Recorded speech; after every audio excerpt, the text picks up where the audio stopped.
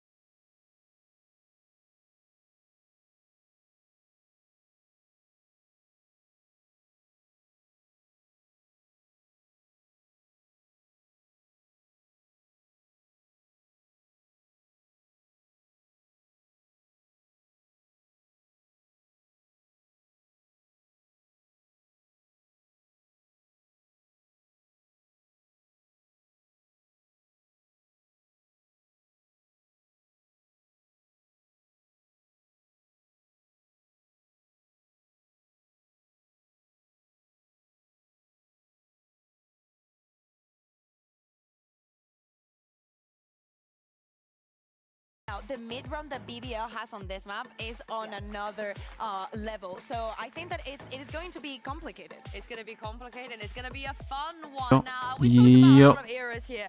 Mitch was there when we conducted our field research. So, Mitch and Tom, Today, where are you? Vitality against BBL I Esport. remember it all too well, Sue. And then Better than I remember Heretics. 1989, which is where I kind of felt most at home back in the day. What about you, Tom? Which era would you say you're in? I think he's a red. I think he's a red. I'll give it to him. I'll put him in a box. What do you agree, Tom? Heretics Gentlemate. He's a little lost. I wasn't sure. What were we talking about? Swift. So, Vitality versus BBL, a game with pretty high stakes. Mitchell Man, obviously for BBL, they're kind of in a spot where they lose and they're screwed, but, well, not screwed. It's going to come down to really ridiculous ties. If they go 5-5, they have a much better chance. Vitality, life in their own hands. That's it. They can still qualify themselves, not have to worry about others, although they have to worry about Kushner to start off this round. Easily traded out, though. Sender's done a good job despite his HP low. Problem is that the other side of BBL moving towards B. It's wide open. And another counter aggression coming out of Vitality, and it's safe to pick up a double. That's completely stalled out the B main push. And in fact, the players inside it have no choice but to back off that nade, buying more time, allowing Vitality to hunker down, and they've got Sender watching flank. BBL are boxed in.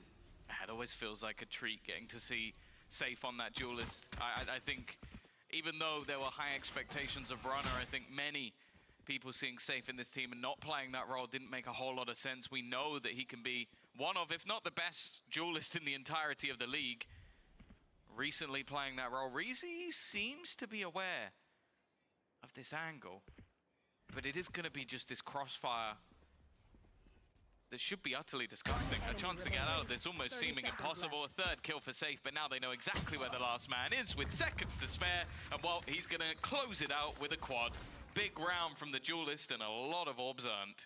Very nice stuff indeed, yeah. And you see Safe off rip. Oh, we're getting a replay of this with the paranoia out from center. That's what slowed down the re-peek on short, but this was it.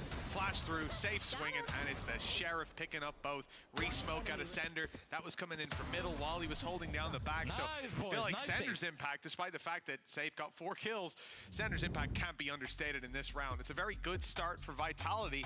Not a good start to our match, though. No, technical guys, pause in this play. is meant to happen for game number 2 when Pansy's up here. Scheduled it for them. You've got this the wrong way around. So we just, yeah, get this one cleaned up nice and quick because obviously it's not meant for us. Something interesting as well for those maybe a Counter-Strike fan. Malik down on the stage with the Vitality boys. Obviously someone who has a hell of a lot of coaching experience over the years. Someone who's been around for a long, long time. And it was something we sort of talked about as an interesting prospect for someone like Gorilla taking over as a head coach for the first time. How are they going to sort of pad up the rest of their staff? We've seen a little bit more with Comet, obviously being there as the assistant, but Malik being on stage is an interesting term because that's a coach who maybe beats anyone out currently, maybe even in all of VCT, but definitely in our league, I think has experience in terms of that coaching role. Yeah, with existence gone, especially. I think that's one of the main things then. You're a new coach on the scene, like in the form of Gorilla, he knows the team intimately, and then you've got so much support to help him, I guess, grow into this role. Yeah. And it's very nice to see. I caught them after one of their victories, one of their first victories there the other week, and it was, wow, you could see the pride in Gorilla's eyes, smiling ear to ear. It's just a guy you can't help but feel excited to see him succeed. And same thing for the whole Vitality roster. Now we're going to be jumping back into the game. For later, guys. Come on. And BBL, attack side, might not have gotten off to the best of starts. And now they're left down to pistols. This is normally where we say it's a nice, easy round for Vitality. Somewhere for those defenders to build up the credits, not lose too many players. One player, which is Trex, coming in with a pistol. So they have a little margin for error. But the reality is, BBL with pistols, Turkish players with pistols, scary. Kushner upgrading to a Sheriff, all the more reason to fear what could be coming around the corner any moment. And I think we see a much more controlled second round out of the side of Vitality because you have to be so careful not to give BBL an opportunity. Yeah, I think as well, I want to sort of touch while we're in a round that, again, you're not having massive expectations for on the veto. Because, again, we had this sort of chat obviously coming in with Reezy earlier, where he basically says that he doesn't really like the map Ascent. And I kind of look at the picks and, okay, they had a great performance versus Liquid, but other than that, throughout the season and the last split, it hasn't been the best map for them. So picking it in, obviously we've seen a recent loss to Foot, but Foot have looked unbelievable when facing off against pretty much any team. So I don't feel like this map is massively favored to BBL at all. If anything, I'd have it quite even. I really like Sender's buy. He's gone for a Guardian for the wall bangs. Then you've got 2 players spraying as they come through the smoke. Really nice setup. Then they've lost 1 player. Anything else would be damage. And a second kill found by Elite. Not too bad. Trex is on the way to save the Guardian, but the losses are still there. Could have gotten a little bit more out of control, but well, you can thank players like Trex for cleaning it up nice and early. Yeah, and they're building the orbs on, like, players you'd want to build the orbs on, I guess. Like, going towards that Hunter's Fury, the Blade Storm early in the game is always going to be beneficial, although saying that, Reezy has clearly been farming the orbs up on the other side, because he's only 2 away from having that Hunter's Fury with only a single kill to his name. Something that would definitely help them out a little bit more with those entries, as a lot of the time this team does rely a lot on Kushner. And it was highlighted by Kakuka during the beginning of the show that he is someone that is one of the best players, definitely in our region, maybe in the world on this map. But if he has a bad day, I would already call GG. I think that's a fair call. It's not like there aren't players there that can land those punches, but not as consistently as a man like Kushner X. And especially on attack. Yeah. Oh, yeah. And it's a tough role as well. Being the first man in against some of these comps when you're running in first, it doesn't make it easy. You're running into things like alarm bots. Although he's managed to destroy that early. Safe, taken down on the A main aggression. Vitality were looking for a little bit of map control, a little bit of information. They know there's someone around mid, and I like the setup. Trex backs off, though. conscious that they could push up B main. That leaves Runner isolated, and now his position's given away. He still gets one, and almost the second. The damage is done, though. It makes it easier for Trex. You can follow up on the first at least, hold control of the site for a moment longer, but they're about to come swinging. Both sides with a flash. He has to take a fight, isolates a duel, but loses it. And Elite now lurking back towards main. They have two players here. Not planned. Oh, it's actually not secured just yet. Repositioning, so it's easier to wallbang. Oh, they're lined up. It got dangerous, and it still is. Sender, 150 HP. He knows where the last player is, but he won't hit the shot. It's BBL on the board. Yeah, it's going to be a round one in the end by that clutch from Reezy, and it's good they're on the board, but the fashion is a little bit worrying. Because again, that's a bonus round, and it's a bonus round that had an SMG and a pistol within it. So the fact that that comes so close is definitely dangerous in the early stages. Again, the ults, the only ones online are still for that attack though. And I do think that Hunter's Fury alongside Kushner is one of the best way you can open up the rounds on a Sam.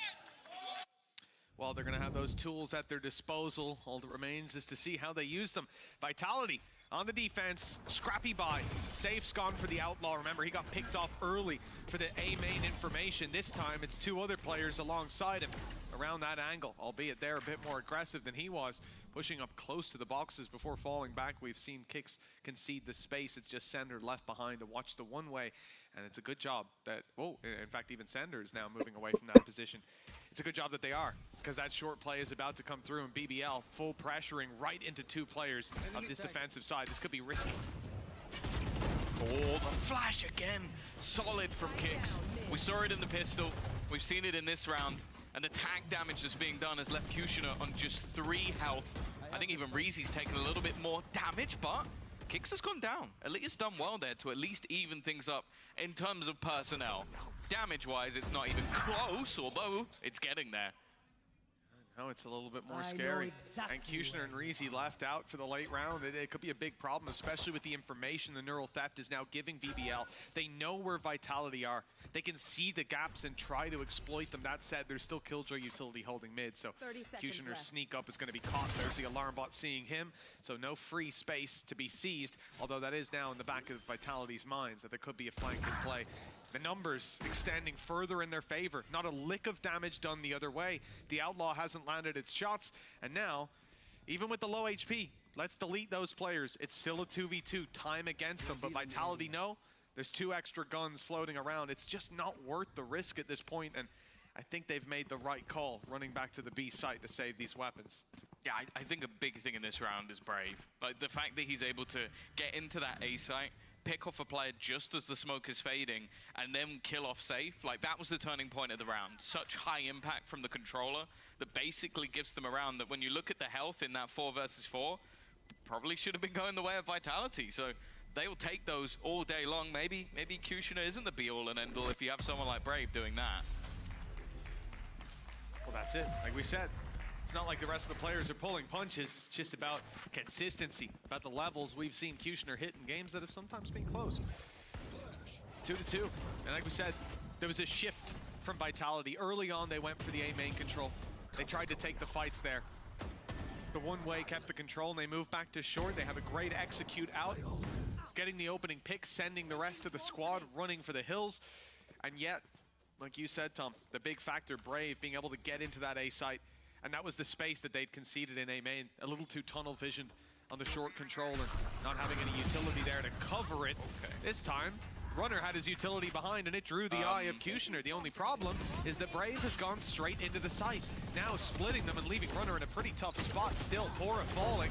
Oh, and Trex is still going. I thought he'd start to run away, but he can't run away. Blind firing. There's nowhere to go. Like, Brave is still on the back of the site and his teammates haven't been able to clear. It's a risky TP, but he gets away with it anyway. Puts it into a 2 versus 1, and while safe, will hit the 2 remaining shots to give Vitality what I'll call a scruffy round. Yeah, that maybe wasn't quite as clean as they were expecting.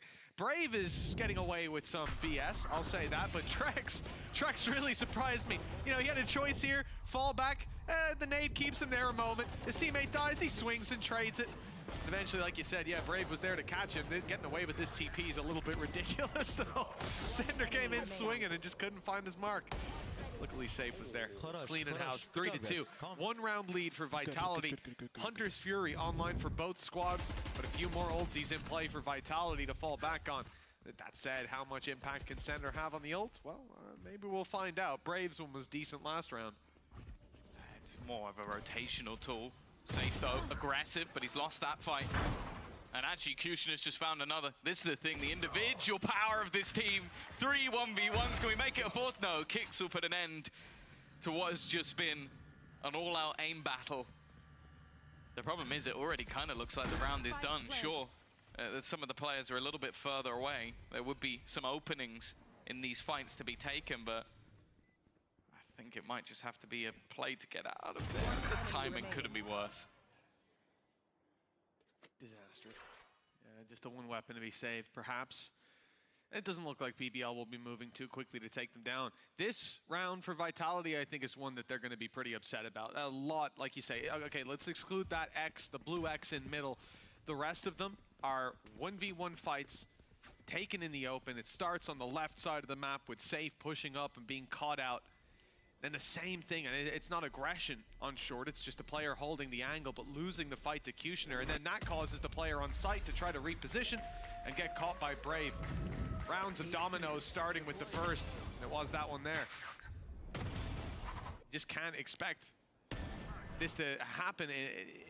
The fun thing is as well, again, is at least going up against the #1 headshot player in Elite. Like that's what he's been known for. And as said, like there's not many people I think you put 1v1 versus Safe that come out on top. I don't mind the aggression from the defensive side at all, but Elite is one of those players where if he's in form, well, I think he literally was the highest rated player of Split 1, and they didn't make playoffs.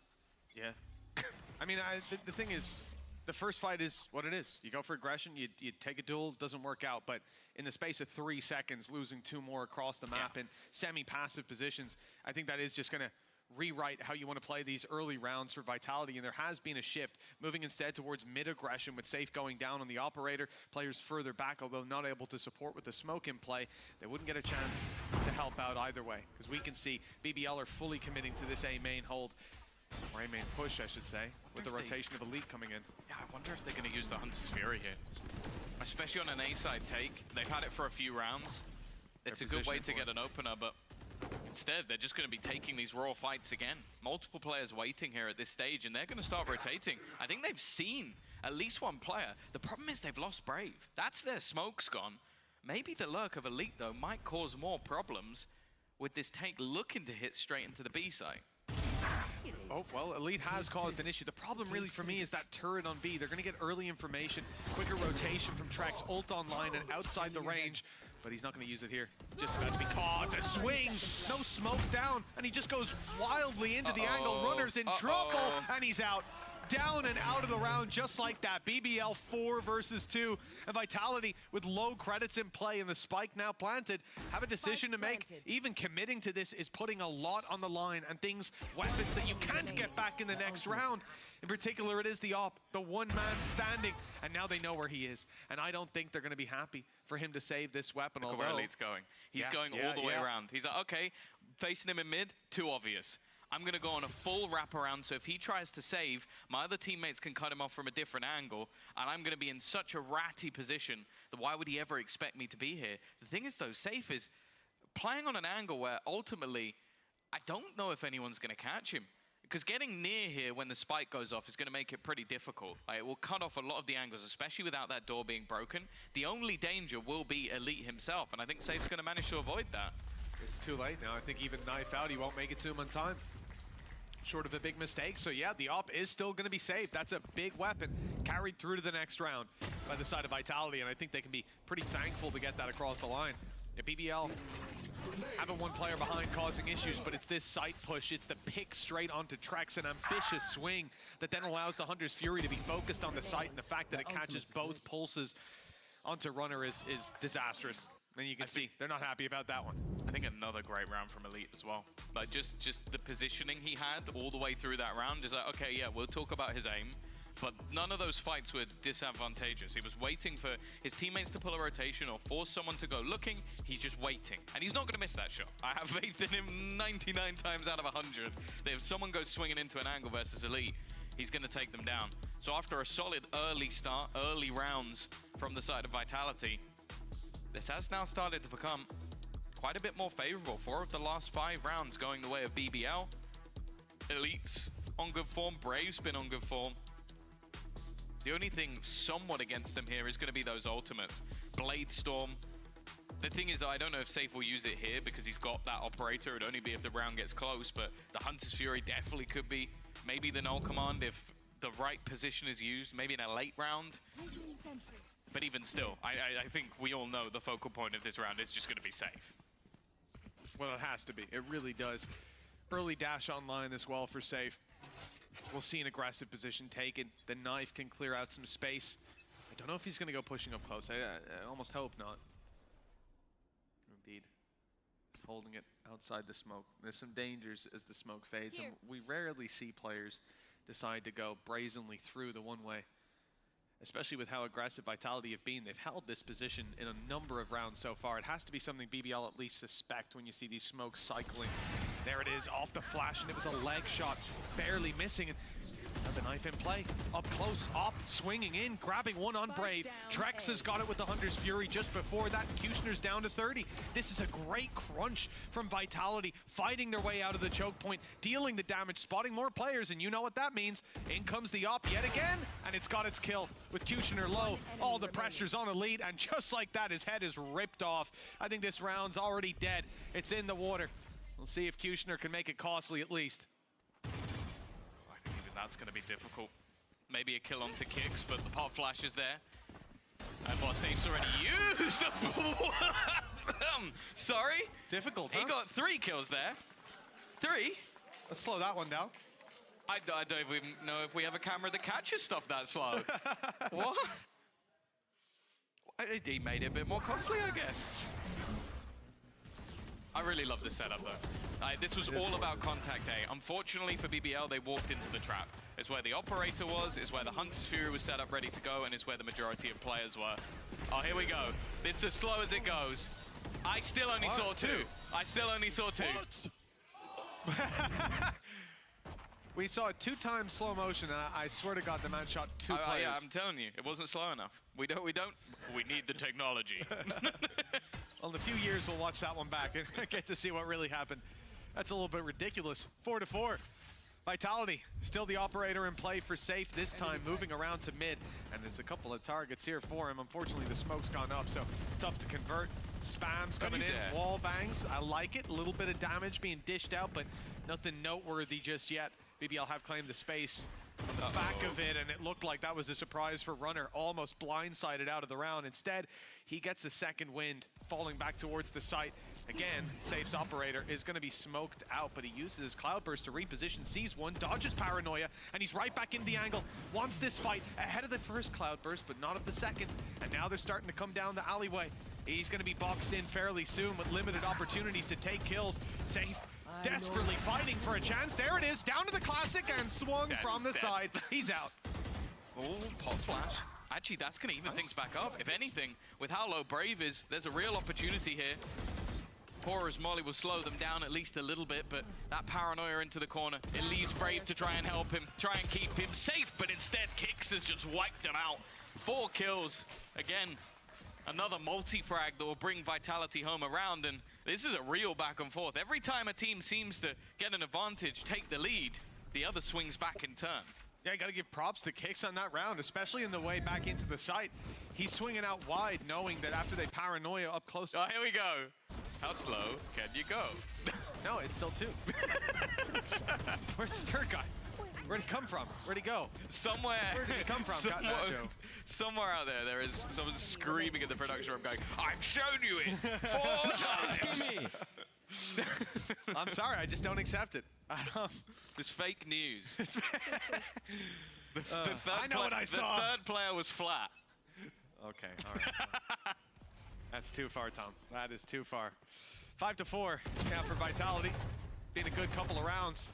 Odin getting some damage in. my. Kushner down to 26. Should be easy to deal with him. Although, Oh, Timmy. see if you can hit a few headshots to recover. And I've liked this from Vitality. I feel like they've got a couple of these trap plays. It's not about wrestling for the control of the map. It's just about making it more annoying for BBL to take that control, as you can see with the health of Kushner in this round pretty clearly. Cage triggered. Drone being used just to check how many there are towards the main, and well, the realization may now be there that it isn't that direction, but with a deep position from Kushner, it seems like BBL might be just looking to try and play off of that.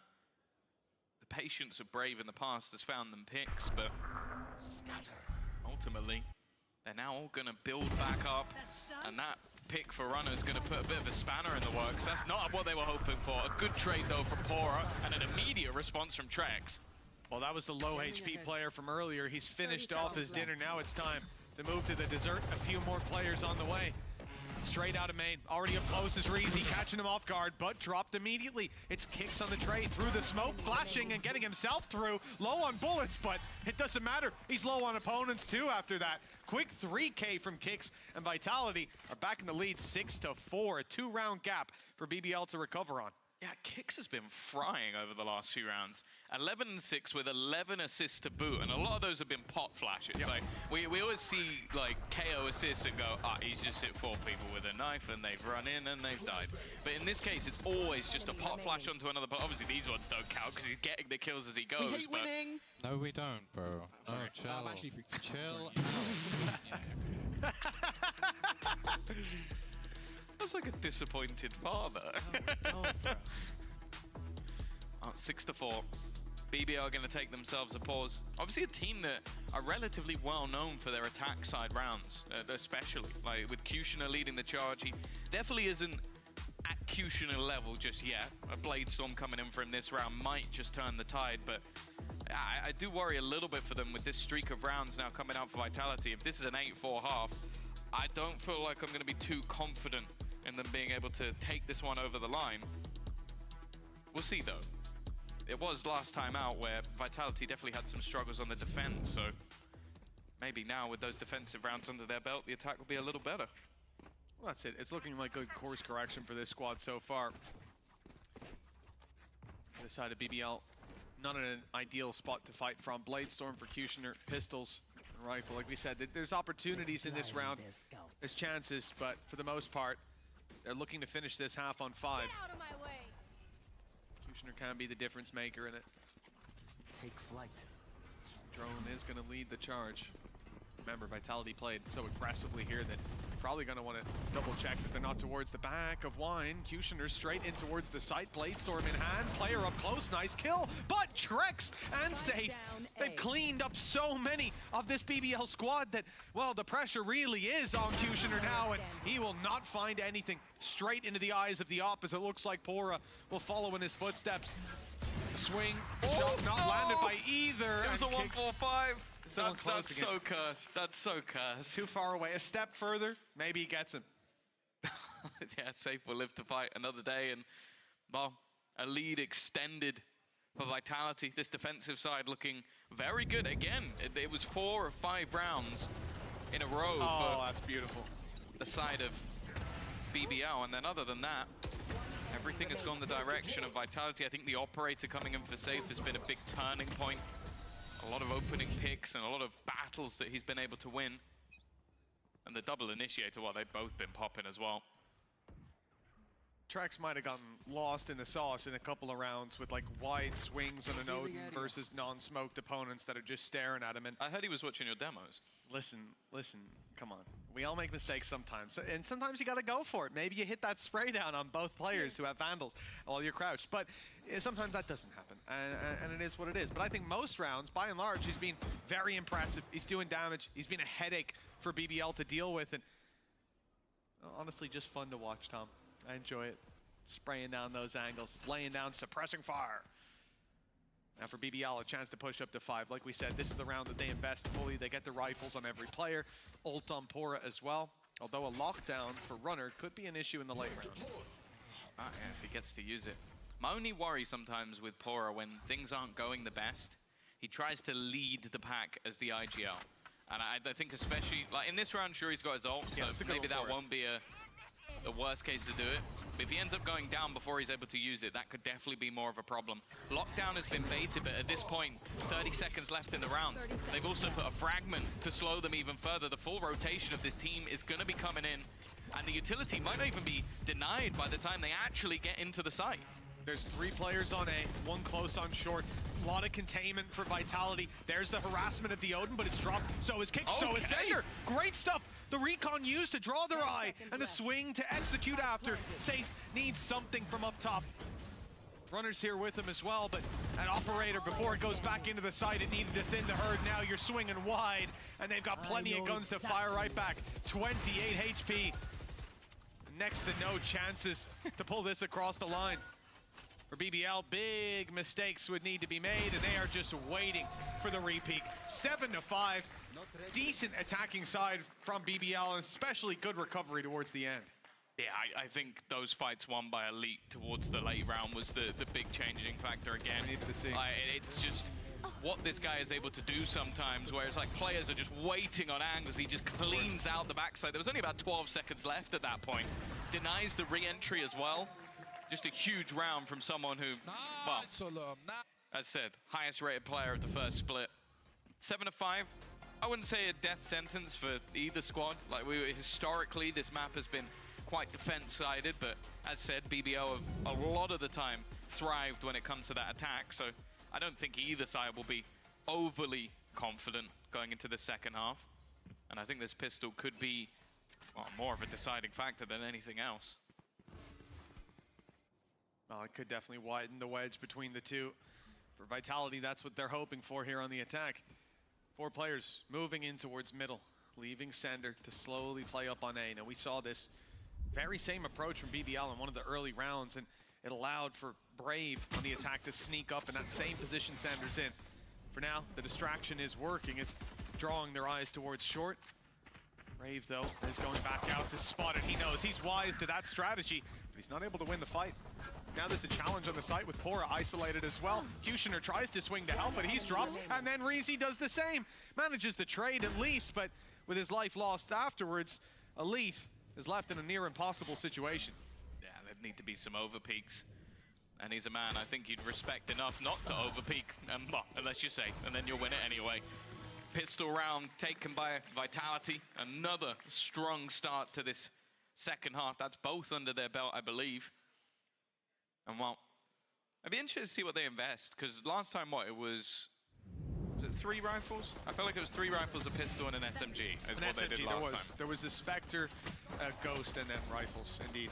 Yeah. So it seems like going for something similar again. A chance for a 5 rifle purchase going into the next round if things aren't too costly. Nice, guys. Other than Kushner's Sheriff, there really isn't a lot in this round. Is that the reaction to the 1v4 attempt? I mean, they seem very disappointed that he didn't get like I kind of hope it's like maybe 15 seconds yeah, before. yeah, right? Like, I assume it is. If it's the last fight, man, you have high expectations. We'll be having words. Yeah. In scrims, you win that Elite. Come on. Like, scrim and silvers. But 8-5. 3-round gap. Vitality, chance to extend, and that is a nice shot from Kushner. Very much what we warned about in the previous half when we saw this same scenario. 1 Sheriff and Classics for BBL, but they can do damage. The rifle will not be retrieved by the defenders just yet, as Vitality fill in the space to grab it and protect it, and then take the kills. But Kushner's also repositioned. Found himself on the other side of this smoke, although he's backing off, not wanting to take the fight just yet. He'll hold this pixel angle, though. Smoked off again. Good job. Hope was that either someone got overzealous or maybe his teammates were able to survive until that smoke faded. Instead, though, well, Reezy's won a straight-up fight. No. Kushner has found another. This is starting to get pretty dangerous, but Trex has been able to deal with him. It's already a costly round. There's no doubt about that. And Runner, he's going looking for a rifle. They've at least got the 2 Vandals into this round. A Guardian will have gone amiss. Well, that's now going to fall into the hands of Pora. Still a big ask for this defensive side. Well, maybe he can get something cheeky done with some wallbangs. That's the goal, and he has hit Trex. He's tagged him. Just the one. There's a chance for more. Brave as well, just going to wait out that reveal. Going to get wallbanged himself. Nice shot. The ping's gone down on market, I assume, or someone just knows their lineups. Runners swung out right afterwards. Damage done, kill found. Brave down to 60. The reveal caused him problems, and he's decided he's got to go get that Guardian if he wants to have a chance. Needs to hit those headshots, you'd imagine.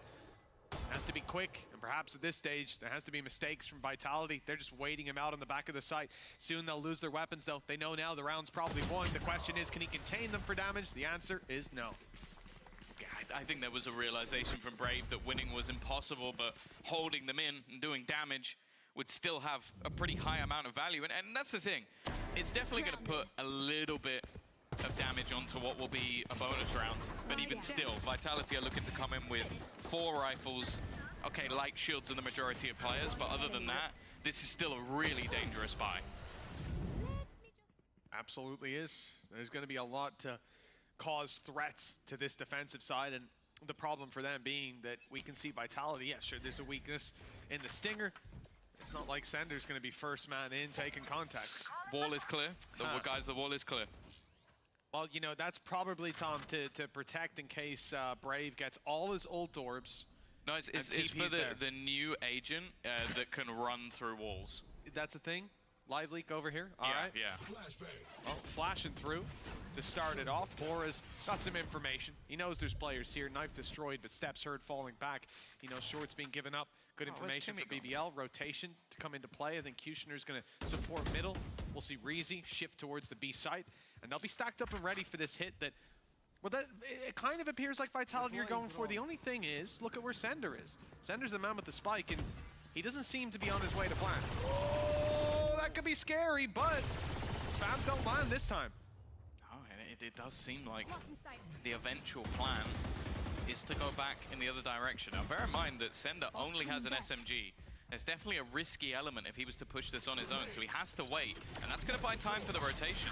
This allows for Kushner to get back into position. The fragment has also held them back a little bit more, so now there's 30 seconds, and, well, BBL definitely know that they are going in this direction. Kushner getting a little bit caught, but again, they have to clear out this entire site. Paranoia still available. The trade's not too bad, but they need to get Brave out of the back of this site, and he's still surviving. Finally, he has gone down, but now they have to sprint back. They have to get that spike, and if Elite manages to hit some sort of crazy shot, maybe they have a chance, but the plant will be going down. Spike planted. Secured safely. They've even dodged the wall bangs as well towards the Jenny, and safe! Cleaning house on the site.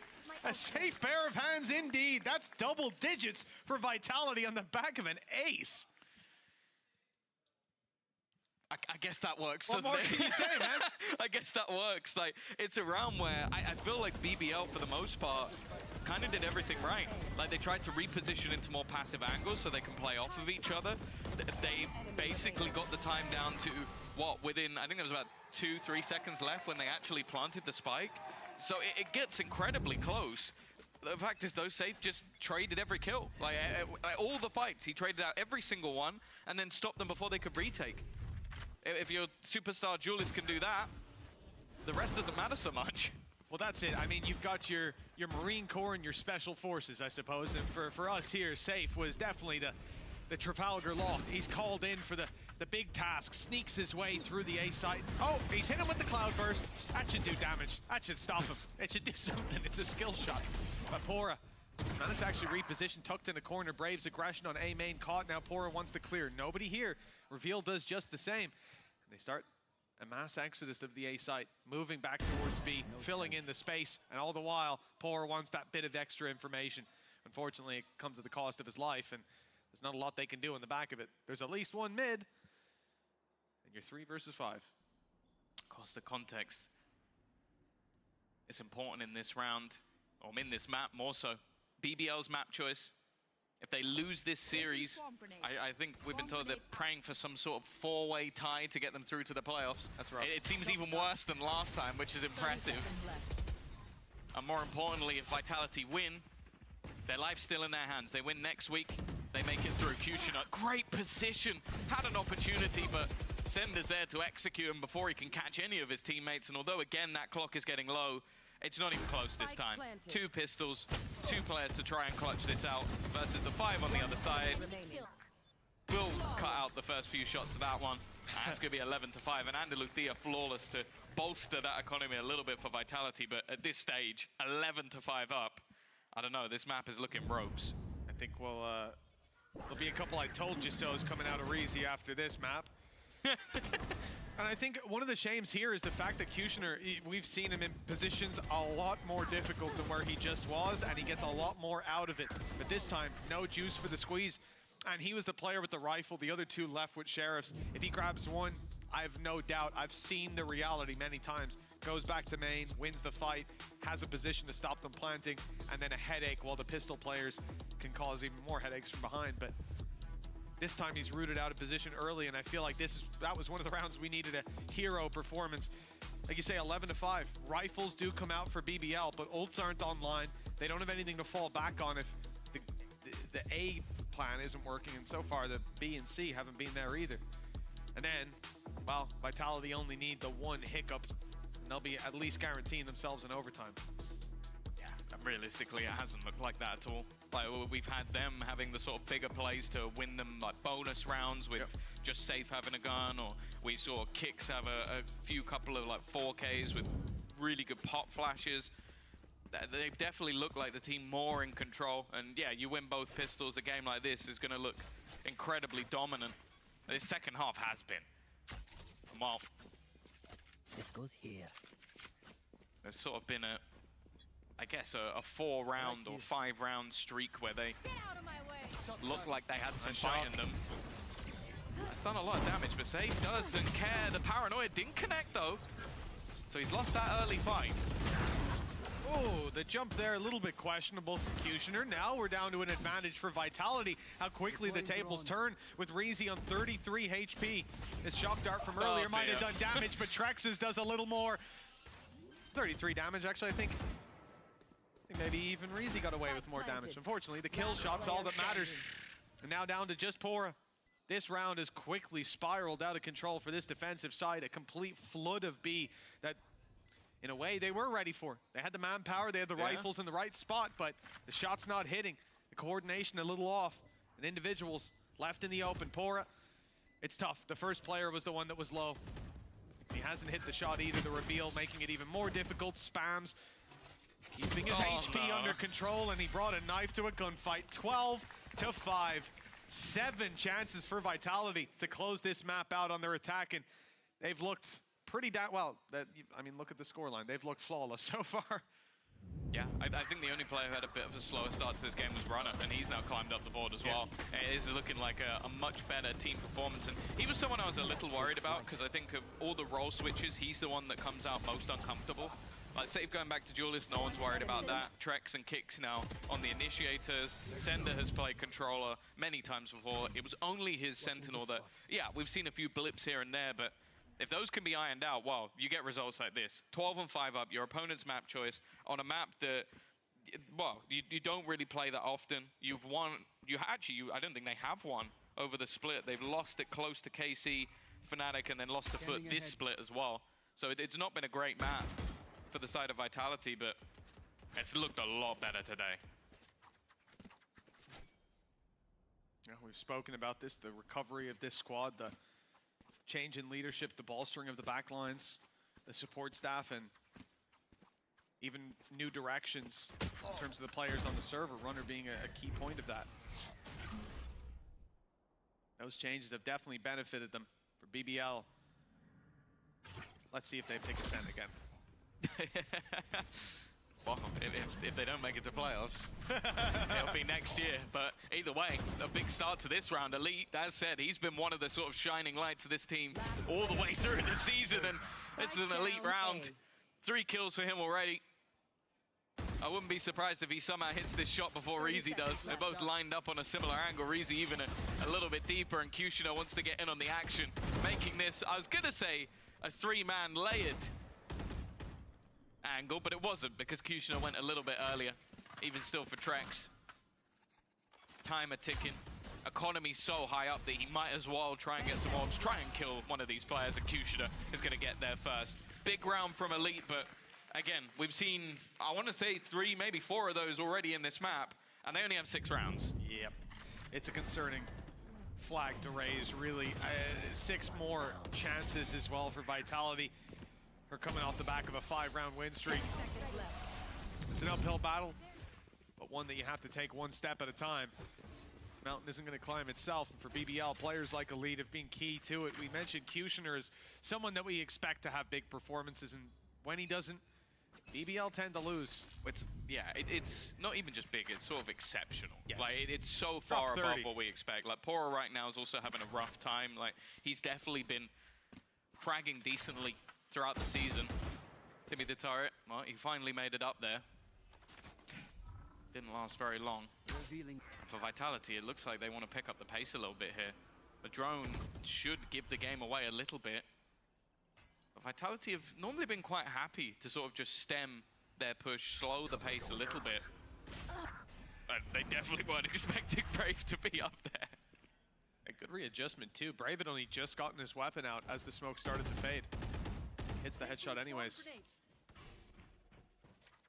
Swarm activated. That's going to be the trap denied inside of middle. One of the Cypher traps open. Means that part of the map is now not watched. Someone has to shift over to clear it, surely. Eventually they will. Which, in the current position, I think it is going to be Reezy. Leaves short open. Perhaps a lurk channel for Runner later on into the round. That's certainly what he's hoping for. Some noise, some presence given away on B. Vitality. 30 seconds left. Not sure if it's going to be sold as a fake. I think it is Runner's lurk that they're relying on doing the damage later, but they're walking into a lot of players, and the Hunter's Fury makes it so difficult. Reveal already cancelled out because they're cautious that someone might push the smoke. But there's not many people left to push that smoke. Only Runner on the other side, and sure, his lurk has found space on short. That's about all it's going to amount to, though. Picked off by Elite. Every single player pitching in for the side of BBL. And an Andaluthia flawless that will garner them a nice, clean round to sort of build back into this. The thing is, we're seeing some of their players come alive. The problem is now is you're going to have almost every single ultimate available. Timing here was a little bit unfortunate. Really nice shot as well. And it does seem like when Safe goes down, you need that player to play around. Like that, a lot of this is setting him up. You see all the assists that are there for Sender, Kicks, Treks. A lot of that is going to be putting players like him into position.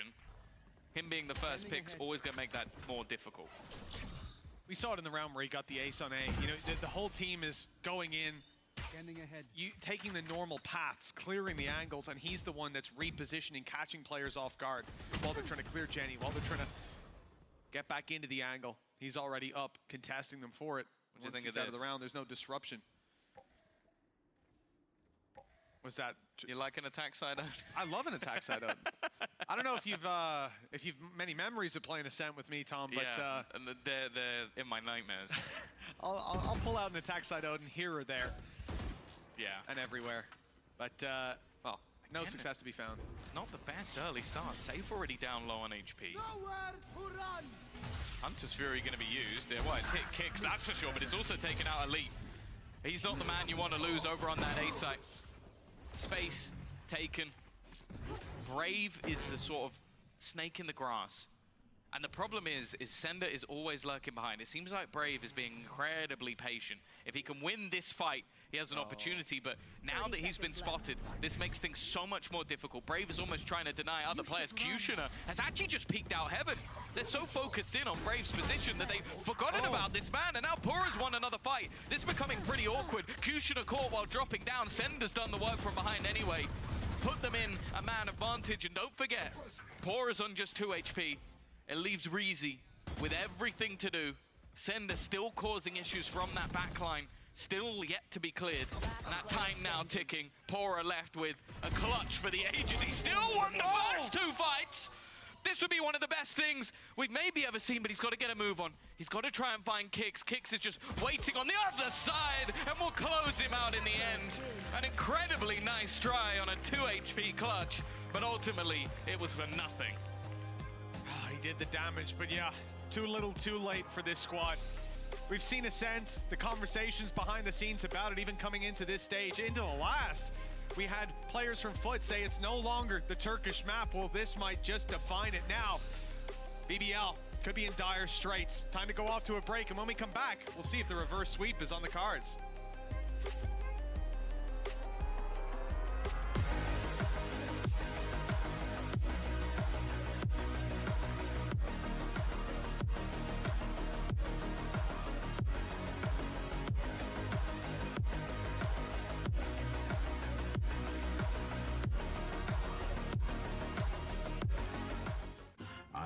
place that will break you into 1,000 pieces.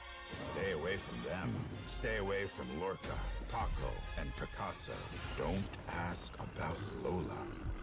Ay, Caballo Grande. Ay, Dolor de Nieve.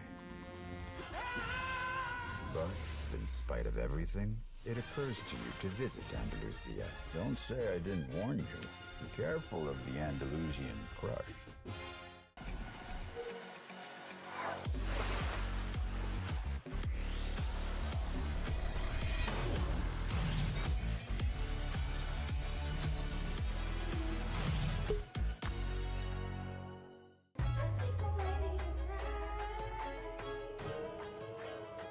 Hey guys, it's Jimmy Lin. In this series, I'm going to walk you through Attack on Pearl. Watch out for the stairs, clear this angle, you're going to be able to fight this.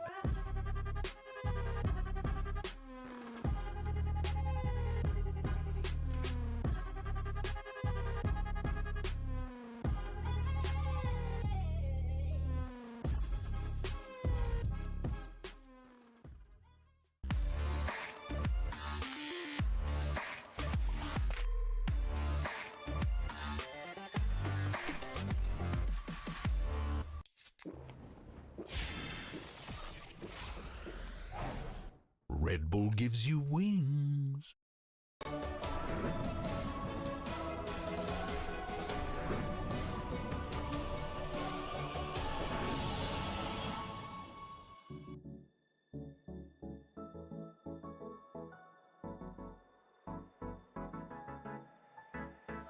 Let's do something crazy, get a bit wild today, 'cause we don't do this every day and we deserve it. Life is so amazing, nothing is in our way.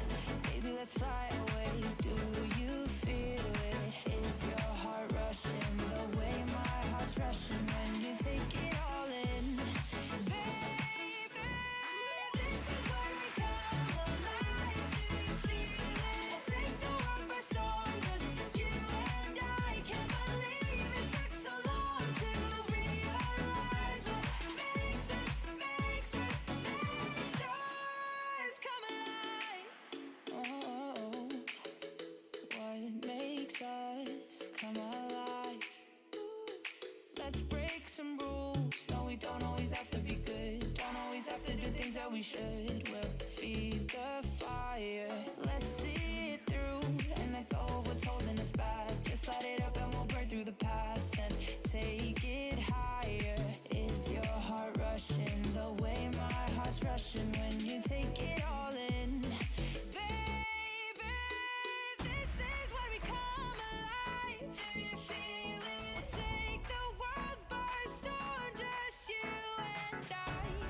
You and I can't believe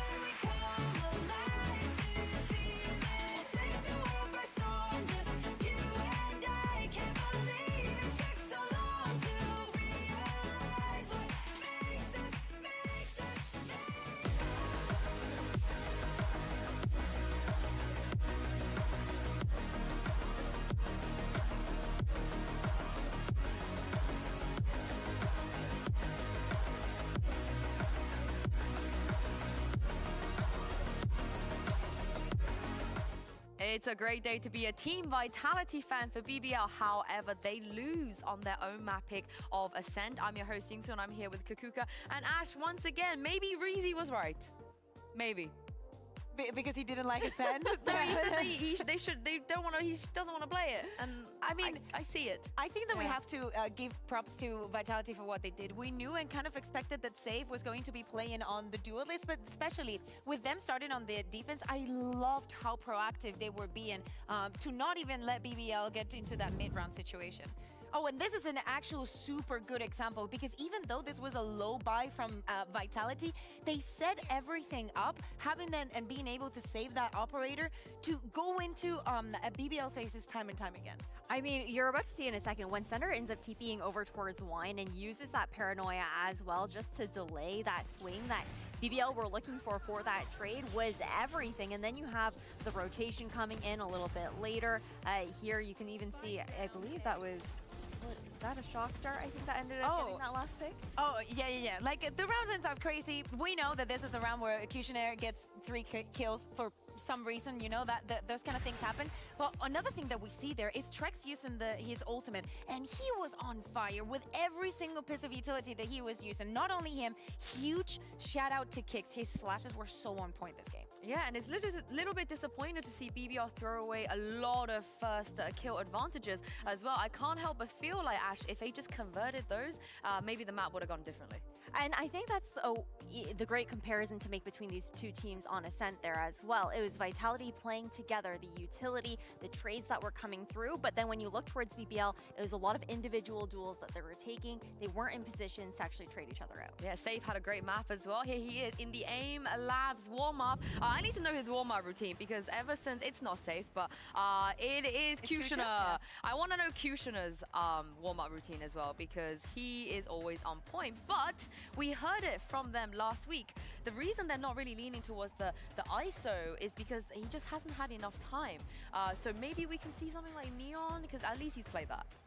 I mean, I was locked in the fact that he said he didn't have enough time. Well, yeah, the same as everybody else. No, it sounds like a teacher kind of thing to say. It's like, oh, you didn't have time to study for this? Well, you had exactly the same time as the rest of the students. Well, not to put words in their mouth. What they said was they wanted him to play more ISO in ranked before they debut it. He has not had enough time to do that. Oh, okay, yeah. okay. That sounds good. I think you were there when they talked about this. Yeah, but yeah. I leave in a loop. Like my bed is under this desk. Anyway, moving things back into Sunset, right? What can we expect? You're mentioning the ISO. I'm also thinking about what Vitality are going to be doing because we have not seen them play this map on this stage. We know that Safe has made that change, that swap into the duelist. And most importantly, are they going to continue into that double controller?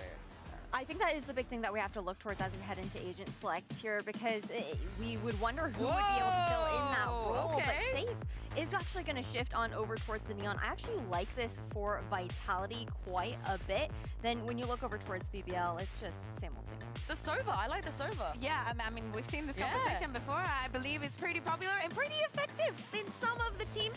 After the performance that we just saw from Trex, I'm so down to see him back in the Sova. It's an agent that fits him so well. And on the other side, yes, you see Powerhead locking on that KO. We saw that the last time that they played it, they swapped him because of the breach, but he's just slotting back in. Is something that didn't work very well against KC. And definitely some things have to change, and now that productivity has to come from them.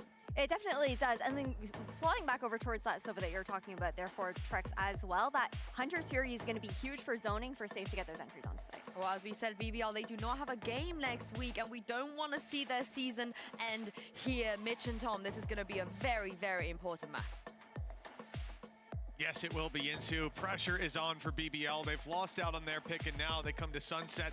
This could be where the sun sets on the series, Tom, but we have to hope that it's not. Vitality, though, looked like a clean machine on that last map. Kicks was stepping it up, but Safe was impressive. Now on the Neon, do you see hope for BBL on this map?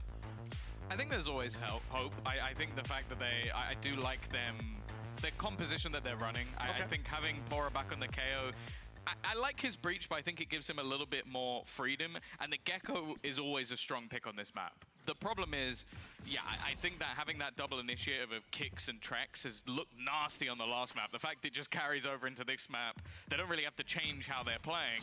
And then Safe now can just full sprint, W key into people's faces.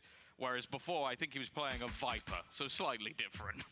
Well, it could be snake eyes on the dice for this one. Vitality moving towards B, and that's where the stack up was. But they've seen 2 players. Guarantee of at least 2 with the utility that went out. Vitality moving in the other direction, sending a lurker back to B.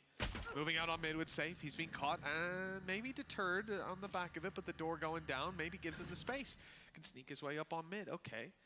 Problem is, though, Tom, leaving Safe and leaving Runner to lurk out this map to try to find space, it could be because Vitality don't intend to full hit A. But, and I'm assuming that's it, because look, back goes Trax. Spike moving up, grabbing an orb and sticking an elbow. I have to say, Tom, I'm a little lost and confused as to what the plan is. But yes, okay, Spike is going back to B. That's what I expected. The problem is, BBL have not reacted at all. No, they don't care. They legit, they've had a little bit of a peek coming out from Elite.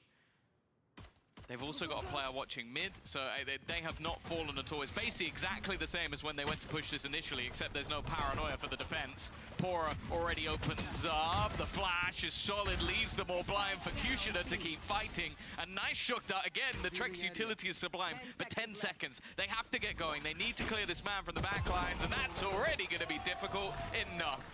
I don't know what the read was from BBL to not move a muscle, but they had the read. Oh, you got to commend them for it. 3 players on this side, the one towards mid and one way back in their spawn. And you'd think at that point that Elite, who is the player towards A, is calling out, oh, there's some noise here, there's knives, there's players in the area. They've clearly rotated, they've left. Even when Safe takes contact mid, he goes back towards the elbow. He's making, or towards tiles. He's making it clear that they're setting up for A. BBL just sit there like, yeah, we'll retake A, we don't care. I think the only thing that made me think that maybe they'd rotate is using the paranoia so early on the defense. Because I was just like, okay, maybe now you want to gamble a little bit that you don't have that as a retake utility. But I guess when you have Pora's pop flashes and the Dizzy available for a retake, you're not as worried in a pistol. Like, they invested quite heavily into the flashes. Nonetheless, that's the first pistol in this series that BBL has managed to win, as the other 2 in the last map went the way of Vitality. And now we get to see how they're going to play in their lower buy rounds. Of course, no surprise to see Safe will have a Sheriff, but Kix has also invested into one as well, alongside a Flash. So maybe a little bit heavier for those 2 players going into the next round. Always be chances as well. If they can group up and find those kills, I like that they've sent one player towards either side of the map just to grab the information, hold the extremities, see what BBL do when they don't get contact there. If they're pressured on mid, do they push B main? Do they push A main? How do they get that information? You're going to have the cogs turning in a round like this, where your chances of winning are low, but use it as a chance to feel out how your opponent's playing the map. Same one way in play. And an attempt from Trex to catch Brave. It is a brave one. I'll give him that. With the classic. 30 seconds left. But now he's got a bit more support, and this next swing could pack a bit more of a punch than Brave is expecting. In fact, he'll get nothing for his trouble. Rifle will be recovered. Safe quickly moving up to fill in this space, and he could have a battle on his hands with even footing, or they could have a plant in a moment. Oh yeah, I think one should be almost guaranteed. Kushner from above actually drops the spike, and now maybe not so much. It's definitely going to be more difficult. You can see them already re-aggressing the nade on his head. That might take the rifle either out. Oh, he actually peeks off of it. Now Sender, though, left in a 1v2, just a classic in hand, and retrieving that gun you'd think would be a death sentence, but no, not quite ready for it. Even still, with how this round kicked off, with 4 rifles to start with for the side of BBL, the fact that they eliminate 2 of them and a 3rd player to boot, I think Vitality can be quite happy with that. I'm not sure which one of Elite and Pora he thought could be up on top of the box there. That would be an impressive bit of movement to get that done, but that's unfortunate. He just pulled his crosshair off the angle at the wrong moment as the swing came through. And even still, 1 versus 2 with the Guardian, never favorable. Great damage at the end of the day for this squad. They walk into that fight with very few chances, but the conditioning of Trex, even firing out the recon at the end, Brave thinks he's got an easy fight, that this lunatic's about to swing him with a classic and he'll put him in the ground. But instead, the whole cavalry came around that corner, grabbed the kill. Early fight for Elite. He's out. Yeah, this is not so much of a bonus, though. Because although I guess almost all the players can buy next round, Pora's still full invested. So he'll have some problems in the next round. I guess that won't be a problem though, as Elite's already managed to find the opener. If they rotate off this, I would say there's a chance to get a rifle for Reezy, but looking at where he is, probably not. Like, so far away, it would have to be almost a save at that stage. But considering this is half a bonus and also half a full investment for BBL, that opening pick is massive.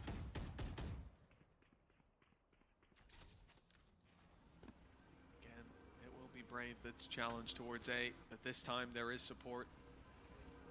Reezy close by, has a Dizzy online. They concede the space, allow Vitality to fill into it. That's when the flash should come out, when the big fight occurs. Players moving towards the elbow though, make that a little bit harder for Reezy's utility to slow them. Instead it will be Kushner from up on top of the box. They found a pick, they dropped the spike from this exact position. So this, in the last round, this time they're very ready for it. Reezy's push, no flash, nothing.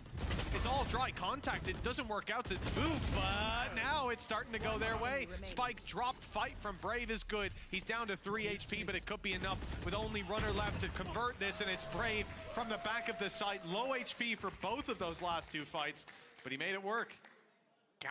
One of the things I'll always give credit to Brave for is he will survive in scenarios that I expected to be dead 35 seconds before. Like, he just seems to have this ability to pick the right angle, pick the right fight, pick the right timing of when to peak, just to give himself a slight advantage. You could see the way every single one of the kills there is him hitting a good timing on a player not quite ready for him to face. Ends up being the deciding factor of the round. And wow, a 3-0 start. Their opponent's map choice, a map that they lost dominantly to Carmine Corp when they played at this split. And one that's been pretty decent last split. A win over Foot and GX. And a close game versus Heretics for Vitality. Not looking quite as clean in the early rounds. Safe right into the site. The slide across has gotten him a pick on the Kushner, in fact, and another to Elite. The Sheriffs are in town, and they're taking names with Brave and Reezy left to do it all. Brave's position in heavy threat. Okay, he's able to survive the first onslaught, but now there'll be no further attacks. Instead, the players are moving in the opposite direction, not having spotted Reezy. Element of surprise if he can fill the space in time, but in fact, Safe is going back to watch it. His ult is just faded, but with the rifle in hand, he won't be too worried. Already seen Wingman. There's a much better conditioned Mosh than what I've seen recently. He's going to be containing them slightly, but his position is known. The fight's not favorable for Trex, and now the element of surprise is gone, so a chance for Reezy to follow up if Safe hadn't rotated in to back him up. Once this swing comes in, I think the round's done. Yeah, they needed to kill off Safe, and that seems to be a difficult thing in this round. A pay Safe card thrifty for Vitality, and well, I guess all the positives I have from the last round just get completely obliterated when Safe's gonna get his first 4K. I'm gonna say first 4K, because there's probably gonna be another couple with just how absurd. And again, it always just seems to be the timing of his peaks. Just the confidence. This last shot I know is nasty. Yeah. You see it from the other point of view and you know it's disgusting, but 5 and 3 for him. A first round on the board. I spoke about economic problems for BBL because of the investments of the last, which didn't come true. It's now come true here instead. Good info early. They spotted players with Dizzy. They use the paranoia, and the spray from BBL is good. It leaves Safe and Sender incredibly low, still looking to fight for the control. Losing kicks somehow, and it's Safe on 16 health to find a headshot wallbang. That keeps them in it. But neck and neck in terms of lives, certainly not neck and neck in terms of HP. Oh, we've seen this one before, but the other way around. Happened on Ascent. It was BBL low on HP, and somehow they managed to come out on top. With Safe as one of the low players, there's always going to be a part of me that believes. But they're trapped. That's the bigger issue here. 3 players on the A site, 1 player watching the flank if they try and back out. There isn't really a way through without using pretty much all of their smokes just to try and get out of there, or trying to use, well, I was going to say flashes, but the paranoia's already gone and Kicks is dead, so they don't have those to play with either. They're going to have to win some firefights just to escape. Although saying that, I guess with the late time, Porridge decided to rotate away. 30 seconds left. Oh, he's back here in time, although blocked out by his smoke. The drone and the steps will give it away. Vitality are making their way into the site, but those low HP players still to be dealt with. I mean, Safe just went for a spray through a smoke with a Vandal on 16 HP. That is with Sender beside him, who is 12 HP. I mean, you shoot in that general direction, you're getting 2 kills. But fair enough, he of course gets the kill first. Vitality seem to have hit a lucky streak with 2 rounds in a row. A chance to challenge for the lead. The time. Oh, of course he gets the kill. Look at this.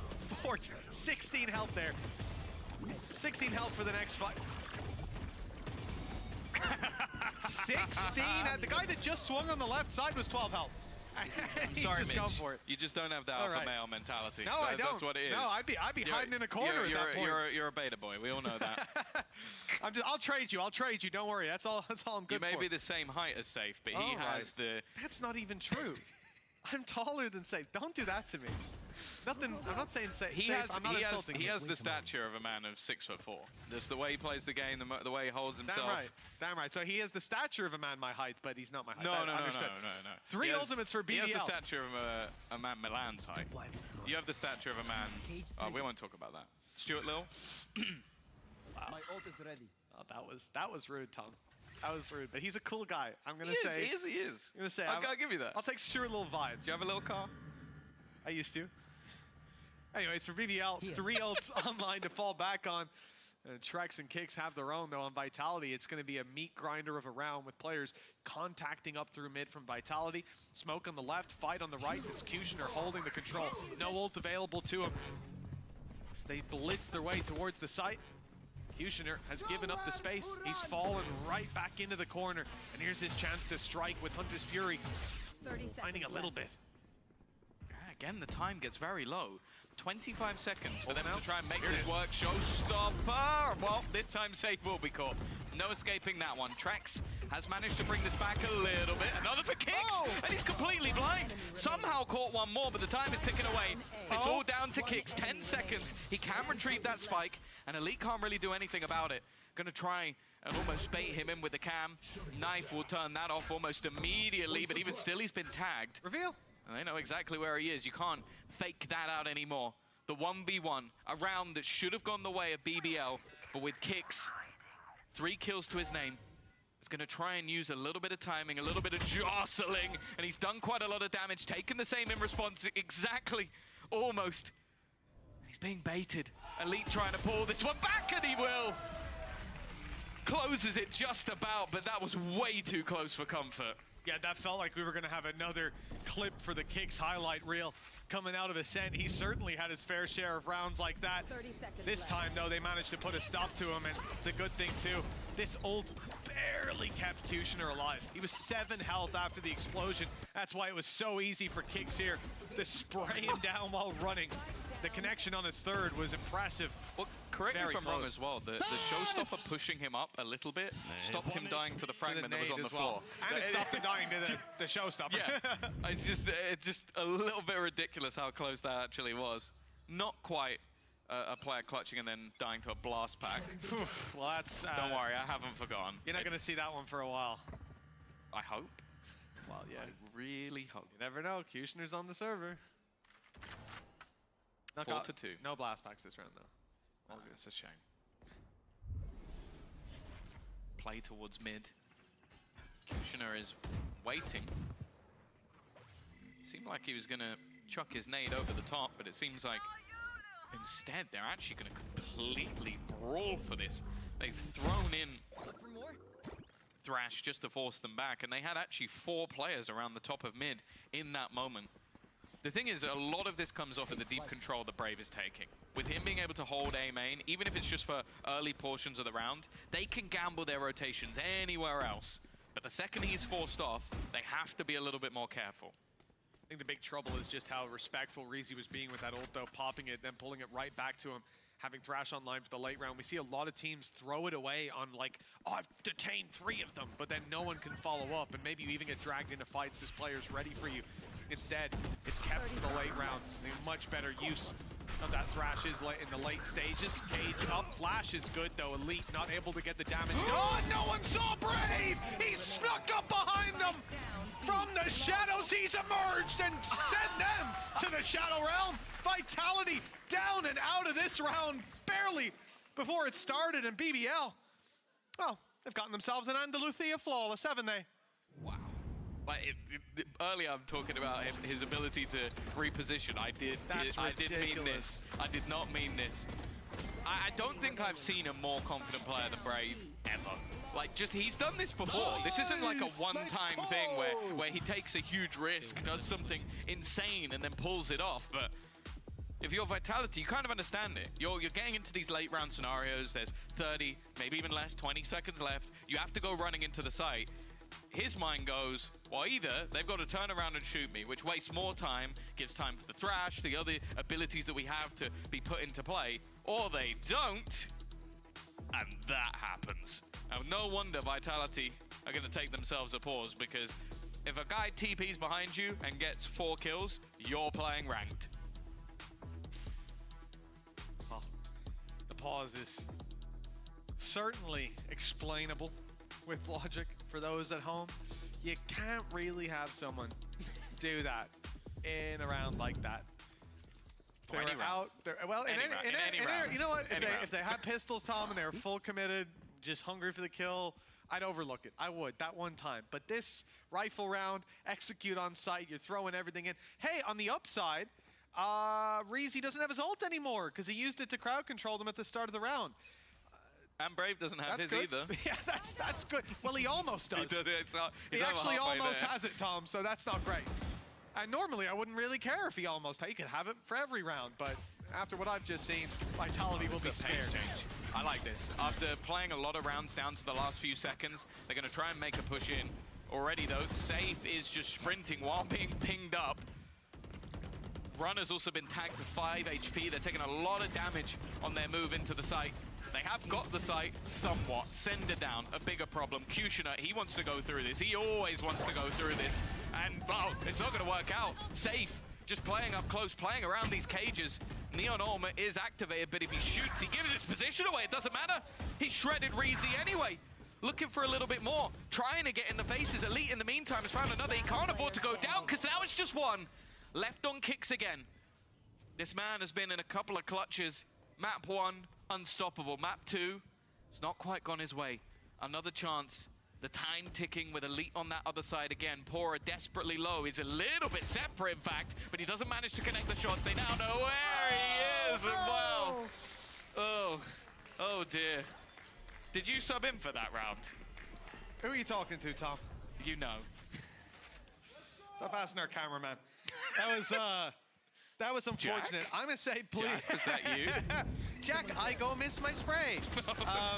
I'm gonna hope we don't have a replay of that, but somehow I know we do. It's There's coming. someone giggling in the production room. Yeah. Here it comes. Nice conversion by Pora, and he's alive for the late round with 9 HP. Yep. Well, at least it wasn't from the other perspective. Yeah, we didn't get it from his point of view. You guys are being very forgiving today on EVS, and I like it. A new face. Yeah. It mustn't be Andy today. They've changed. He's gone home. He's called in sick. Nice early fight by Safe, I thought. Never mind. But it's Brave again, always able to find that little extra value from these. I mean, I don't know if you call that a position. My guy's out in the open, but it works. Nice shot. Not a nice Stop shot. saying it before they hit the shot. 1 HP for Kushner. I don't see him miss those 9 times out of 10, but we're in that one. Oh, he's got one with the nade. And it's left on kicks again. Last round was a warm-up. He's being flanked on. That's the thing. There's so many angles that he has to try and click. Kushner is low, and of course, nice shot by Kushner. That's the shot he hits. 7-2. I'm not gonna lie. This game hasn't felt like a 7-2. A lot of close scenarios, a lot of clutch moments, but they've been going BBL's way 4 rounds in a row. Looking like Vitality is still going to buy into this one, even though the credits are leaving them in awkward positions. They'll still have the utility. Shields will be low. They also have Guardians on a couple of players, so it is kind of getting worse and worse for them here. That was a TP that got him there that fast. Of course it was. Shadow stab, a shrouded stab from the shadows. Doesn't matter. It's all the same to him. It's free kills. Safe, in trouble. He had a tough time earlier. It was Brave that shut him down in the initial fight. Brave even managed to get 2 last time. Now he's got Reezy with him. The result is the same. Oh, it's a little better this time because Reezy's doubled up as well, and he's out of there. Brave still alive for the late round, and Kicks and Trex with it all to do at 7-2. Rifles invested, credits down to the wire. This is not how they wanted the first 20 seconds of the round to go. The thing is, I was the first time they went for a faster paced round to sort of, I guess, a palate cleanser. I didn't mind it. Now it's been 3 rounds in a row. And I feel like you're trying to beat BBL at BBL. Like, you're trying to beat them at, we're going to run in an Angel, the Turkish team, which, if I was going to write down as a strategy versus a Turkish team, I'd expect to get a slap round the face. Because it's just a gamble. Like, you're trying to run into Brave, who's fragging out at the moment. And I'm sure if they win a round like this, it's a confidence booster. You're gonna be back. You're going to be boisterous again. But it's not working.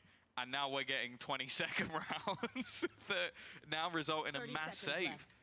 Yeah, it's a big problem. You know, looking at how this has gone so far, BBL have played clean. They haven't fallen for fakes at times. They've been ahead of them. They've had these early aggressive spots out of Brave, sometimes backed up by Reezy, sometimes not. Either way, they're doubling up on those early fights before they go down. And the big problem for me is Vitality. Okay, how are they winning their rounds?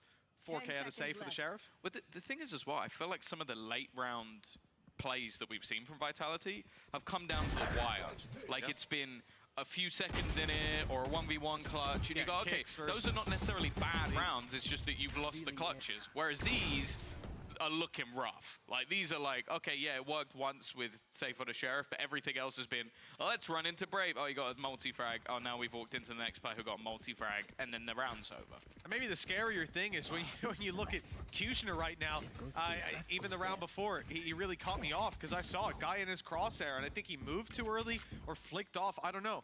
But there's been a couple of missed shots early on by Kushner, opportunities not converted, and like I said in the moment, you don't see that all too often. And when Kushner's not on his A game and you're 8-2 up, it's not like he's bad. I mean, he's 7-6 right now. He's not in a terrible game.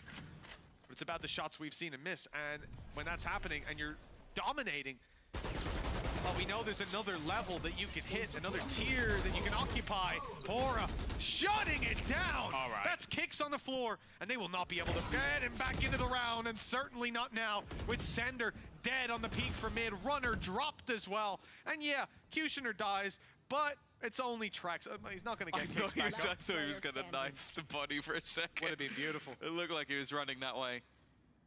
Trex, 1 versus 4. He's a player in the past we've seen crazy things from, but this is not one of those days. 9-2. A map selected by Vitality, a map that they clearly felt comfortable facing off against BBL, and you can understand why. And right now, they're getting destroyed. Come on, Jack, show us where they sent that off at the start of the round. It's down. They saved it through to this round and threw it off the map. BBL don't want the operator. They're back down to the rifles.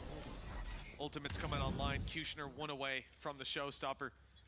A lot for BBL to work around. Vitality, on the other hand, well, they've still got that Hunter's Fury, and it did find impact before. Perhaps that will be point of contact, but towards B, there'll be no tags on drones. BBL are playing very, very passive there with just 1 player. Rotates on the way, though, and it looks like the noise inside B main has sold somewhat of a fake. You know, I say that, but BBL have never overreacted. I saw 3 players move to mid. I thought maybe 2 of them will continue to be, but they've slowed it down. Now, though, Kushner is on his way. So a lightly defended A site. All they have to do is get past Brave. He's already done a lot of damage to the first round the corner. He's also got his ultimate online. I think that's more terrifying than anything else. They're getting spammed down. 6 HP already for Sender, 38 for Kicks. Not a lick of damage done on the other side. Doubling up. Pop flash should be coming through. No, it's actually the fragment. In the meantime, Runner's just taken a bullet to the head. TP has tried to go in behind them. Brave is in the cage and he's taken out safe. Will eventually be traded, and well, the showstopper eventually gets the kill. Low HP, another one, and it's now all down to another clutch. Who could have guessed it? It's Trex now. They already know where he is. The fake plant is not fooling anybody. They're just taking this one together. 15 seconds left. There is no safe place to put this plant, and he is dead. 10-2 for BBL on their opponent's map choice on that defensive side. That was clean. Well, that's it. I mean, since we saw Brave go up behind them and send Vitality to the Shadow Realm, we haven't seen them return.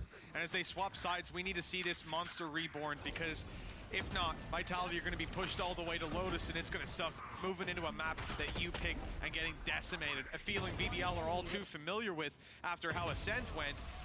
But here on Sunset, it's been a different game altogether. I feel like we had rounds for BBL. We had opportunities, moments, but Vitality looked a little better in map 1. The gap here is much more exaggerated. I feel like Vitality barely found their footing.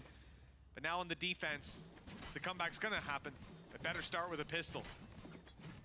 Of course, we were talking about last map that BBL losing this might mean the end of their run this year. And for Vitality, if they win both their last games, they're in playoffs. It is one of the few guarantees we have left. BBL wouldn't be guaranteed out, but it would be rough. They win this series, puts them 5-5 right in the middle of the pack, and well, top 6 is all you need. It definitely gives them a much better chance. Now for Vitality, they head onto that defensive side. And especially running that Neon, it's always been a little bit more difficult to find that same level of value. And you can see from BBL in the pistol round, they are happy to sit pretty, wait to see what their opponents are going to do. And by the looks of it, eventually hit towards this B side. It's going to be Elite taking that space on A, and it looks like a fight just about to occur. He hits the headshot, but it's the wall that cushions the blow and leaves Vitality in a good position to convert. No rotations from the defenders either. Still happy with 3 players on B, and in fact, B is being bolstered down as we see Kix make his way almost just in time. He'll be towards the back of the site as they emerge, and a lot of pressure for Kushner with many players to take down and not able to grab even the one. Braves as well, finding his first, safe with some damage, but the herd's being thinned. The defenders now down to just 2, although easy kills onto Pora and Brave. It's Brave the first to fall, and Pora towards main. Oh no, he's not cleared the corner, but Reezy's whiffed. Pora's down to 10. One shot will take him down. But he has to spam through that smoke. Maybe a chance to pick off one. It's going to start now, but the players on the left quickly emerging. Well played by Kix. Vitality have found the pistol. If the comeback's going to start, perhaps this will be what kickstarts it. I hope the replay ops are just as kind to the other team. That's all I'm going to say. We saw a Vitality whiff. Now we've seen a big boy BBL. Oh, they're not slow they're as not. well. All I'm going to say is you've shown your bias. You've shown your bias. No Vitality whiff, but yeah, you know, okay, I see how it is. Poor Easy, man. I mean, he's trying his best. He's still trying to recover. Guys, we shouldn't have played Ascent, I told you. Look, 10-3. 10-3, guys. This could have been our pick. Maybe it will be in the future. Vitality, decent buy. One pistol alongside rifles, and it's BBL that have got themselves a few upgrades, but Brave somehow has crept through. Are they going to clear it? Not in time, but Kix comes out of the angle up close, and I'm sure that was somewhat of a jump scare. He converted in time. It's going to take them a moment to break the door. I don't think this is going to be much more telegraphed than this. For Trex, a chance to do some serious shot dart damage. He's definitely caught Reezy with that one. And while any damage would be nice, but it's going to be left all onto Elite. Trex will close it out. 4 players survive, rifles picked back up, and Vitality, they'll have themselves a solid bonus going into this next round. Yeah, this is much better. You want to have those foundations laid, and with the credits saved over, they most certainly do. Now, I think for Vitality, coming into this next round, there's several things. Like I said, I don't think Kushner's had, even series-wise, the best performance. We see this guy be absolutely unbelievable, and right now he's being challenged. I like to see that, but Vitality, it's not reflected in the scoreline of this map, at least. If Kushner does start to be activated, Reezy has less pressure on him now as not being the second man to a lunatic like Brave on some of those A-holds. Be a very different buy round coming out of BBL. Already damage done. Sender's down to half HP after that spam through the smoke. Brave is honestly such a menace. I feel like I could watch this game exclusively from his POV because he's always doing something. He's never just static, waiting. I feel like for it's one of those things though where it is like a watch kettle never boils. Like you can't watch him doing it because it will never happen, but the second you look away, that's when the surprise begins. Yeah, exactly. Oh. These are some risky jumps. Safe wants that info bad. Maybe he should take a little tip from Natonk, get himself a Sage, come wall over the top. This double up though, he's there to support Sender. Already forced off the angle, the stun will slow them, the flash will do the same, but even still, Safe's just been domed. Yeah. Reezy's won that fight, a lot cleaner than what we saw in the pistol. And now they're under a bit of pressure. Sender trying to just hold a pixel angle. Seems like they're ready for it, and he's going to have to fall back even further. Yeah, it seemed like Safe a little over-eager. The paranoia hadn't gone down. By the time the paranoia comes in, there's no one to follow up on it, so it's just wasted utility. Dust in the wind, Trex down. That's mid wide open. It has to be filled in by Runner. He's going to be slower on the rotate, leaving pressure for Sender for kicks to grab some. He's good for the one, but with Sender on 20 health, denying this plan should not be possible. Runner's done extremely well. He's running it down. He's going to try to punish that planter, but doesn't get there quite in time. Spam gives away his spot up close, and Brave's quick to punish. The last player being 20 HP really doesn't serve too well for them. I mean, he has an idea that there was a player in elbow, but they could have moved. Sender makes the wise choice to go clear it himself, but far tucked away. He's going to have to go swinging around the corner with knife out. He's not ready for Reezy to be that close. 11-4, and yeah, I really feel like the first domino was knocked over by Vitality just on that early peak. A slight bit of miscommunication, lack of synergy in that fight, and that leads to this. I think maybe expected. There was quite a bit thrown before, like a flash or two, and the stuns. Just expecting someone to be caught, but that wasn't the case at all. Nice! At the end, nice! I think they had that one pretty much locked. Like, Brave's final position was waiting in mid almost to have a wraparound. He was so passive. 11-4. That was the bonus, but it's more the context. Like, you're in a spot where you are down by an absurd amount of rounds. Interesting. I would rate it so highly if Brave just popped his ult into his own spawn right now. Just get in their heads. His from the shadows was to be feared. Let me tell you. I'm sure they clench in their seats every time. PTSD. Every time that sound is made, it's like, oh no, not again. Check everything.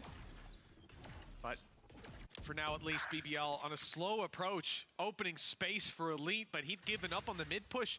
He was on his way back to meet the squad when someone peeked out on mid, and with kicks his head ripped clean off. Advantage now for BBL. They group up in a death ball. I think he must have hit the headshot on a jump peak. It should have been. That's just rough. Again, he's one of the few players that can catch that. Not checking the angle, though. They left an opening, and you can't do that with Trex about.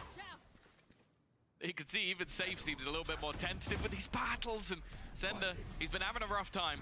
Just gonna fall back. 30 seconds left on the clock. Pora again, no, they're not checking the corners. Leaving these easy fights. And now Kushner, well, he needs to win a double up. He doesn't even get past player number one. Brave into the site.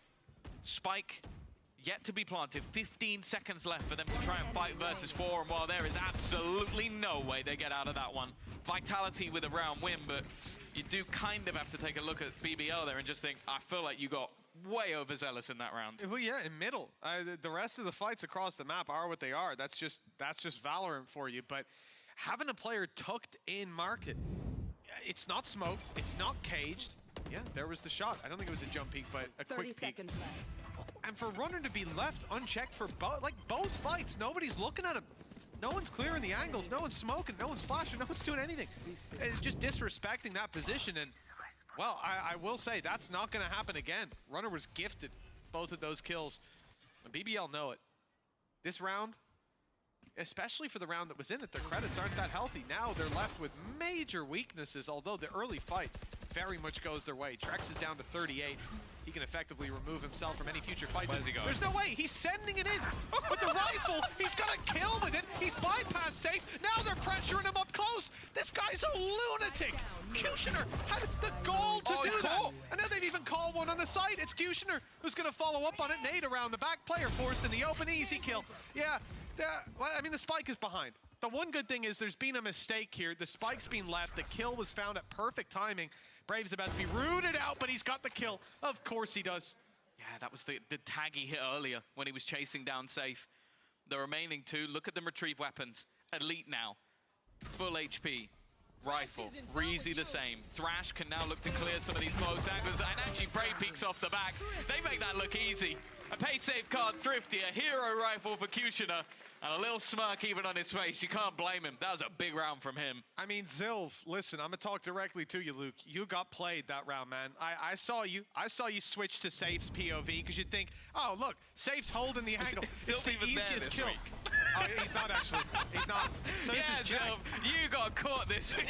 Zilv, you've been played, He sat home like, right. Yeah, thanks, man. I think it's Jack doing POV then. So Jack, I hate to throw you under the bus instead, but wow. The fact that Kushner, keep in mind, that's the only rifle they have, Tom. They have pistols on everyone else. And he's like, what about, guys, what if he dies? We can retrieve the rifle. Oh, he's like, going. no chance. He's straight going. in on the blast Sorry, packs mate. again. He's Taking ignoring the you. fight. He's a lunatic. And this time it hasn't worked out. Spike down B. It's Runner. He's managed to quell the oncoming storm that's Kushner. Fragment will force him out. Well, saying that, actually, he's found a gap around it. So much information. The spam from Trex gets another. Brave there on the trade. Trex doesn't need to see his opponent, it seems. But now it's left on to Elite. He's been in a lot of clutches throughout this game. Currently 16 and 7. And the good thing about them blitzing into the site is he has an awful lot of time. I think he's heard the door closing, though, and realizes, I can wrap around, but they're going to know. Yeah. It was also the steps out of Safe. Maybe he has a 1v1 on the side if Safe was lurking around, but of course it's a firing squad. The high-low holding for it, 70 HP. If Elite gets this one across the line, that's going to be damn impressive. And he does isolate the first fight, but shots to the shoulder won't be enough. 12-6. Vitality recovering on that, but it is scary to see Kushner, who I said, you know, he's had a slow start. Maybe not the best series we've seen out of him. And the last 2 rounds, he's got a rifle and just goes blast packing straight into his opponent's faces with successful opening duels on the back of it. Well, even though it's been a back and forth, BBL are going to take themselves a pause here. They've got the finances to invest at least a bit. Maybe rather than 1 hero rifle, they could get themselves 3 showstopper as well. I wouldn't be surprised if they almost fully go in for this round, especially with how things have been going. Like, they go for these blitz plays, and yeah, sure, it's not the most successful, but if it's 50-50, whoa, you've got 6 attempts. Those odds are pretty good. I think Runner in that round was the big player, but even still, Trex getting 2 kills. First one revealed, but the second one just guessing. That gets him 2 off the back of a Spectre. I don't know if you can hope for that every single time. It will be an incredible fight back if Vitality pull this off, but I'm going to be brutally honest and say I have a funny feeling BBL are going to get this over the line. Yeah, I mean, it's been back and forth so far anyways for BBL. They know, even an ult dump round with the ults that they have in play, there's not that many high impact ones, but currently 2 big ones online with Thrash quite far away. It might be a cycle, but they have at least 2 ult cycles, more or less, before this game goes to an overtime. For Vitality, it is a slow march back. But like I said, it would be tough for them to come in, get absolutely owned on their map pick. And when we started out this half, that's what it looked like we were going to see. But for BBL, there's been a bit of a struggle. And the more that Vitality can stall out that victory, they can build up their own rounds, the easier it's going to be to move into the next map and say, well, we found our footing by the end. Let's start as we finished. BBL, some weaknesses. Brave and Reezy with lighter weapons. But as we said, there's a rocket launcher in play for Kushner, and he's straight into the fight, taking 2. Showstopper active, but it's cancelled out. Kicks does well to at least deny that rocket from landing at his feet, and the push out from Trex perfectly timed. It looks like they found a road to recovery, but with Kicks down, Trex needs to be careful. If he falls here, this round could be done. The map could be over. That shock dart's going to do so much damage. Stuck in that corner, they can't go anywhere. Reezy has to swing, and now it's left all on to Pora, leader of the pack. 1 versus 2, and he takes off both heads! A Red Bull clutch to close it, and a dominant victory on their opponent's choice of sunset. 13-6. What a way to bounce back. Ascent might not have went the way they expected, but now Vitality have lost their map pick. We go all the way to Lotus after the break.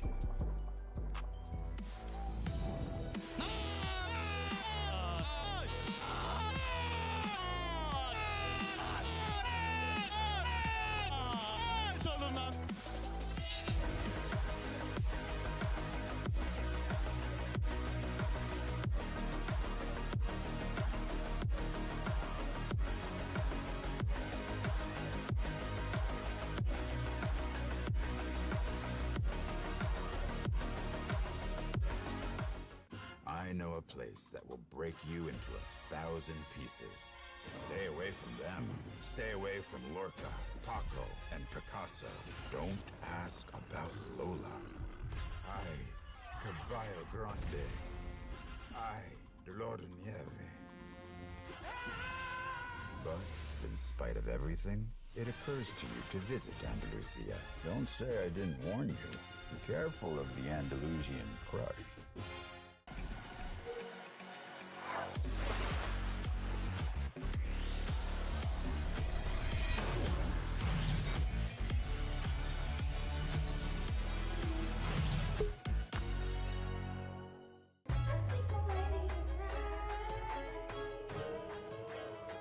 Hey guys, it's Jimmy Lin.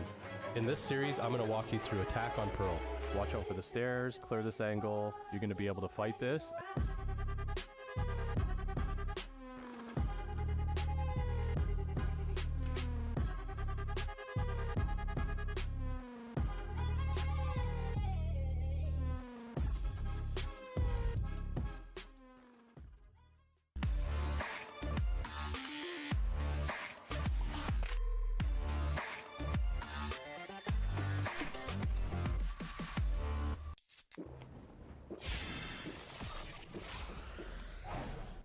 Red Bull gives you wings.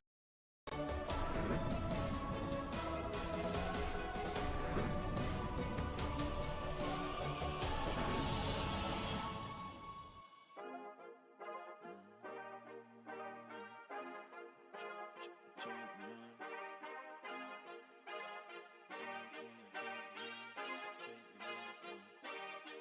feel like a champion. A champion. Ain't nothing that can't be done. Oh yeah. I put it all on the line. Definition of divine. Yeah, I feel like a champion. Ain't nothing that can't be done.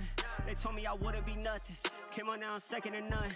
I need me a trophy, I need me a ring. I'm not with the bull, but keep it a beam. You know what it is, you know what I mean. Shit, all I do is win, win, win, win. Haters wanna hate, they ain't make top 10. Double, triple team, what they need to defend. I juke left and I'm gone with the win. I'm gone with it. I feel like a champion. A champion. Ain't nothing that can't be done. Oh yeah. I put it all on the line. Definition of divine. I feel like a champion. A champion. Ain't nothing that can't be done. Oh yeah.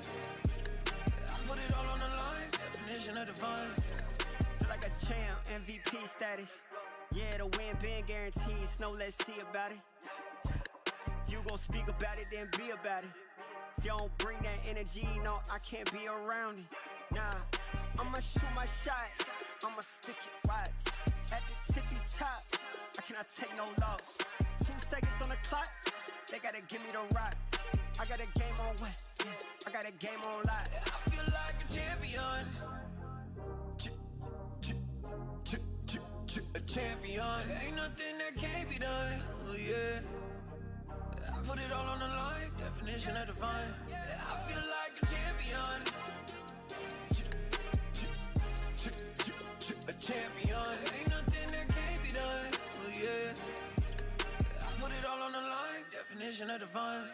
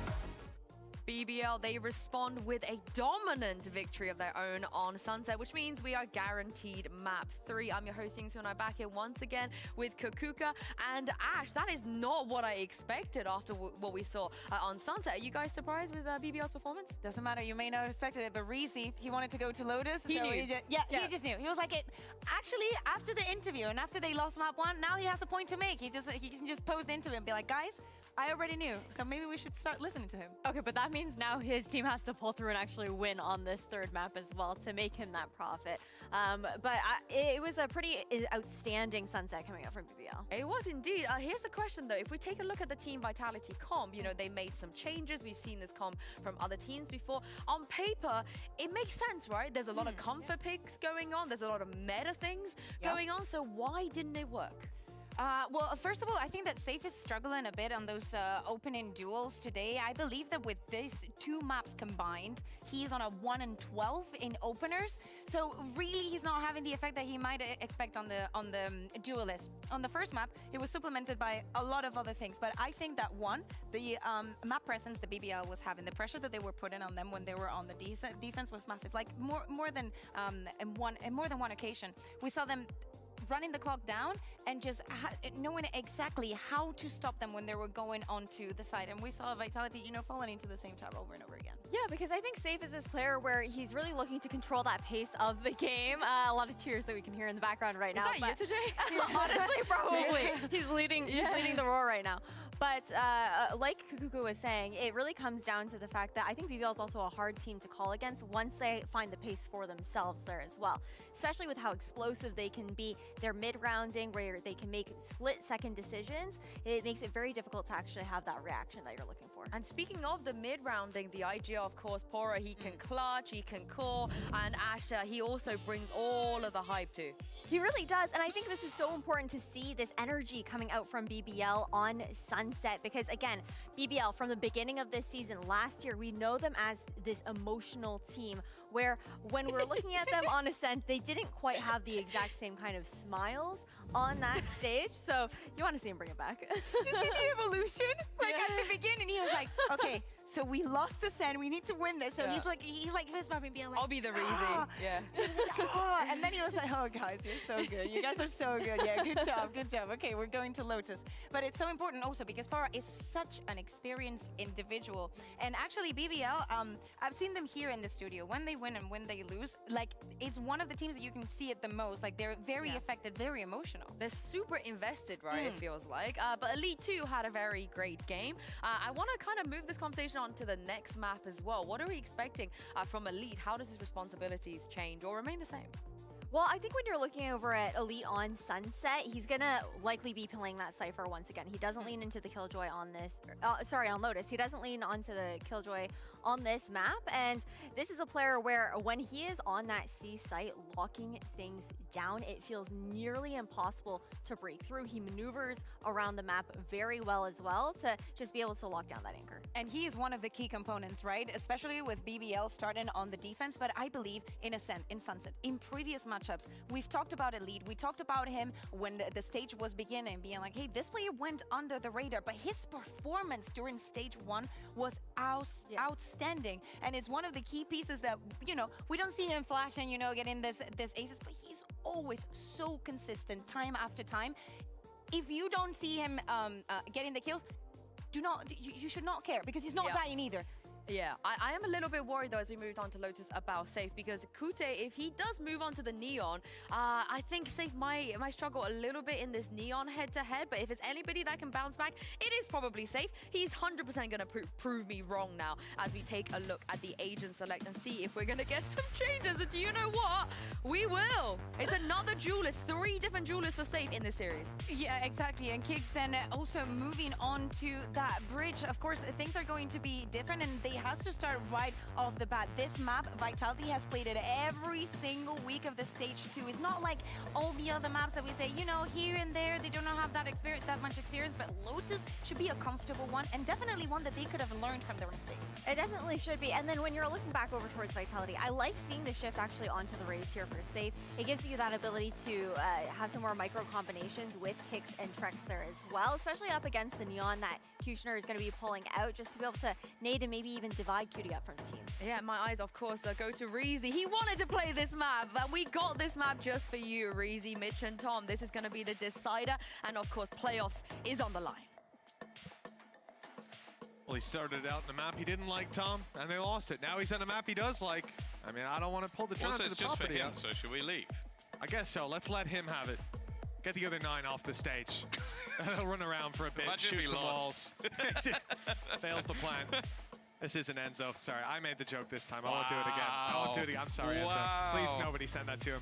I regret it. I regret it already. I'm so sorry. Clip that. We'll play in the next Liquid pre-show. No replays. No, don't. No, hold on now. Hold on now. That's too far. Do it. That's too far. All right, we're about to kick off this map. Oh, I hate myself for doing that.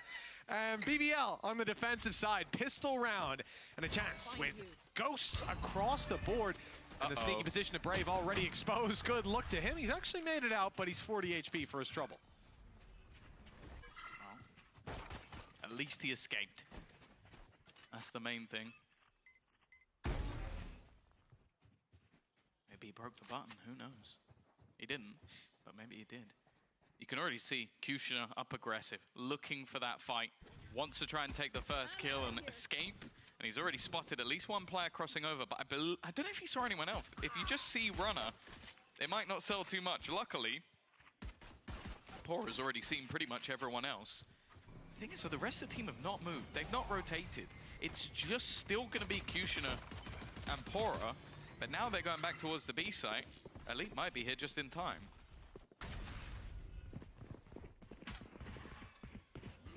I think BBL are just going to concede the space, though, especially with the util. Well, actually denying the plan for a moment. Now they know they've got the timing if they want to go for it, and the C's is good. Safe already on low HP. Plenty of that health, though, recovering on the rest of the players. Stun goes through. Swing is not great for Kushner, but the trades are very favorable for BBL. And with Safe still low towards the corner, and Elite hitting the shot on Trex, this round has fallen to pieces. Spike on the ground, and the paranoia not landing on Elite, so it's the trade that's needed. Safe, still on that low health and about to swing into heavy traffic. That should be the end of this round, although he's given himself an opportunity. A few missed shots, but in the end it's cleaned up. 1-0 for BBL, off to a good start here on Lotus. Yeah, we saw in the first map they were not able to get any of those pistols under their belt, but that tide has definitely changed. And I do think they're a team that, again, they get the momentum rolling. They get these individual players confident. And well, you just see rounds from Kushner where he's blast packing into the opposing spawn. With the only rifle that they have. Yeah, with the only rifle. He's a bit of a nutter, but we love him for it. For now, though, no more blast packs, but he does have the ability to slide.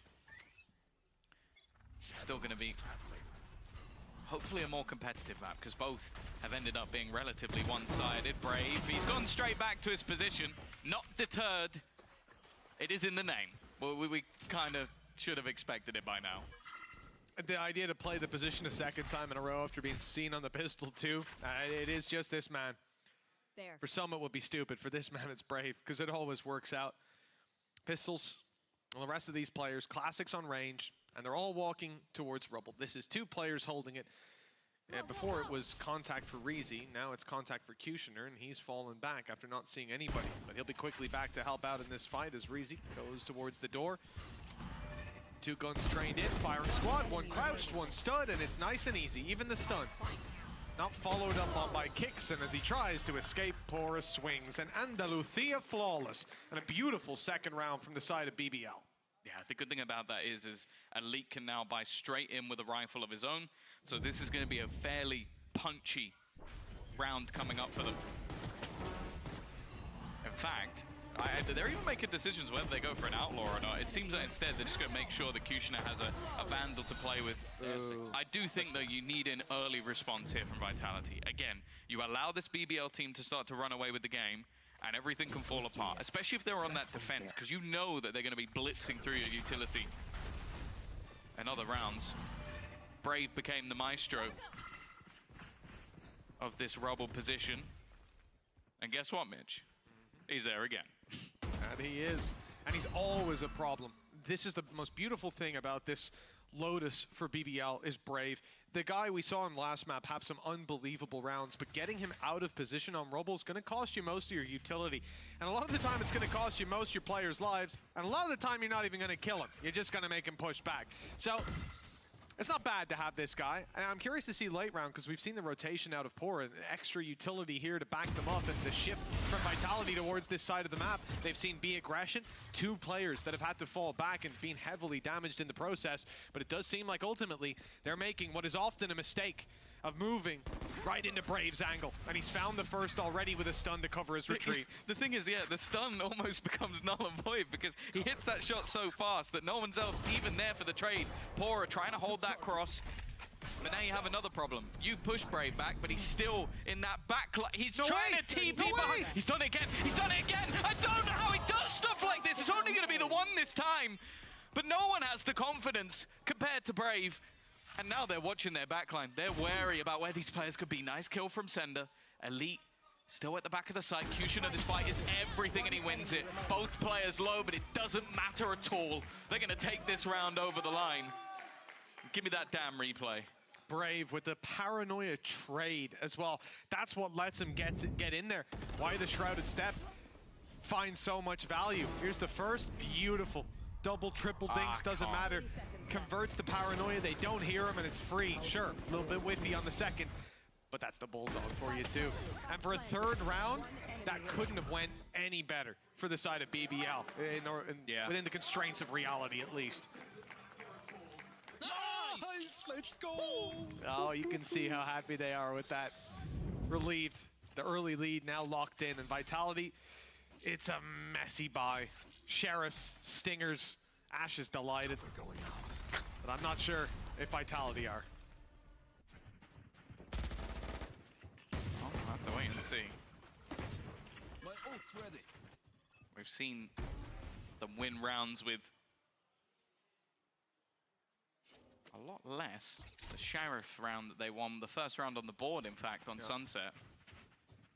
So it is definitely possible. Again, like they are pinging danger. They're not even just doing normal pings, they're putting the danger. There is danger in these positions. This is where Brave will be. Everyone knows it. Everyone knows it. Anybody who's ever played this map, but it doesn't matter. He's still solo. They're finally rotating players in. But at this point, Vitality have made the wise decision to scuttle away from Brave.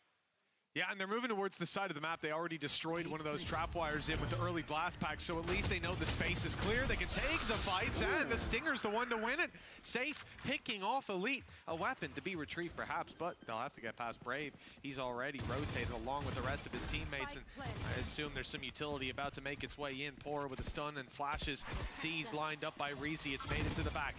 Where's the stun? No. Rolling Thunder, in fact, pulled out from the attackers. They were waiting for it. They've caught kicks, and they're on straight in for the fights, and all of them will go BBL's way. That's a disaster. Rolling Thunder caught one player, and the rest were ready to fight. It seems like they've been very prepared for everything the Vitality are looking to do, aware of the ultimates that are available on the Vitality side. And you can't blame them for throwing that in. Like, it's a spot where you go, okay, we've got 4v4, we picked up a rifle. If we catch these players, great, but they don't. And that's a god tier reveal. They put every single player on the map. And the best thing about it is Reezy goes, right, here you go, guys. Here's all the information. Step back. I'm going to kill them all myself anyway. Like, did everything. You can't get assists on your own kills, Reezy, but I guess if you're 6-1, you're not going to care. Yeah, 6-1-1. Not a bad scoreline for him. Braves been dominating as well. This is a scary start for BBL, but they were only against some weaker weapons in the last round. Let's give that to through the smokes. They've gone through the smokes. The conditioning's there. Yeah, at this point, Vitality don't want a damn thing to do with A, because they know Brave's going to be around that position. What they don't know is that these players are so quickly behind them. That trap gives them the info to play with, but a quick decision needs to be made. Go forward or go sideways into B. They have to go somewhere, and it looks like the C side has been overrun. And fight into the spawn. Safe. He's cautious about it. He wanted to commit it first. Now knows the player's falling back. Smoke, one-way smoke for them to play around. That's going to delay the retake ability for BBL by quite a bit. Well, the ult could help out. Nightfall gone in. He's going to try and play ahead of it. And in fact, it worked for the first. In fact, it's working all the way through. Brave has caught one, made this one competitive. But that's about all. Aftershock makes it awkward, and runners hit the shot. It leaves Pora, IGL, to try and fight this one. Trip to be broken, but that's just going to give even more information to this attacking side round, looking like it's over. holding onto this rifle might have more value than trying to fight every single member remaining, but he wants to try and make this costly, and well, had a chance to maybe take them all. We went for that with 8 bullets. Would have been an impressive clutch, but it's not one for today. Vitality finding themselves around on the board at last, building up some ultimates. Showstopper online for the start of the next, and good space taken on the back of the Nightfall on the side of BBL. They use it to get back in.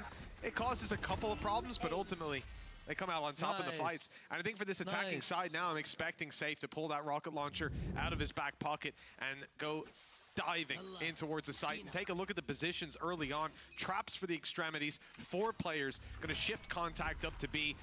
And you may bet that it's the rocket on contact. The trap has to be destroyed. Or blast packed right over. Never mind. Por is waiting. And he's dropped him. Plus done damage. That's not the way you'd normally play a breach, but I think anything but normal is the Por away. Sender's got a little bit further than they might be expecting, but they've seen him now, and it is a wipeout. That's just, it made it look so easy. Like, literally, the only death is Poro, who basically sacrificed himself to kill Safe. And, well, he could have gotten away. He stayed for more, and he got a good bit of damage. I think he left the player on like 38 HP, something around that if memory serves.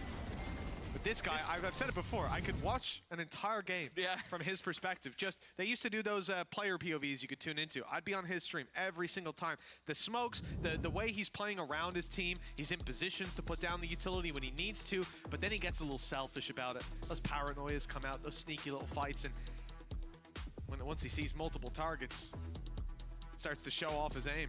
10-2 right now, and it's going to be a hard factor to slow him down. Yeah, I think as well, just the way that BBL play this map is something I really enjoy. They go for these aggressive A takes. That is their B cover. So they might leave one player behind, but you have Pora does the early stun. Then you have the remaining 3 players push up. He goes back to defend B for anybody really aggressive, as we saw. And then when he hears the steps coming, the other 3 full sprint back to then hold from the broken door and hold the cross. So your B defense looks really heavy, even though at the beginning of the round, there's absolutely no one there. The only problem they have is C. That's the only place there's any gap. And you put Elite there, this round with an operator, so anybody goes looking, they get off. And then he's just going to fall back and you play the retake. Like, that seems to be their set play for the majority of rounds. And the only way to really quell that, and I think Fnatic did this when they played, was to basically giga aggro through all of the utility on A, and then go, right, you don't have that anymore, we can control the map a bit more. For Vitality, there's been struggles, but they'll go back to this B play. No Pora out in the open this time. There is a Rolling Thunder online. It's actually being held in the hands of Pora. He's vulnerable to someone just walking through that smoke. It's a huge risk, but his rifle comes out just in time. The player's coming around the side, though. This could be a big problem as it fades. He's only good for 1. The rifle recovered from the fallen Safe, and there's another up top to be retrieved potentially by Trex. He's on his way. Shift walking up close. Prowler for the deep contact. They swing on the back. No one here. Free space. Doors open, though. And now the pressure for Trex without a rifle in his hand. He's not favored to win those fights. Both players tucked in, but revealed now by the ultimate, the neural theft, giving all the information away. The stun is good, and now they're stuck, being sprayed down. A chance for Runner as he tried to spam through a smoke, but now he swings wide into the open. The operator alongside the rifle holding it, and the defuse was underway the whole time. That is 6 on the board for BBL. A good recovery, a bounce back after a round loss, and for Vitality, that's disappointing. I think this is going to cost them quite a bit. I knew the second I heard the sound slow-mo, I'm like, this is going to be nasty. It's going to be nasty. It's also, the second I see a replay that has the name Elite on it, I know that there's going to be nothing but headshots and probably something I can't quite explain. 6-1. This defensive side has been stellar. And that's the thing. Well, we've seen this quite a bit from the side of BBL. Their defense, even in losses, has been a minimum of about 6 rounds. You've seen 8 versus Fnatic and a loss. 7-5 actually versus Team Liquid. They had a really strong attack side. This time, I said it, they're going to have to try and fight for this mound control, but that ain't easy. And now there's a Rolling Thunder. They're getting slaughtered. This is the problem. This is what you need to do, and that's what you're up against. I mean, this time as well, what plays against them is the BBL have 4 players here to fight. They have all the utility they need. Ooh, they've got an aggressive spot from Brave, but now 1 less player, and it's Elite, but the TP from Brave, 46 HP. I mean, if you're looking for a 2v1 fight, going towards Spawn's definitely the best bet. They seem to have a read on it. Look where Trex is. He's here. Flash. Oh, but somehow Brave gets away with both. I'm gonna say it. Slow it down. Slow it down. Slow it down, then slow it down some more and show us that. And, they blinded him. They were so ready for him to be there, and it didn't matter. Look. Full Flash. blind there. He moved away, adjusted, and then collided them. He collided them. That's so disgusting. That's so disgusting. Oh, he stood up as well. He's on his feet. Of course he is. What an outrageous performance. Their controller is 14-3. Well, at this point, it's got to be so infuriating for the side of Vitality. It was a round they shouldn't have won anyway, really, but... He's going again. Yeah, he's going again. He's playing Angels at this point, and yeah, it's going to be a quick round. This time, Poor is the one. And that's the thing. Like, we've seen, as said, these many A-site aggressive takes, but when they have a really successful one, they then do it on C. And they've been doing that quite a lot. It's like, oh, you just got shut down here. Wouldn't it be funny if we did the other side? And then that happens. So you look at Vitality, they're like, well, we can run it down early. We can spam all of our bullets to try and destroy the camera. And then there's 3 players in their face. The way that they're playing this is nigh on perfect, and I feel like Vitality right now are just slamming their head on a wall because they are running into every single trap, every single round. They're doing exactly what BBL want them to do. I mean, for God's sake, Brave, if you take Kicks out of the equation, he has the same kills as everyone else in Vitality added together at this point. It's a rough position to play from when you have one man who's basically a team of his own, and he's got a bit of support. Some of the positions he's been in this series have been ridiculous, but even if you just isolate this map, his control over Rubble, it's suffocating them out of a key part of the map. Then you look at what happens when you go and you fake it out. There's 4 players A. Oh, well, we'll go C. Oh, we've killed the C guy. It's easy. We'll walk straight up. Brave is there. Brave's there waiting. We flashed him. He's pulled his crosshair off the angle. Hasn't even got the crosshair placement. Can't see a thing. He's killed us both with a bullet. Good. Like, what? I'd love to be sat there listening to the pause right now from Vitality. Just, guys, can you not let him shoot all 5 of you? Like, what do you do? Because they're throwing utility and they're trying to bombard. That isn't working either. Again, it looks like they'll try to compete for Rubble this time, though, Tom. Brave's on the other side of the map. I venture the guess that Vitality actually get Rubble control this time for once, and it's mainly because BBL are giving it up. They've conceded all of this space. In fact, it's possibly the most passive A-hold we've seen to date. With just Cypher utility on the site, they really expect at this point that Vitality will go, Braves Rubble, we're going anywhere else. But the call is wrong, and it'll take a while for them to realize. Yeah, the thing is, they've then swapped Elite, so it's basically the same setup but mirrored. Yeah. They gambled that this time it was going to be a B hit. Instead, they've got Elite just looking to try and catch one ready for the retake. It doesn't look like that's going to be the case. Aftershock forcing them forward. Safe is going to try and play up in their face. I think he spotted Kushner. Paranoia is perfect. Really good utility from Sender and Safe. Well, this is what we expected to see. This man farming up frags. Looking like a second round on the board. Brave is still standing. If he wins a 1v5, well, never mind. There's going to be the ace for Safe. But we've said this in prior maps. Like, sometimes you'll get an ace from Safe, and then you'll immediately lose the next round to a flawless. Well, that's it. That is what we saw on Sunset. It was a 4K out of Safe, and that was one of the 2 rounds they had when it was 10-2. Like, this was a much better round, but this also comes on the back of BBL changing their setup, not fighting for Rubble in the same way, expecting major adjustments from Vitality towards that position, or for the squad to go in another direction entirely. This time, unsurprisingly, they go back to basics. You're going to send Elite to the C site, and Brave's going to kill 3 people. Showstopper is online for Safe. That should be the difference maker. Up goes the fast lane, but down goes Brave. They've done it, ladies and gentlemen. Senders even got towards the site, and now a taste of their own medicine for BBL. Yeah, Kushner under pressure. Rotation somewhat coming through, but he has so much to do, and Sender there again. Good round from him, but we know that shutting down Brave was the important factor. Elite's been spotted, not going to overface this one. And into the afterplant. The thing is, for the remaining players on BBL, it's round 11. You've got enough to buy. You might as well try and do some damage, get some orbs. Well, the damage isn't going to be the biggest thing. There is no way you're stopping Vitality buying into the next round. The main thing is, can Pora at least get a few kills? The answer is no. Andalucia flawless. Oh, I was right, just the wrong team. Yeah, well, I mean, the big factor is dealing with Brave, unsurprisingly. 16 and 6. Just a bazooka, that's all you need. Yeah, so if they could get another one of those, oh, that might take a while.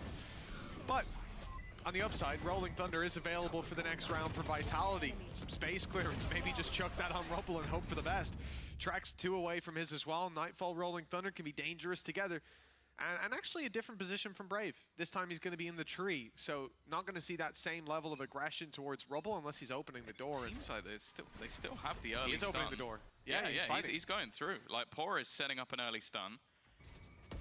This time the space has been taken by Brave almost for free, but they have the utility ready and set up just to make it awkward. They've got rid of his paranoia already, and the rest of the team are moving to try and put Pora under pressure.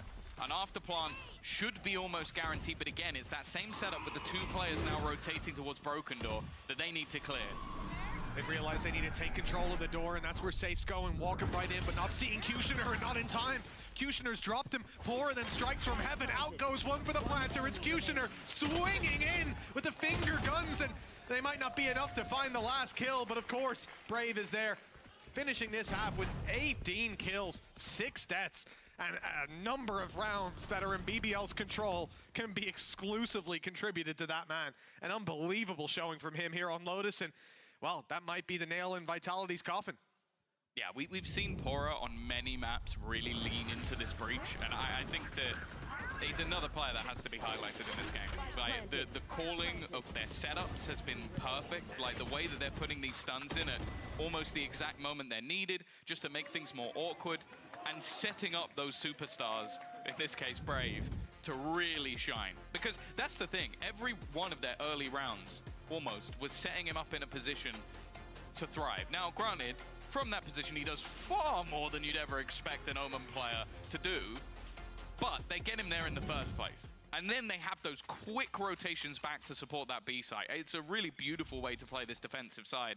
Now we get to see what Vitality can do, because I will be honest, BBL's attack on this map has been nowhere near as good. That's why the pistol could carry so much weight. We don't expect them to do that well in the rifle rounds. This is where that injection of rounds could make the difference to closing out this map, or for Vitality to keep breathing deep into the series. And he's being spotted. They have sent the Prowler in, they've sent the stun, they've sent everything but the gun, and here it comes. Kushner grabbing the double, and the site control is now theirs. BBL have flooded in, and for Vitality, this is a disastrous start. Even the damage done is negligible. We need a big performance from someone, and it won't be Trex. He's dropped before even one.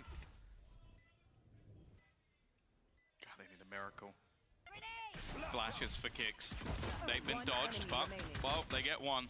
That might be all she wrote. They're up close with Brave, Elite alongside him.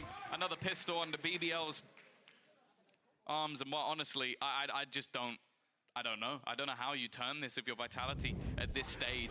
This is such a difficult place to come back from. And just the way that, again, now you have to deal with Kushner. Like, the last half, yeah, it's the Brave show. But now you have to be worried about this man full sprinting straight into your face. If you thought he was quick at getting openers when it came to the Raze, just wait. Or don't. You won't, actually, you won't have to. The map will be over if you wait. Yeah, just don't, no blinking from now on. You need to, like, I don't know, tape your eyes open. Oh, no. It wasn't him this time, but it was about 8 seconds. Yeah. Time to kill is off the charts. Again, A-site flood. BBL with a lot of success.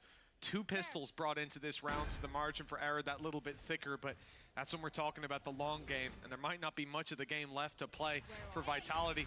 Time to gear up and go for this, and okay, those trades actually go pretty well to start with. Trex especially keeping it competitive, finding another, and now we need a hero to step up perhaps for BBL. No more overextensions. That's when Brave goes running in, and Trex with an upgraded rifle drops him. They don't know about Elite. They haven't got the information to play with, and that could be a big factor, but look at the plant position. It certainly gives them an iota. He doesn't land the first shots, and he won't land the last. It's Trex with 4 kills to reset the half and give Vitality a chance.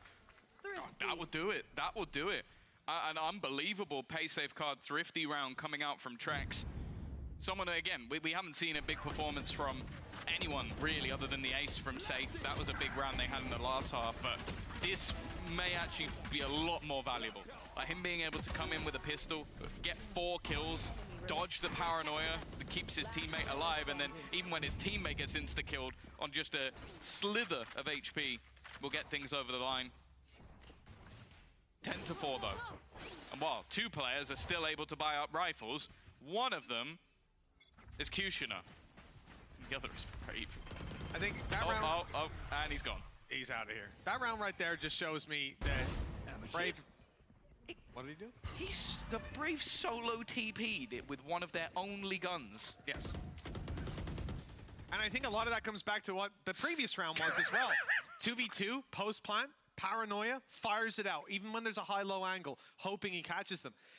This is a symptom of the problem of being with 19 kills at this stage of the game.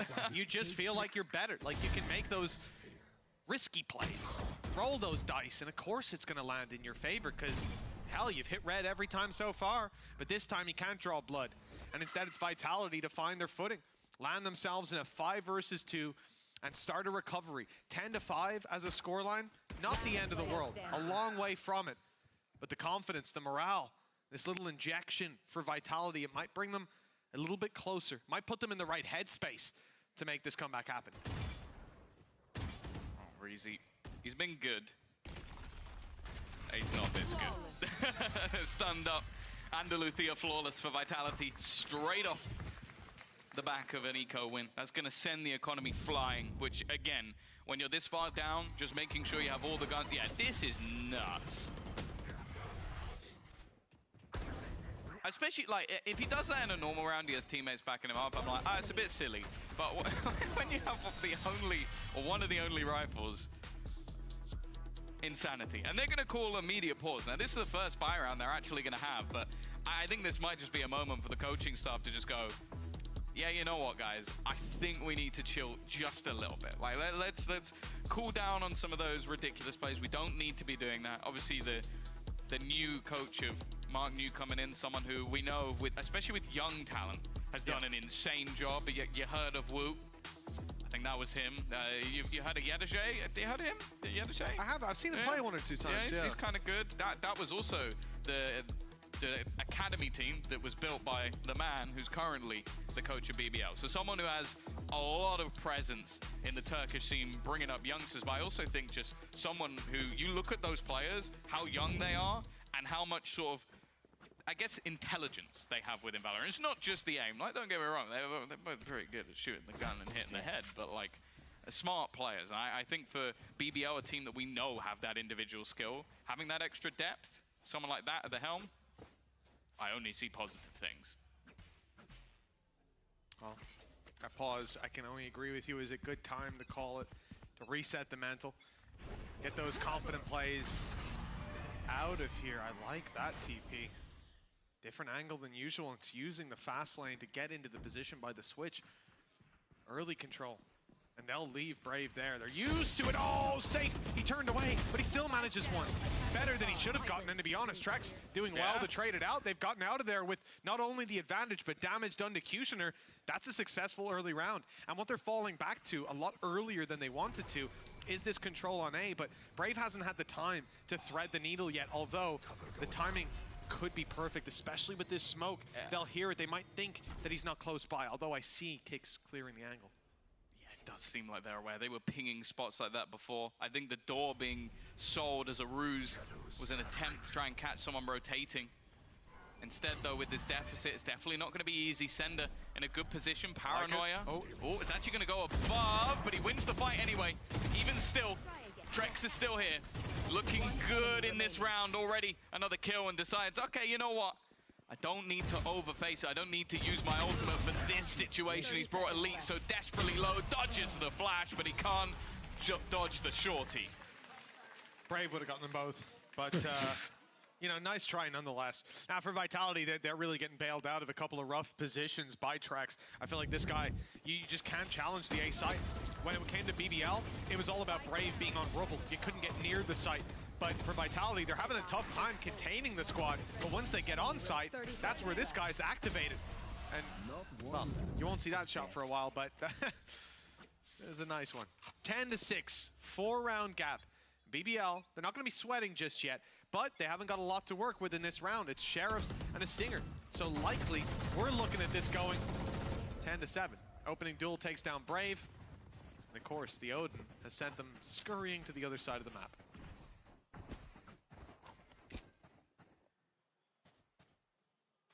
An empty C site. But with a Nightfaller cam, all the information there, that has seen every single member of this team. In fact, look at the rotation. So many players making their move. The stun is sublime, and Runner, he's tracked him to get that kill. The remaining 3. Their position's known. An aggressive position over on Rubble as well. Chances slim, and okay. Who needs an Odin? Oh, okay. Who needs to see their opponents? Runner's just spraying it down. You know, I think we see here some of the disadvantages with BBL's composition. Not just the Neon running into a Cypher, always going to be a problem. Whole deal is that versus a Killjoy, you can get past those angles with just a few shots being fired. They'll know you're there, but they won't really do anything to stop you. Even the nanos you'll get past. But the traps will catch it. They'll keep you in place. They'll let those wall bangs come through. When you look at what Vitality were doing with their duelist, Safe a number of times on the attack side was sending in blast packs, was sending in nades to destroy those traps. And it's just not something you have the opportunity to do. It's also why you can see Runner put 2 of these traps so close to each other. One blast pack could take those out. You don't have any. So you're chilling. Another Andaluthia flawless for Vitality. This is going to keep their economy, again, just pretty much off the charts, but also they're winning these rounds so cleanly without even the need to use a lot of their ultimates. As said, BBL have had struggles when it comes to the attack side of this map. Their defense, even versus teams like Fnatic, was incredibly strong. But it got turned on them. And now, well, we're starting to feel like that might be happening again. A lot of the time as well when this happens, Pora ends up being the one taking the lead. I've seen a lot of times where he's peeking first on that breach, losing the spike, and he... Well, I'm nervous. I'm watching him walk into such aggressive positions. That Nightfall's also going to be used by the defense. That's so much information. In fact, that is the spike down. But it doesn't matter, I guess, because everyone else is down too. Yeah, Trax is mowing them down. Take out half their HP and then start spraying walls. It works, but when they're wide in the open, it's even easier. Like you said, spike dropped to left inside the door, and there's no recovering on that. BBL ran headfirst into a brick wall yet again. And for Vitality, the wall they kept hitting was called Brave. This time, though, it seems like there's a much more unified front coming out of Vitality. But Trex, definitely drawing my eye. He's had a number of impressive rounds so far. Let's see how costly this can be for Vitality, because I think for BBL, these rifles are on the chopping block. They're being hunted down, good stun deep, but it hasn't actually caught Reezy. Gives him a chance, but only for damage. Now it's time to go running for Elite to desperately try to carry the weapon through. Yeah, that's the thing. It's a worthwhile trade for Vitality. They are so good in the credits department. The Runner's going to hit max cash. Trex is up there as well. Like, this is not going to have any real repercussions for their economy. Yeah, look, 3 players max, kicks about as close as you can get. And the thing is, these rounds are looking so easy for Vitality. A lot of the time we talked about like big individual plays, cool setups from BBL. I actually don't think that thus far Vitality have had to do too much. It's just like a lot of fights that their opponents almost just running into a blender. And a lot of very individual positions. Like we saw it in a prior round with Kushner being so far ahead of everyone else. He's going to take that space early again, but already there's a stun ready to catch him. Runner, deep trap, one on B this time as well. It's a little further in than it was before. The spams won't land on it just yet. You can see the classics are out. They're spraying at the wall, but ultimately that's the best you can do to try and take those traps out of play. Maybe Reezy can send in one of those prowlers, try to let it get caught, destroy it after, or shift contact, but with the cam up top, that needs to be dealt with as well. And they have spams when you do that. Now, BBL have done well to remove that piece of utility. It's quite telegraphed, but Vitality haven't rotated, so a good chance to isolate some of these players. Although, Runner's done well. That's through the smoke. Yeah, I think he's just spamming towards the button. Yeah. Knowing that players are going to try and press that. Nightfall about to be utilized. Aftershock will force him into it. Good utility at least, but there's a counter that's going to hold them back for a second. He's just trying to spam through, but caught by the stun. Safe, though. I was worried about the showstopper, but it's the man himself that takes over. Kicks there for support. Vitality up to 9. And this streak of rounds, I'm going to be honest, there's no signs of it stopping. There really aren't. It was looking rough. But you said coming into this half, BBL's attack, it's not that strong. We don't expect them to put up numbers, and that's why I thought, I thought there was more of a spam there. Not just a little two-tap, but, you know, to each their own. For BBL to win the pistol and lose the follow-up. Yeah, it could have been Lose done. it to, what was it, a 4K from Trex? 4K, 1v1, a 2v2 with an overpeak. Like, these are going to be moments that you look back on, and that's potentially what cost you. Because you come up against what? A scenario where you have 11 rounds on the board. All you need is cash. Yeah, exactly. And instead you get reset early, and then since then it has been just a streak. And there's no worries about the economy for Vitality. They can hunt down these guns every single round. They can build up these ultimates every single round. And we've seen some of them thrown in to almost no effect. Like the Nightfall was used in the last round. Did you notice? I saw it happen. That's the thing. It's like the impact of it was null and void. They'd already lost early players, and also the play was so telegraphed. Like I think someone brand new to the game could have looked at that and went, they're probably going to see. Like 30 seconds later, they're still making a ton of noise, shooting spam all in the the walls. door. Like it was very easy for Vitality to read that. And now, well, look. The economy's still not there. They're going to take a hit in this round, be ready for a buy in the next. Ultimate's not there to back it up unless Pora could get an orb or a kill, and by the looks of it, they're going to try and hit B. And guess who's ready for that? Very, very ready for that. Oh, he's past the stun already. Okay. Oh, he's caught him, okay. Little containment on the aggression. A potential upgrade.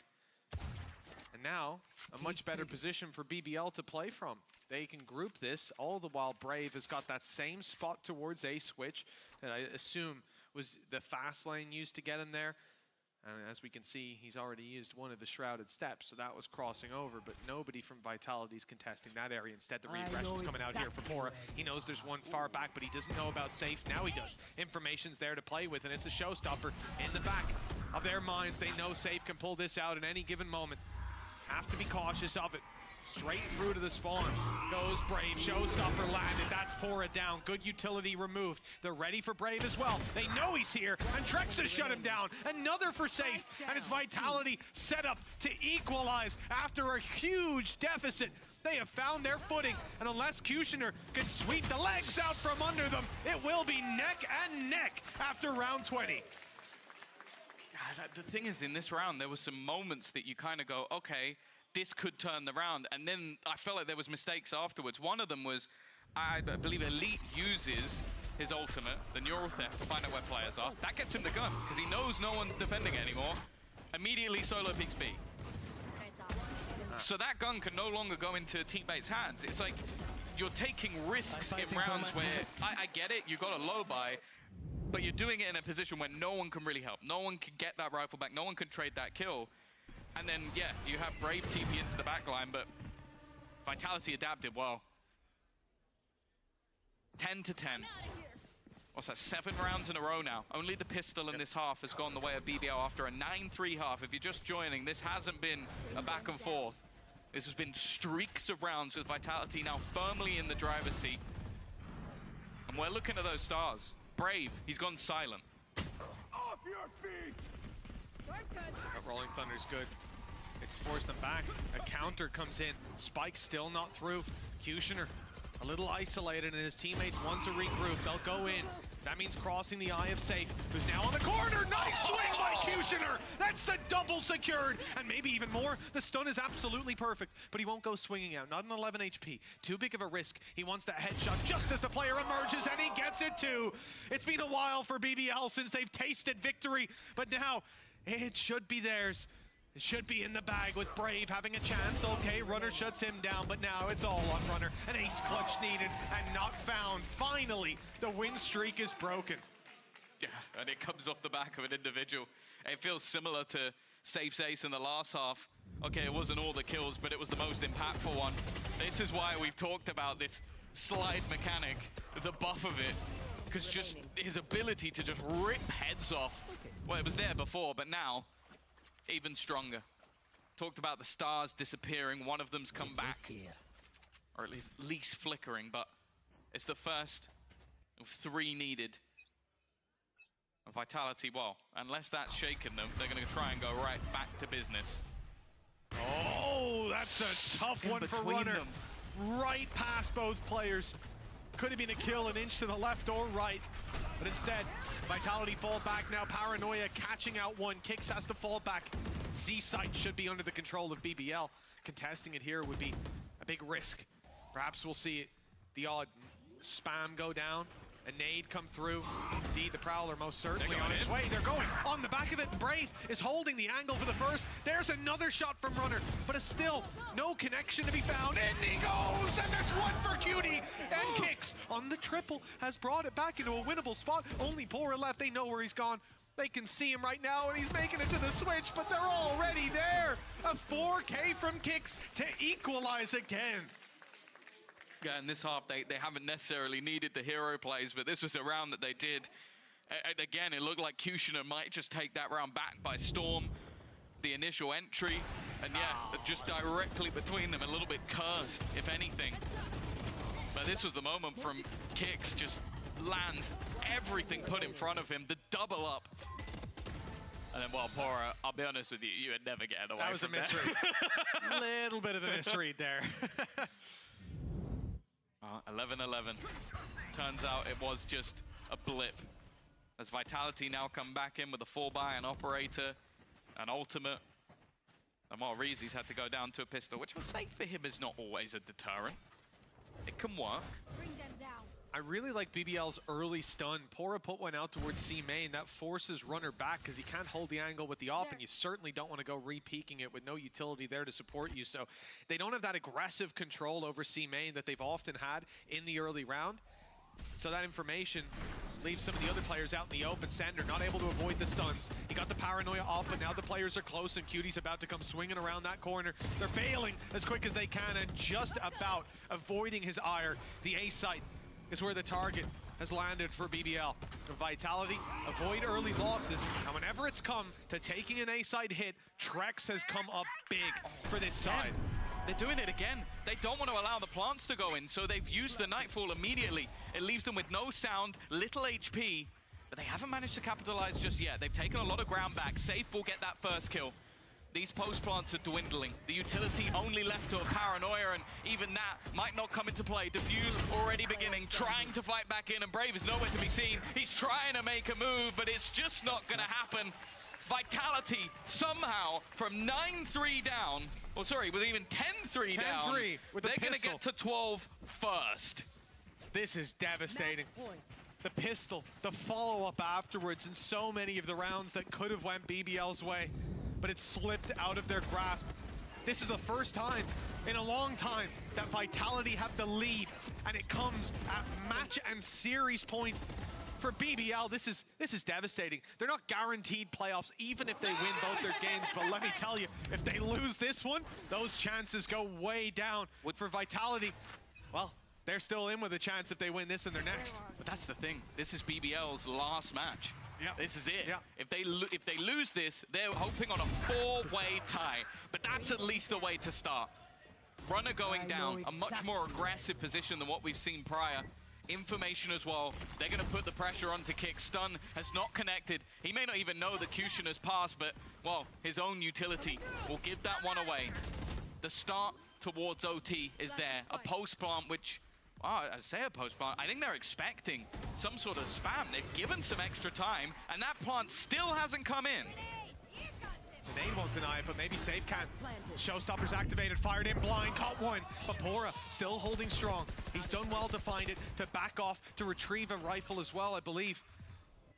Now potentially fight alongside his teammates. They need to scrap this out, but the trades will be good enough. Although they don't find it on the first, and then Pora strikes. Elite's there too, and difficult to root out of position with Safe having it all on his shoulders. But another face. He's done it again, and this time it's for the match, it's for the series, and for hope of playoffs to still be ignited. What a legend of this game.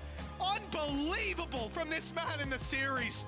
Okay, look, I know. Safe can play controller. Yeah. Safe. He can play initiator. You know, in the past, I'd say Safe can play sentinel. I never want to see this man play anything other than duelist ever again. What a way to close out the series. 27 and 18. And now Vitality, they're going to keep their life in their own hands.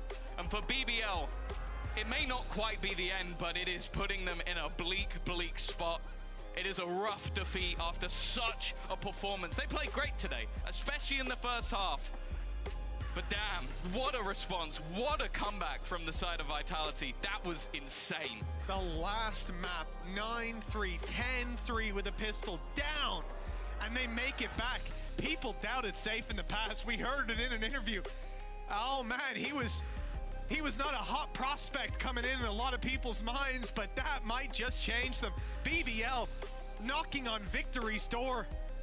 Vitality blew it off the hinges. 13-11, down to the wire, but Safe 27 and 18, finishing off that map. This series is going to live long in his mind, and no doubt in the minds of BBL as well. They're not out, but the chances are low. But for Vitality, playoffs still in their hands, still under their control. And if they play like that, it may well be theirs.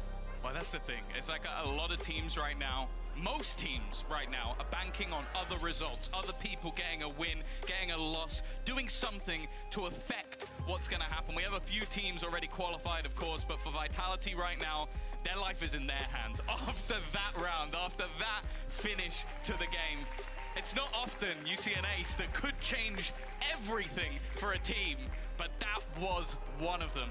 What an insane way to close out that series, and what a match as well. And yeah, screw it, let's just watch it in all of its glory.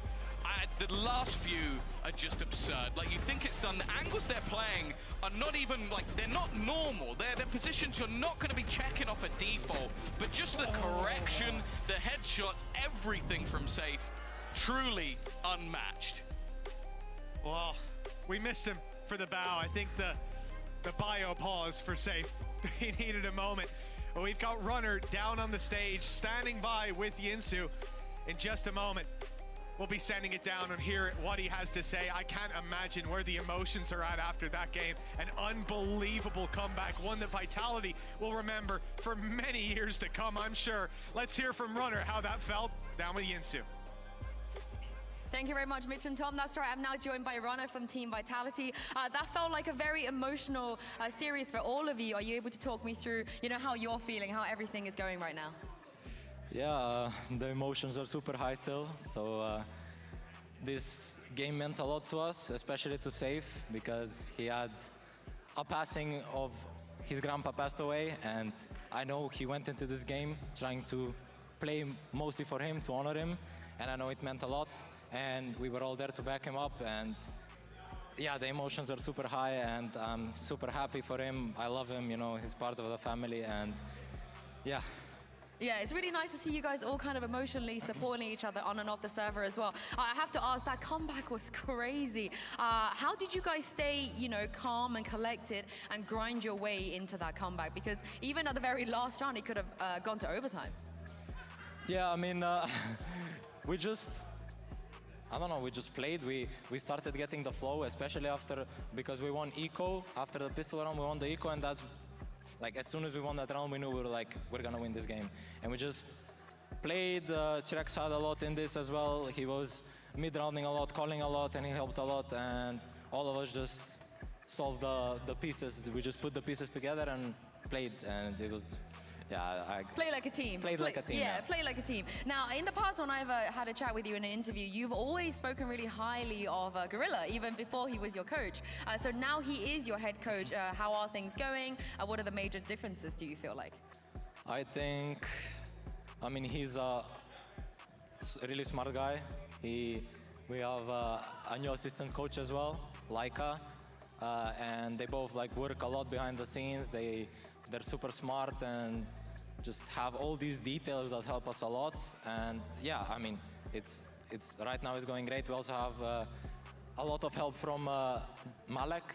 He was a CS coach for G2, or Damien, and he's helping us a lot in like, just, he doesn't understand Valorant about Valorant as much, but he just helps us outside of the game, and still inside is what he can help.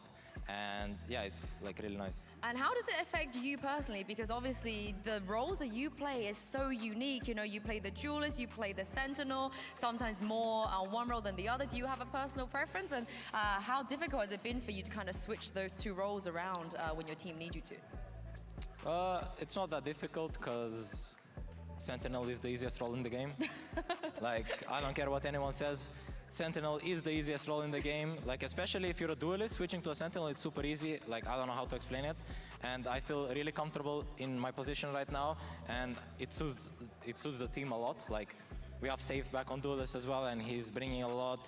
And, you know, like, Kimi kicks, he's also on like his initiator role. And like, everyone are playing like the roles perfectly, let's say. We're figuring stuff out still, but I feel comfortable, the whole team feels comfortable, so Do you prefer the Sentinel then? You prefer playing that a little bit more than the duelist? To be honest, I prefer it, because I don't know, it just feels easier to play. Like, I don't know how to explain it, it's easier. Yeah, now everybody's more comfortable, right, as a team. Thank you so much, Rana, for joining me, and best of luck in your remaining game next week as well. That was a hell of a comeback, but we're going to have another match coming up, because after this break, Team Heretics will be taking the stage against Gentlemates.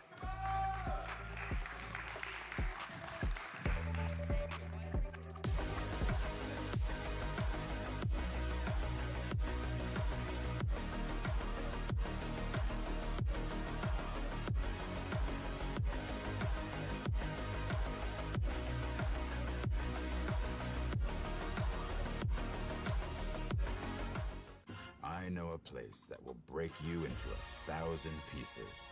Stay away from them. Stay away from Lorca, Paco, and Picasso. Don't ask about Lola. I, Caballo Grande.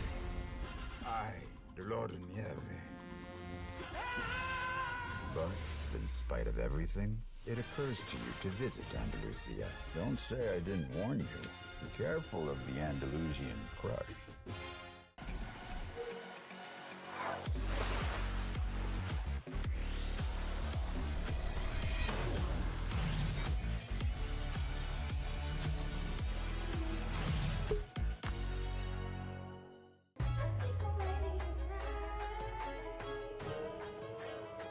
Hey guys, it's Jimmy Lin. In this series, I'm going to walk you through attack on Pearl. Watch out for the stairs, clear this angle. You're going to be able to fight this.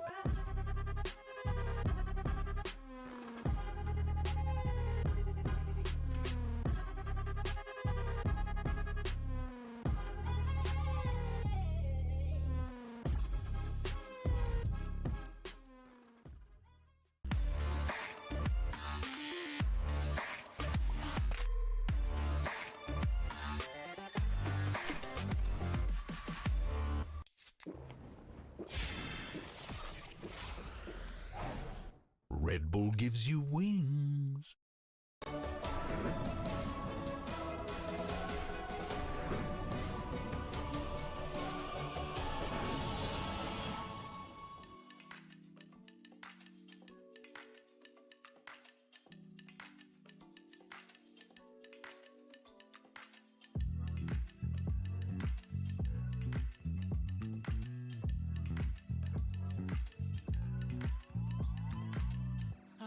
You're stressing right, you need some meditation. Don't let them ruin your vibe, no time for rumination. Let's leave it all behind, take a flight, aviation. Want you, girl, by my side, let me show my appreciation. I want you here with me, I miss your body, baby. No, I cannot believe that you're still single, lady. Wishing I could retreat. I want you here with me. Be my lover, be my Joven, be my woman, be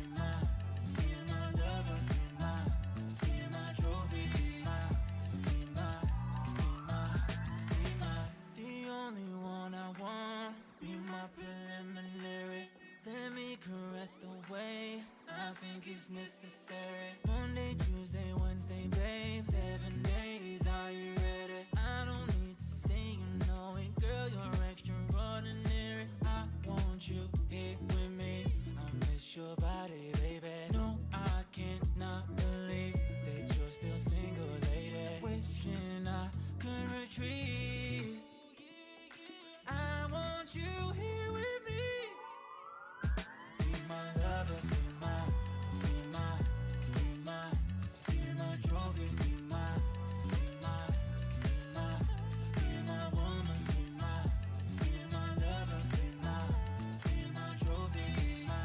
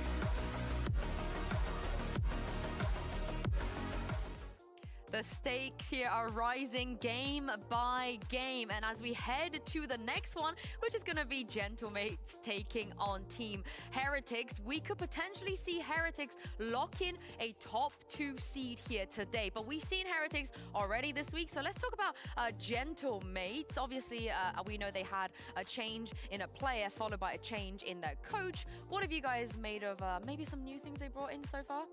I mean, I like that going back and re-investigating those previous compositions that they've had. I think that Mates is one of the teams that I feel like I need to see more. I know that this is their first season since it's the team that came here through Ascension, but I haven't seen them solidify beyond that double duelist when it was funky, seeing them with the Euro.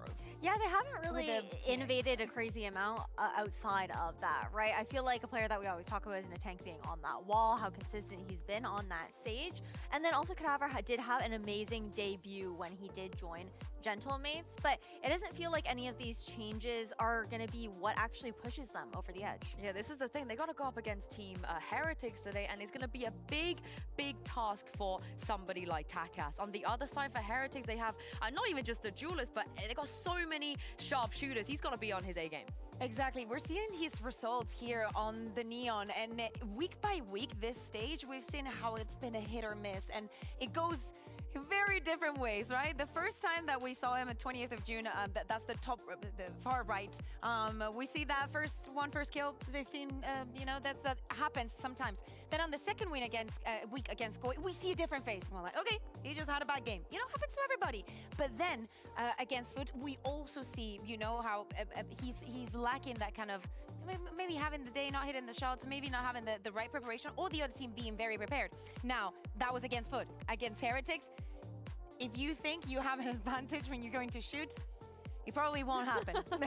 I think the silver lining is, though, Ash, they will probably ban the Sunset, because at this point, if you don't ban the Sunset against Team Heretics, it's problematic. You're setting yourself up for a potential failure. You would think so. You would think so. I would hope that they don't have the audacity to allow that through that map veto.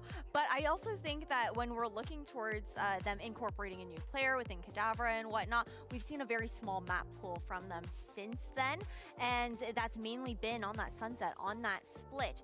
And when you're looking towards Team Heretics, they're strong on nearly every single map. That makes it a lot more difficult to get through that map veto. I mean, it is what it is, but... Oh my god, what a shot, Benji. Yeah, they can aim. They can aim. Boo's not even looking. He just shoots And he hits. That's how Blue does it. Probably he's T-paying behind you. But one of the other problems that I can understand a team like Gentlemates and many other teams have, even that they shouldn't have, is they're having a permaban. They've been banning the same map for the entirety of the year. Are they going to change that now? We're changing the coach, having a new player, things not working, you trying to innovate in the compositions, being in a new ecosystem that is already going crazy and you're just now part of. Honestly, at this point, I think I'd rather play Abyss than like I would just play like Pearl, a map that's not even in the pool. Hey, I've learned a lot from Jimmy Lin. I've learned a lot Honestly, from Jimmy Lin. just watch Stairs. But of course, Team Heretics, we've seen them this week already, and I actually had the pleasure of sitting down with Benji and Boot for something fun. Take a look at this. All right. I'm now joined by the dynamic duo, Benji, Fishy, and Vut. I thought we'd do something fun today. You know, the community have been making a lot of memes, having a lot of fun, and I wanted to show some of them to you. And I'm just going to hand this to you so you can take a look. This is the first one from Fnatic. You remember this? Oh, I remember this very clearly, yeah. I mean, this is probably like I think it's the only time I've been deadlock ulted in VCT. So, you know, I mean, it's a hard ult to hit, so I'm impressed. But they didn't really have an idea of what to do. Like, come on. Like, they wanted to try and play Sunset, so they just picked deadlock.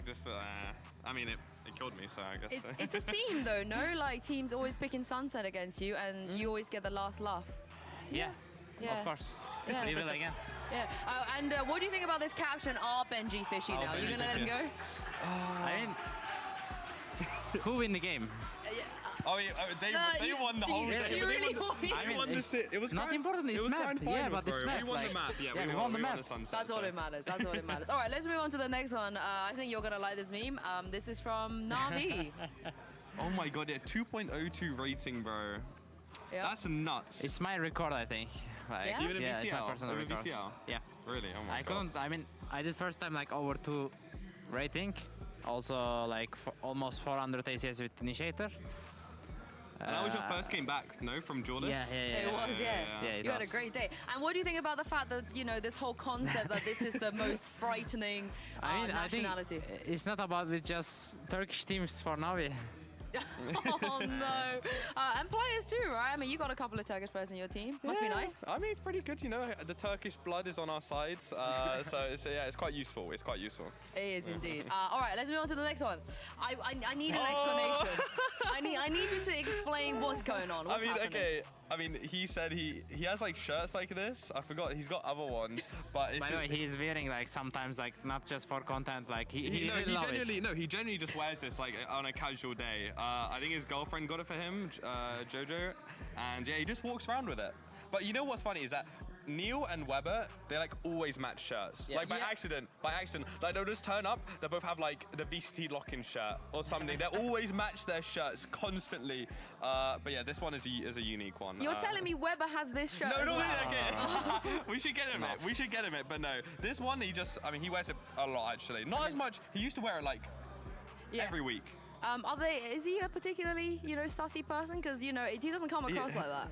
I think so. Yeah. I mean, sometimes. He says some stuff. Neil with the sus. Okay, I like it. And last one, but not least, I have to show one of the fan arts because I think you guys have the greatest fan art in the entire community. Yeah, we do. Oh my god. Yeah, I mean, we just met with Inni, like, I think it was last week or 2 weeks ago. Oh, she does all the poster, all of them, oh my right? God, it was so cool. But yeah, we've got so many talented fan artists, which is super nice. I think it was recently, like, from Master Shanghai. Since then, we've been getting, you know, a lot of art. So it's really nice, you know, just got to go the Shanghai, I think it's like about grand final, and then like it's going insane. It's right just now. every day. But what do you make of this one? You know, you got a little, your hat is in there, you're reacting, cool. and you're just chilling. I mean, I'm just watching him, you know, kill everyone. Yeah, he's all good, man. He just gets an ace, and I'm just chilling. Can we give the fans what they want? You guys maybe do a little pose they could do a fan art of, like maybe a love heart together or something. They can do this. Yeah. Is that your camera? Yeah, do that. Guys, do your thing. Or maybe it's that one. Is that one? Yeah, it's that one. Do your thing, fan art community. I've got you. But thank you very much, Benji and Vut, and good luck with your game today. Thank you very much. Thank you. I can't wait to see the fan art there. But you heard it from them. Despite, you know, struggling a little bit the last time we saw them this week, spirits are still high, still confident. And they should be, right? Their game against against Giant X. It was a complicated one. It went the distance. They lost the map, and it's probably the first time since they're back from Shanghai that we see them in that position.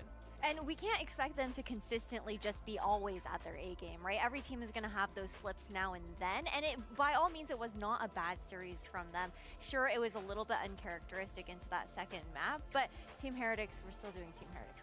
I mean, GX did the smart thing of banning Sunset. I feel like put some of the back foot a little bit, but Rians though, Rians was popping off. It's always the same, right? I feel like with Rians, when I look at his utility, I'm like, man, this kid is so smart. I understand, right? But for example, in high pressure situations, when this is a 3v4, they get the spike down. He waits until the right moment when when Giant X is using the utility to use his ultimate. Not only delays what might be coming from CT, but also Reed then stuns what's coming from Garage and is able to help isolate these duels and make things easier for the rest of Team Heretics to, even in that situation, get the round down. This is just Rians any day of the week. Yeah, I mean, he looks so good here on Haven, but it also makes me wonder, will the Haven come through even in that veto? Because you think about General Mates, they haven't played that map. They have the new player coming in. I feel like there's a lot of dangerous places for them to take this map pool. Yeah, I agree with you. And I also almost want to see them take a risk. You know, take a risk, do something unexpected, maybe even experiment a little bit more as well. But Ash, the problem is, we are talking about Team Heretics. One does not simply beat Team Heretics. No, because I mean, you'll also see them out-innovate you as well, right? They run ISO on 2 maps, that being Haven and Split there as well, and Wu is just this player that is going to pop off regardless. It feels like there is always a player that's able to step up to the plate here on the Heretic squad. And if we think about Heretics, today I want to see them sure in what they're doing. I want to see them prepared. Yes, at the beginning of the week, that happened. They weren't very sure. But if they want to have the same performance that they had, or even better at Shanghai, in Korea, you know, you gotta keep it up. I love how they drop one map. We're like, no, but I'm talking about the feels. You know, the vibes. I'm talking about the vibes. I'm with you for Heretics. It's simple. They've locked playoffs already. They are gunning for that top 2 seed. But for Gentlemates, it's all to play for. So let's bring the teams onto stage and see what we're gonna get here.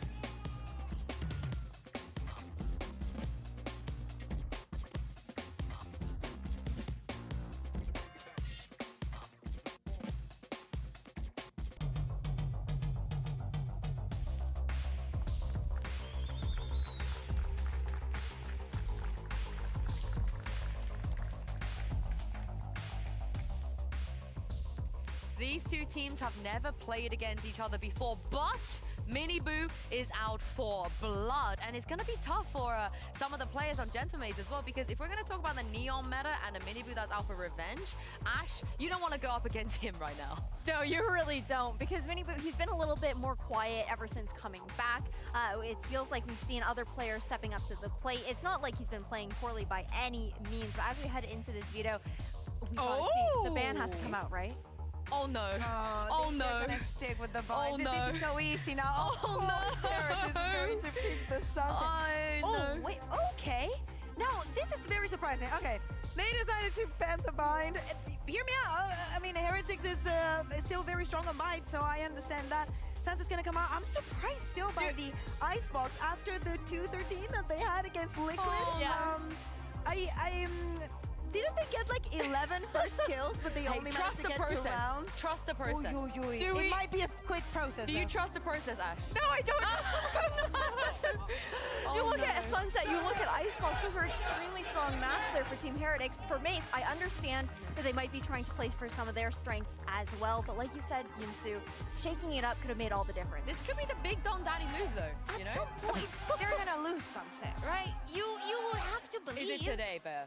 No, because today Spain is winning. We just won against Germany and we're gonna do the same against France. Honestly, you might be cooking out here, but this is the thing though.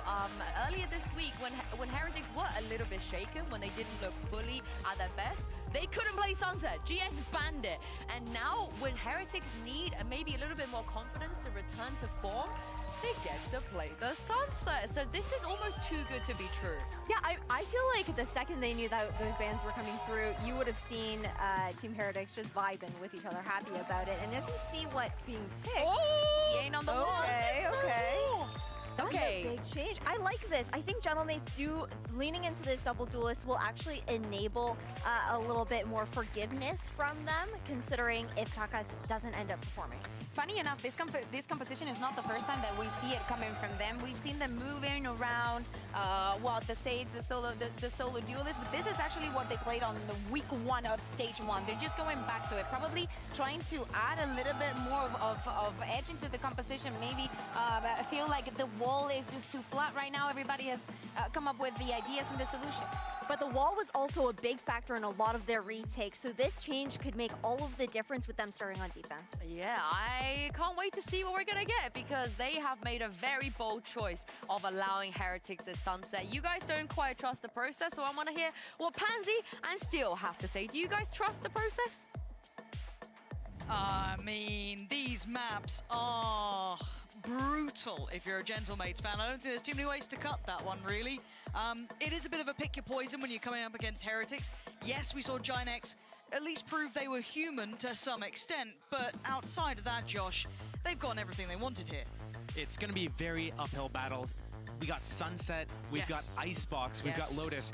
Now, we don't traditionally see Heretics on Icebox, but we saw them play it internationally, and they were crushing on it. So, yeah, this is going to be a huge uphill battle for Gentlemates, and there's still the question mark about, you know, that existence change, the coach change, not having a game plan last series. Now, do they have that game plan now? Switching the tongue from Sage to Raze? Double duelist. Maybe. I think a lot of us, if you're looking at this on paper, you're hoping for the best and expecting the worst. They're faking. Certainly are. Just, and it's pulled the rotation. Oh, and look at the progress already on the other side of the map. It wasn't just an all-in towards B. They're still leaving one player here. You're still going to have Rien's near enough by, but he's drifting away already. So they're going to read that this is now a fake. They're going to work that out, but they've managed to make their way up so deep already. You've got Benji pushing quite deep at this point. You've already got Woot by his side, and they've taken a lot of control. Process of elimination, they know maybe they're going longer round towards CT, taking their time here, but they get a very comfortable post-plant. 5 versus 5. A few seconds have already ticked from that spike. Like low utility for Team Heretics. They have that dart. They've got a pressure site now, and already Benji.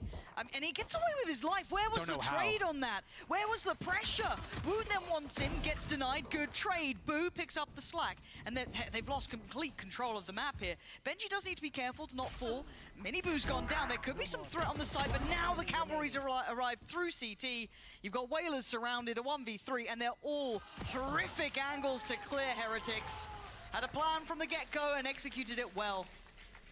Heretics cooked up a really great pistol. I love the idea of not only going into B, tapping that spike. Gentlemates hears it, knows the spike's on B. That's going to cause that rotation. If you just go and do a bunch of utility and maybe run onto the site, but you don't plant that spike, then they're going to say, wait, it's not committed yet. Don't move. But once they call that spike, perfect. First round to Heretics here. Looking at the buy, they're opting to come in with a couple of late moment changes. We saw, I think that was it was either a Stinger or a Spectre. I think it was a Spectre being changed up to the Guardian for Voot there. We've got the Vandal out for Rien's, and the rest kind of just rounding it out with the Ghosts coming in as well. On the other side, 2 Sheriffs brought into play for Gentlemates, and I want to see what the approach is. Heretics look confident here already. I kind of like what they're up to, and there's this kind of playing to your level, playing like the favorite in this, and is showing with a bit of confidence here. Benji has to be careful because he is probably about to get crunched from top middle, and he is. That's only a Ghost lost, but still they need to be clean on the site. It's good info. He knows that Gentlemates is going for that mid-fight. This spike needs to get planted ASAP though, otherwise it could be dangerous. Gentlemates, if they push out right now, they could catch Team Heretics. So they've got the plant down. I'm looking at what they've got util-wise for Heretics. You've got the Paranoia with Boo, 2 shock darts, stun with Mini Boo, 2 flashes, and the nade. You've got a lot of stall here, potentially, for Heretics. No one going on that long way around. Tap on the spike. Draws out one at least of the shock darts. Still one more to be played with for Riens, and they're starting to flood through. Takat's on the defuse here. Heretics, though, going to be meeting it with force, and that's the diffuser denied. Riens doing well in that, and it's Beaz. Last man alive. No damage done in the end, and no weapons lost beyond those 2 ghosts. I like the idea from Gentlemates to push in there through that smoke. I think one thing that they could have done to make it a little bit better is if they tap the spike, and it causes Heretics to start spamming, and then that flash comes in. They went in with the flash, but all the Team Heretics members were anti-flash. They were behind the box. They weren't peeking. There was no need to, because there was no spike tap. Maybe layering it a little bit better, forcing the hand a touch more from Heretics. Would have been nice to see Gentlemates really try and press any small advantage they could. Into the bonus round, however, now for Heretics. A very well-rounded buy. Yes, a couple of those pieces still left over, but 3 Vandals out. Still the SMG with Mini Boo, but again, it's on Neon. That can be still very, very valuable, and the Guardian remaining as well, with Woot on the other side, of course, having the buy they need. But what are we seeing? Patient beginning with a little bit of a feint towards that B site. Busted up that trip over on B site. Made Gentlemates use a cage as well. I think they were able to get the orb. Now they're just resetting into middle a little bit. Smoke top mid, market door still closed, and it looks like they could pivot either way right now. They might do a little bit of a jab towards A and B through that market. It's open-ended. It could go either way, but Gentlemates is also spread apart. They're retaking B main right now. Once Benji sees this, he's got good info. He is speed up on A. How do they respond? No responses yet. The tank's not going to be happy with that one. Going down here, Benji's just holding the back line, and Whalers has to respect this. The site too vulnerable. They can't now hold towards B main. He's already fallen back. So just pausing 35 seconds now. Clock going to start running a little low, so they are going to have to make their move here. Looks like a burst through door, and it is. SMG is going to be put to practice perfectly. Mini Boo creates that first step forward, and the site's theirs. Already the smoke in CT. They can get that spike planted. I don't think anything can really affect that. Gadavra's still going to have at least that. Maybe Paranoid's playing, Takas could find some value, but it's going to be incredibly difficult. The 3v5, backline's been handled, and Beaz, it's time to save. Such an incredibly difficult situation for Gentlemates to be in. They have that double duelist. They want to go and re-clear some map control, but Benji is there. He's holding and he's locking it down. And you see Benji there, you think, oh, that's the lurker. It's going to be A. Stay on A. And Team Heretics just realizes this and says, okay, let's just go B together. They're able to catch Whalers. No problem at market. And now they're on the hunt. Yeah, Beaz, he'd love to be able to keep hold of this rifle. It hasn't been a great start here for Gentlemates. You can see Heretics happy to chase on this. Now, how far do they go? Got a bit of money to play with, so I wouldn't be surprised if they double, triple, quadruple down. He's dead. They keep 3 up. 3 of the rifles move forward. And they've already got over 3K in the bank, so they are laughing all the way into the 4th round.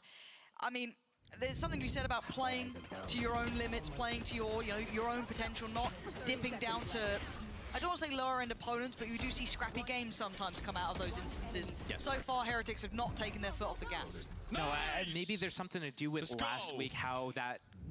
yes. You know, they lost a map, and we're making a big deal of that. It's just a map. They didn't even lose the series. It was overtime on split, and we're making a big deal of it. But fast opening here for Team Heretics. Flash. Oh, Takas, good work there. Sweeps them, denying Mini Boo that springboard in towards elbow. So now with Heretics slowed down a little, what do they look to achieve here? That instantaneous start not working out. Still against Sheriffs. 4 versus 5, anything can still happen. As we saw yesterday from Liquid, they feels like won most of the, all the rounds they won were 4 versus 5s almost. Heretics were still close enough to get some decent audio cues off the back of this. Take flight. Maybe expecting this re-hit towards middle a little bit, but it's Rien's clearing through market. Spots nothing's there. Pain Shell already coming in, and Gentleman's going for the walk middle. 1-for-1 trade out, that's good. That's another rifle to be collected. They'll take this. It may be scrappy, but they'll absolutely take what they can get here. Man to the good as well. Yet to go and claim that rifle. And Heretics Gonna have to try and lock this down with only 3, but look at what this man's up to. Benji, you talk about his impact in games. Could be one of these rounds, holding a lot of space here, allowing the 2 other players to focus towards market. The flash didn't connect. And Benji, oh, lovely little swing, stepping a little bit further outside of the tank's comfort zone, and the ult comes in as well. They now know the full picture. Yes, they get the rifle on Whalers. The paranoia gonna slow them down a bit. Boo, aware of the flank. And the cross is made. Benji drops the ball for a second, hard to hit, but still it's Woot overwhelmed, and Gentlemates off the back of Takas with a great start get there first on the board. A perfect display of that neon slide, how that buff has come into play here. Just getting across people's screens, getting that reset much easier, getting that sprint back a lot quicker as well. Like, all of these changes are making it so that you can really take that crosshair away from your team, basically. It almost worked there at the start, but it was a couple of other situations. Right here is one of them, for example, that huge opening. And it also took Benji's crosshair way away, and then again at the end to close it out against Woot. 3-1, EMEA, Gentlemates gets their first round on the board. That's big for them. Confidence booster. Sounds silly, it's only 1 round, but it is so important, especially for someone like Takas as well, who's had some hot and cold performances. Oh, mini boo. Easy. Oh, they were chomping at the bit for that. Look at the util pour on. Not going to get the start this time again. Not going to get that first man down within the first foray into the round. So a little bit of a pause for thought here. Heretics now starting to feel out maybe what Gentlemates are up to. That first smoke coming up for Team Heretics towards Elbow. A little bit delayed in the round, but that reclear from Gentlemates, again, they're going into these early reclears since they are on that double duelist. Realize A is clear and start shifting over. Maybe about to go and do a mid-duel. They have the KO set up with that flash. They can pop through in the next few seconds here. Oh, he's just going in contact, though. That was dangerous. Minibu does get... Oh, re-ends! Clean shots there from him. I want to see it from that POV if we can. One of those players that impressed us initially in those international events, his mechanical capabilities were always on point, but starting to, I think, read into the responses from Gentlemates, putting a lot more pressure, a lot more intent to handling top middle. But there are still 2 players on pillar, the tank being 1. Yeah, he's low, but gun still in hand. And with 30 seconds, things can go wrong. Re-ends a third, claims the tank out of nowhere, and an attempt made by Whalers to maybe slip forward. That's got sight under control, and Cadaver's not really got options here. Spike planted. Not much he can do, but try to save this Phantom into another round. Try to see if he can live to fight another day. And Team Heretics just... The start of the round, whenever they try to open up a little bit quick, once they realize that Gentlemates is fighting them head on, they just pump the brakes. They say, okay, we go somewhere else then. We'll let you just sit there and simmer. And Gentlemates, second time they went aggressive, trying to reclear an area because of their composition, and it leads them into basically peeking into someone from Team Heretics. This round, I think it was Rianz, just pops 2 of them as they run through the Omen smoke. The spike ticks down. This is a great time for Gentlemates to sit there and really think about, okay, what's the plan for the next round? Are we able to purchase here? I could drop this Phantom. Maybe it's time to take a timeout and just talk about how is Team Heretics opening up here? You know, how can we get our foot in this game right now? Because every time we've gone aggressive here, we've lost. What are our options? What are our plans? How do we pivot from here? Yeah, and this could be an interesting one because, again, we did question the, you know, obviously existence no longer being in the roster. How does that then affect Gentlemates? Do they maybe a little less inclined to go for these timeouts here and there? Maybe they just feel as though they have a solution. They still have ults to play with. They've been able to round out the buy as well, so still able to come in with a competitive purchase. And once again, they look to punish on this A play. They're desperate to get Miniboo up towards this. No fight back this time from Takas. The paranoia, I think, hindered any initial fight he would have wanted potentially on that corner. Smoke gonna go up here, and Heretics have taken at least a bit of space, but look at this flank. Look at the space being taken on the back lines here. Quick work being shown. Whalers all the way around. He's got to find value from this. This is going to be huge, but he might lose this timing. Just so unfortunate if he does miss this timing because the entire team has rotated. They've bit on this. Look at the vulnerability. Half of the map is now just completely sparse of players. If they go for a double pump, then it could still work out for Whalers, but it feels like you're losing that sort of time. Just Benji clearing. No way. I don't know, Benji felt like he considered it. Now, right? He had to check on the cam, had a little look. Wait, the camera's gonna spot. Did he see him? I don't know if it saw him. I'm really not sure. Wait, it did now. It's yeah, broken. 100%. But and they're still going towards, say, 30 seconds approach. Left. 3 players here still. He needs another smoke up right now, otherwise things are going to get a little bit sketchy. That's that nice, hit's about to come. Bayaz just popping the ult preemptively, just getting towards his clock, but there's still re-enter with a rifle in hand. Nice from Takas. Double, and now all eyes can turn to the 3 remainders from Heretics. Trades on the site for 10 seconds. Running low here, they need a plant and they need a hero. Woot or boo, who's it gonna be? 5 seconds now, they need a plant, they can't get it, gentlemates. They're up to the challenge now. I wouldn't start shooting bodies this early in a tank. 2 rounds ain't that much to work with, but they've got a little bit of room here, Josh. They've carved themselves a little bit of cushion.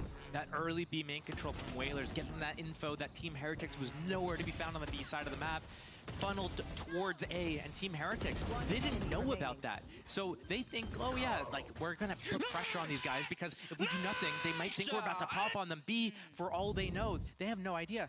But actually, they walk straight into a trap. That perfectly timed KO ulti as well. Yeah, that was really, really good. Such value off the back of that information. Camera moved. Good little bit of teamwork there. Benji spotting the enemy camera, pinging it so that they could spam it through the box. I think Heretics might be on red alert, considering how preemptive that ult was last round. Maybe feeling out now, understanding there was maybe a player pushing that back line. Now getting ready for anyone to creep forward. Heretics looking all in towards his B site for now. First flash, shock dart, everything thrown in. The tank trying to hope that a stray bullet hits. He's leant forward in that one, and it's not gone well.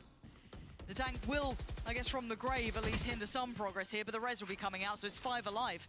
3 on the other side, and Heretics falling into what looked like quite a well-crafted set piece just to instantly tear that scoreline further away.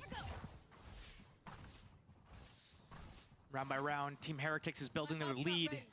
And I do wonder if Gentlemates needs to kind of have a different approach. And one of the things I've noticed here is it seemed like a very similar setup to the last time I watched them play this map. But they've replaced the Sage with a Raze. But they're playing the same positions. The KO's still ready in a position to pivot, but they don't have that stall from the slow. They don't have the stall from the wall. They can't isolate those angles as well. And I don't know why they're playing it pretty much the exact same way when they have very different agents. What would you like them to do instead here, as they are just be trying to hunt down these weapons at the end, really cost any of that build-up. Looking at the finances, however, for Heretics, they can't overly chase this one. Josh, what would you like to see them then doing with the tank potentially, with Raze here? Is there something maybe get more aggressive, kind of utilize again? How would you like that to maybe play out a bit more? It's a very difficult situation for them to be in because they don't have really active information. They have that KO knife, but that's it on a 40-second cooldown. They don't have a drone, they don't have any darts. But besides that KO knife, they only have a camera. But maybe they could set up some sort of trap setup with that camera and then combo it with either a Paranoia or a KO flash and then do something with that Neon Peak. And the Raze might just have to do something gnarly with the elevation angles or using that nade to stop the push, the assault, and maybe play it less as a straight-up duelist. Like, he's trying to play it kind of like a Jet right now, but not even, just like a Pat, I don't even know. Okay, see what they try and adjust. Hopefully, going ahead, this looks very similar to that previous round. Kadavra knowing better than to try and play into that, but the Paranoia is still there for him. Checking behind towards mid-market just in case someone is trying to make that late approach, but Heretics looking like they want to fight, and they're going to maybe get one here. Woot's going to find Kadavra, and that's going to be market held safe. A quick lean back. They've caused some problems. Don't know if Miniboo can fully get away from this. He might be stuck on site as an attack. Gonna send it. He does at least get Benji fishy, but I mean, it's a 4v2. Takas and Whalers gonna have to do some miracle work here. Hard to pressure. How do they dig these players out? I don't think they can, and I think they know that. They've lost that opportunity, and it feels like Heretics have found a formula that's working. Similar scenes to the round just gone. It's so hard for Gentlemates to get ahead of what Team Heretics is doing because Heretics is either starting with like a heavy A opening, 4 players there, they do that dart, flash, cage combo maybe even, and then same thing over at B. They just do that heavy start. And if Gentlemates picks the wrong site to kind of deal with first, then the other site's exposed. But they don't have that Sage anymore to help them with that retake with the wall, to block it off and get that diffuse. It's just way too hard for them right now. They need to take a pause. They need to think about what Team Heretics is doing and find out how to get ahead of it. Maybe they get an op invested here. They have double duelist. Maybe that is something that they have to do. They have to get some way to find that information of where Team Heretics is and catch them with their pants down. And we have seen nothing about how they're kind of trying to get to that goal. Yeah, see if there's some creative solutions they can come up with. Having a check-in here, it's not really the coaches having much of a chat, so hopefully we can catch one of the players maybe having more of the conversation. Yeah, it looks like that's the case. Maybe between, it looks like Cadaver actually having a chat kind of back and forth.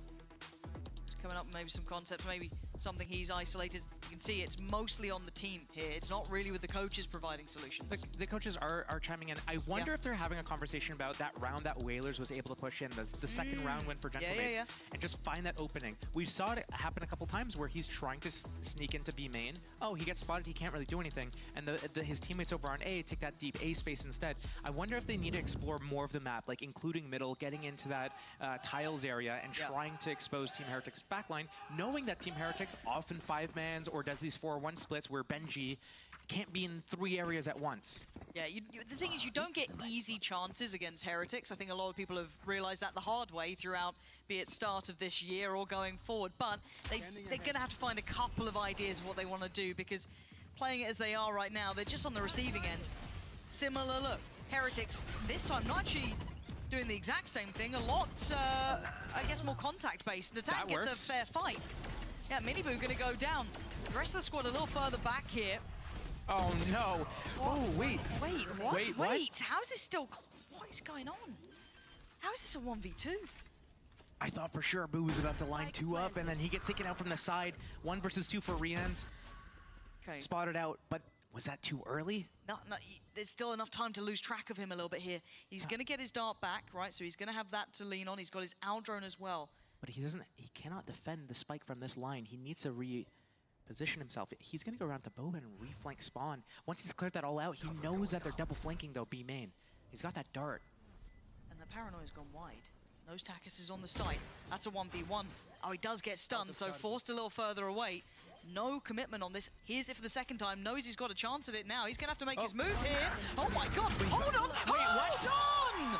Re-ends with the Red Bull clutch, but a bit of a fumble from Gentlemates. It felt like the first time in a minute they had a real chance. It all started from Natank getting that opening kill on the site right here onto Miniboo. Gets out with his life, and then all these trades happening on the site, coming through that smoke at market. 2 more for Natank. You would think it's in the bag. Gentlemates about to pick up their 3rd round, close the gap, 3-6. Nope, 1 versus 2 for Rians, and it looked like, jeez.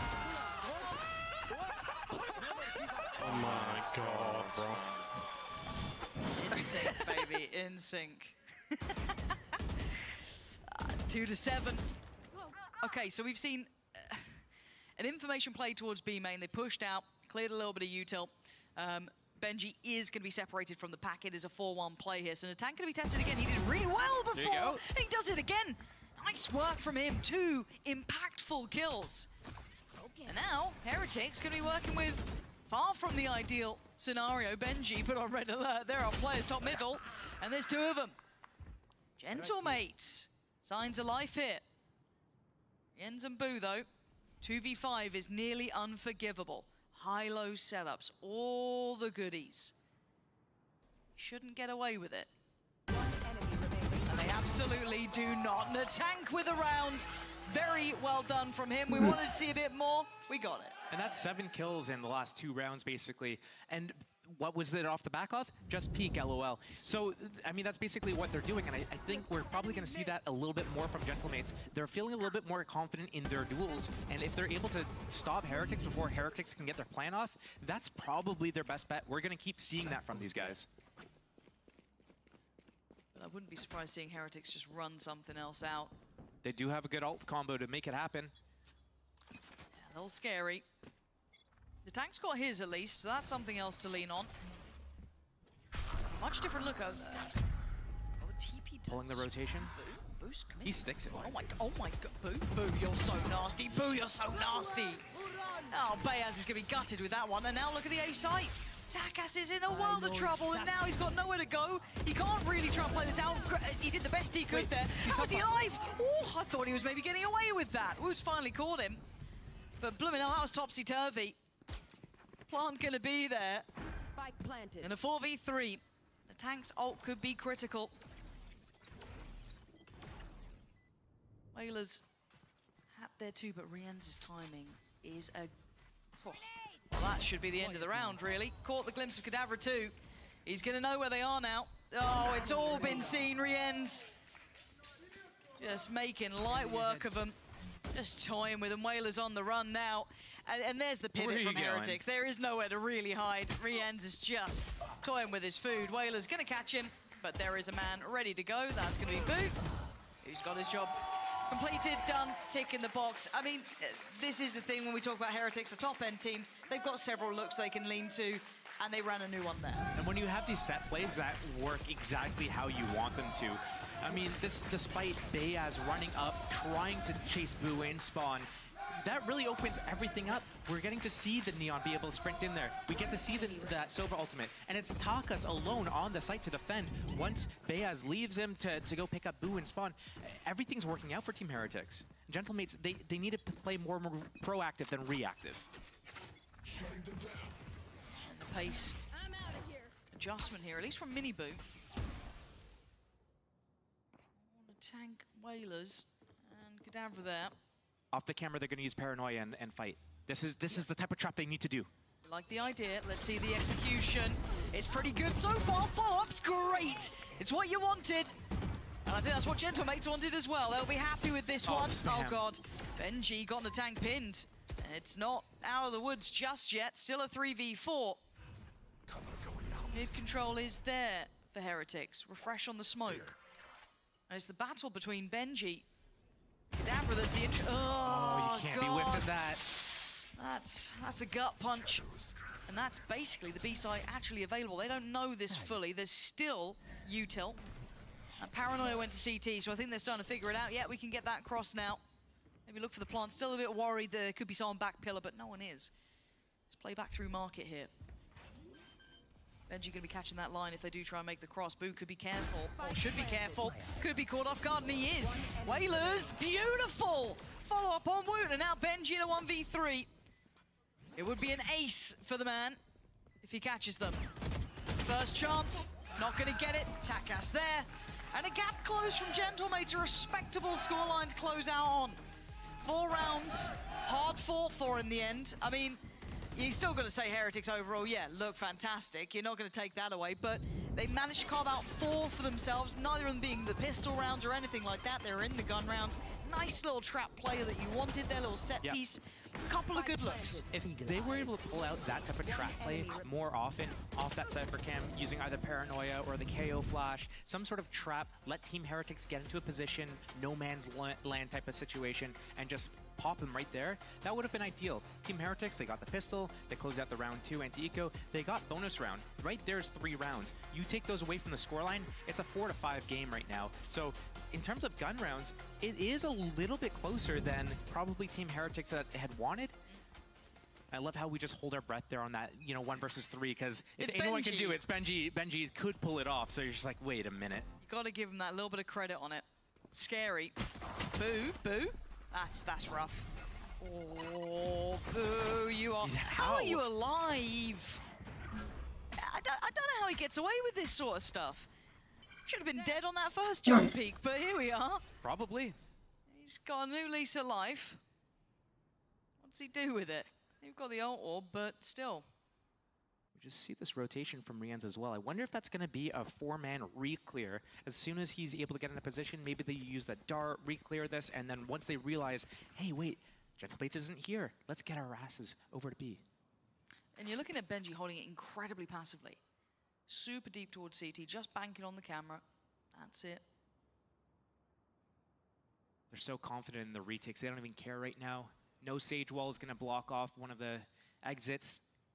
Might be a full reset into B main after that post plant. There we go. That's the first alarm bell ringing. Doesn't get noted. But they might be aware. They're going to push through. 30 seconds left. I'm a little worried if they Spike do, because they planted. don't seem like they're considering this all that much. Now they're going to be rudely awoken. That's going to be Bayaz down. Plant is in. Not worried about Whaler's HP there, but Boo's in a similar situation, so somewhat evening out. And now they're stuck on the site here, finally filtering back towards B main. Woot's going to find a tank out of nowhere. Takas now just on an island. One by one, they're just stepping in and finding bodies. Whaler's stunned up, might have to just be on the receiving end. It's clear cut, it's clean, and that's why they were confident in the retake. This is where Team Heretics shines. Their defense, their retakes, they're just so strong with how they move in together. They're all individually so skilled that they win their duels. And I don't hate the idea from Gentlemates about, hey, we got the site for free. We know that it's going to be a full retake from Team Heretics. We can expect them to go together in a certain location. Let's try to pop them when this is happening. What I don't like about it is the spacing. I don't like how they have paranoia. They don't use it. And I don't like how after they go for that 1-for-1, they back out, but 2 people are on the site and 2 people go to main. They split up in the end there. Stick together. Figure out where you want to go, how you're going to do it, and all in on it. Let's see that commitment a little further. Gentlemates on the Sheriffs. Dangerous with them. On the other side, the Bulldogs out for Miniboo and Boo. There. Takas. Can at least remove the cam, but oh dear. Down to 13.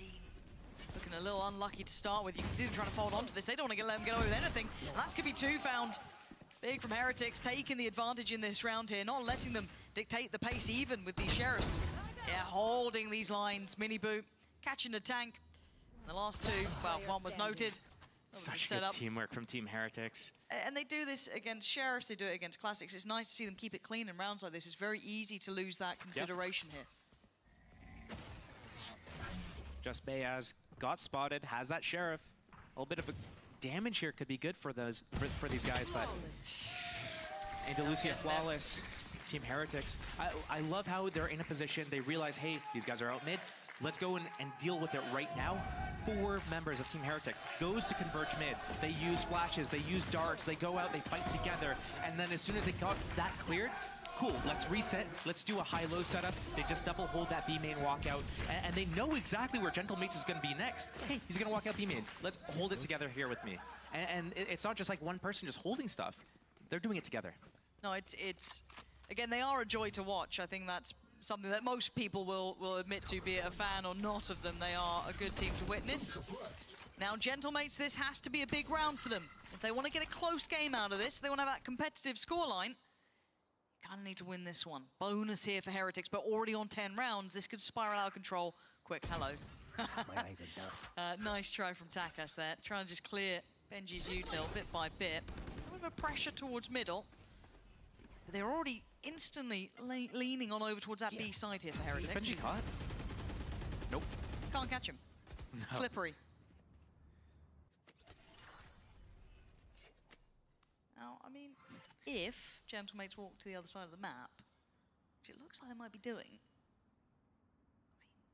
the gates are open, but then you also do have Heretics on a retake, so I don't know how you win against this team. If Benji was a Pokemon, what would his powers be? There. Stop it. Stop it. Just Magikarp, let's be honest. Can you catch him? Stop it. Cover going out. None of our audience are old enough to talk.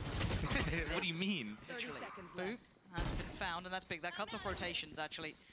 It's quite late for that spike to be coming over, but it should be fine. They've already secured more, the dangerous parts of this map, so Plant should be in. Still a bonus round for Team Heretics. Yeah. 4 versus 5. They can deal a lot of damage here.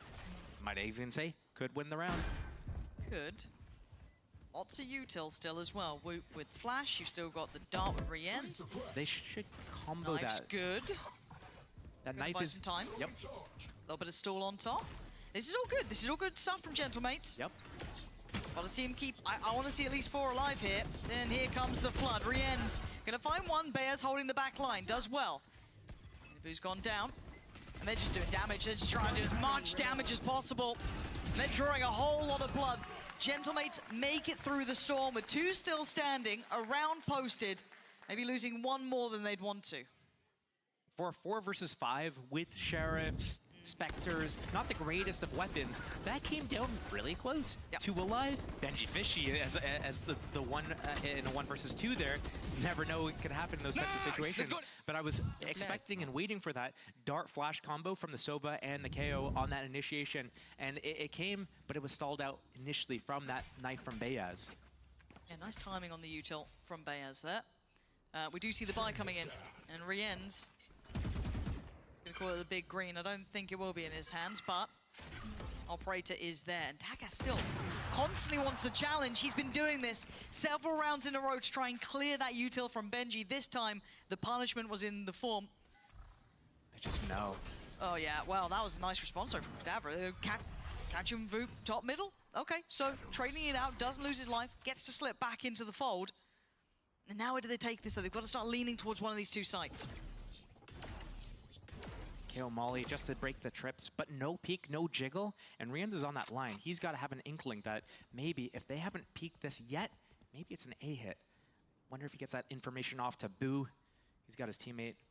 He's got his little bro. Yep. Mini Boo there. That's the first bit of contact, and the knife. Good again. Bayaz is doing really well with this. That's going to know both players. 40 seconds. Paranoid goes in, flash there. Nothing else, but it's going to be a little bit harder to take towards the site now, considering they've utilized all of that just to clear towards elbow. Smoke's traded out.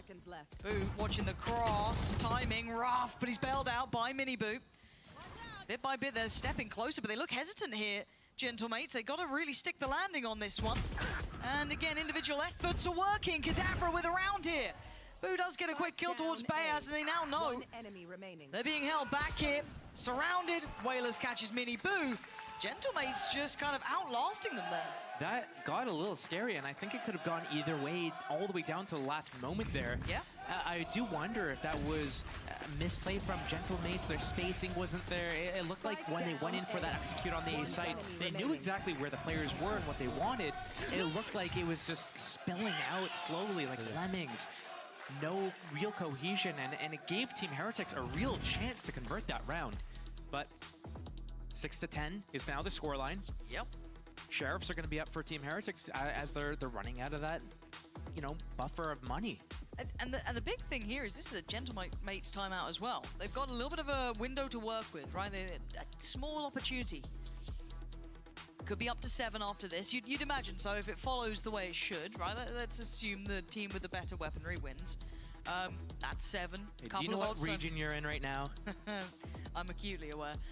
Bayaz then gets his ult for the next one. Takas can get pretty close, or maybe in the tank. They start getting that, you know, snowball round. That could be 8 potentially. There's a real world where they can pressure Heretics here. Now, Heretics could still pull out some Heretics rounds. You know, there is always that chance that could start kicking in. But this is a good challenge for them. This is the best we've seen them pressured here outside of that Giant X game. So maybe there's a little bit of something there. Now, I've said all this. Heretics probably just going to win this round and then close out the game. But we'll wait and see. This is a big chance for Gentlemates. Can't stress it enough. The scoreline is a little bit deceptive. Team Heretics won both pistols. They have that lead there. And a lot of these rounds have come down to these really small margins with 1 or 2 players alive only for either side. Mini Boo. Okay, has invested the ult on this. Oh dear, Cadaver's... He lives! The boy who lived. Managing to make it out of there, denying the big, I guess, danger element of this round, which was Mini Boo with the ult. Now, can they take the next couple of steps? Very similar scenes to what we saw in that first half here, but the Heretic side sticking around on the side. Still holding towards this. Benji very close by here. Does have the spot re-enter, but look at Takas' positioning. Nice work. Gentlemates clean here. Boo, the last one. His position now will be known. Spike planted. Cadaver confirms. Oh, trying to maybe playing the tank to work towards that ult again, but yeah, that's the formality here. 5 almost players standing, 4 in the end. The tank did go down, but they did what they needed. They got past the first hurdle. Buy round coming in a little scarier to deal with. I like that team play at the end there. Kadabra kind of just be hopping across, knife out, taking that crosshair away, knows that there's a Sheriff on the other side of it, and he's really just setting up the Tonk to be able to get that kill. And the Tonk obviously didn't get the kill there, but he's got his ult anyway now. He's got his ult now, and I do respect the fact that, you know, that's a little bit of selflessness is really good. Okay, Gentlemates.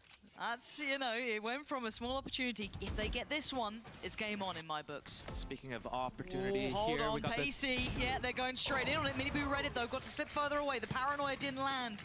A little bit off on that one, but there's still Bayaz here. Still the smoke, and look at the chip damage as well. Benji down to 21 HP. They've got, I don't want to say site control really. Feels a little bit fragile to say that. But Benji has a hat as well. He's going to use that on the market body. Yeah, you can see it. Exchange of information on both sides. Now reading, understanding the Gentlemates wanted to fight towards CT. Wu gives them that wish. Cadaver better be ready. And I don't think they are. Both sides a little stunned by this one. Benji's already going to break back in. Cadaver's gone down. It's Bayaz. It's Whalers. And that's a lot to ask of now one man in a 1v3. Not going to happen. Heretics pushing up to 11.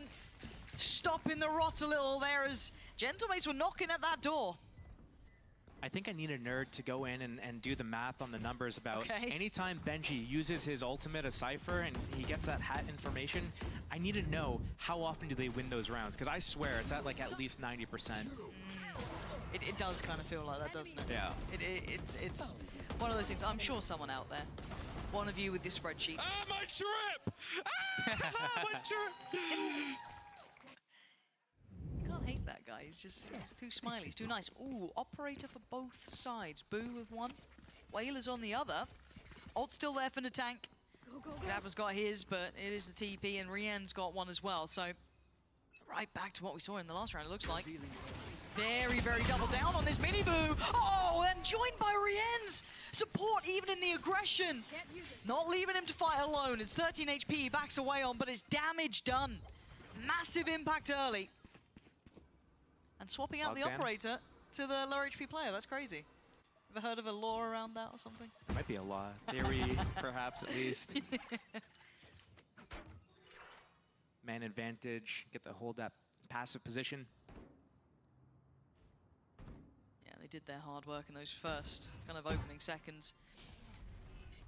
The pendulum swings now to Gentlemates of if they can maybe get something back. Op still up for Whalers, and I think this is the first op that Gentlemates has had all game, if I'm not mistaken. And Can't recall one. Interesting to see it come out on that attack side, and I'm pretty sure Whalers has had this the entire round. So using that to find an opening.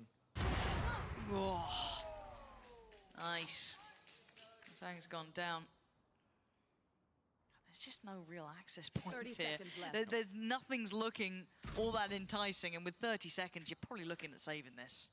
That's gonna be 12 you're up against. There's no easy way to navigate through that, but I think if we roll it back to the start, Josh, seeing that little bit of aggression, but I say a little bit, it wasn't just a singular effort, it wasn't just a small glance, it was quite a well-crafted, considered approach of playing towards B main, putting bodies behind it, and being rewarded for that. Yeah, I think we've seen a few different teams using the same style of approach to taking that B main control, with that Neon specifically getting that bounce stun off, using that one way at the entrance of B main, and maybe even comboing it with a Paranoia, just to lock down anybody running in quickly.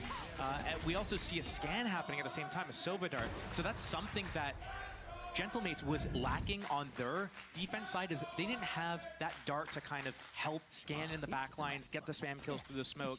And we see Team Heretics just capitalizing on the agents that they have, crafting these strategies, these little tactics that they can really just get an opening, because now they're at 12 to 7. Yeah, it looks like Gentlemates maybe wanted to go back to what they maybe wanted to do last round and didn't really get the chance to do because of that disruptive aggression. Heavy glances towards the B site, 4 players working their way forward. Of course, there is that one towards middle, that being Whalers, but passive and already on rotation is Miniboo. Already heading over. That's 4 players they're up against here. Maybe not actively holding the side, but, you know, Market, Back Pillar, CT, Woot. Don't know if that Paranoia caught it. Probably did. It looked pretty close by, but it's Rien still, and Miniboo unthreatened, unfazed, and unremoved. He's still holding here. And they've stalled them out. They've really taken the wind out of their sails. Gentlemates still held towards main. They need Whalers to pry them open an option, give them a way forward. And no one's peeking. Discipline from Heretics. This is an incredibly hard round now.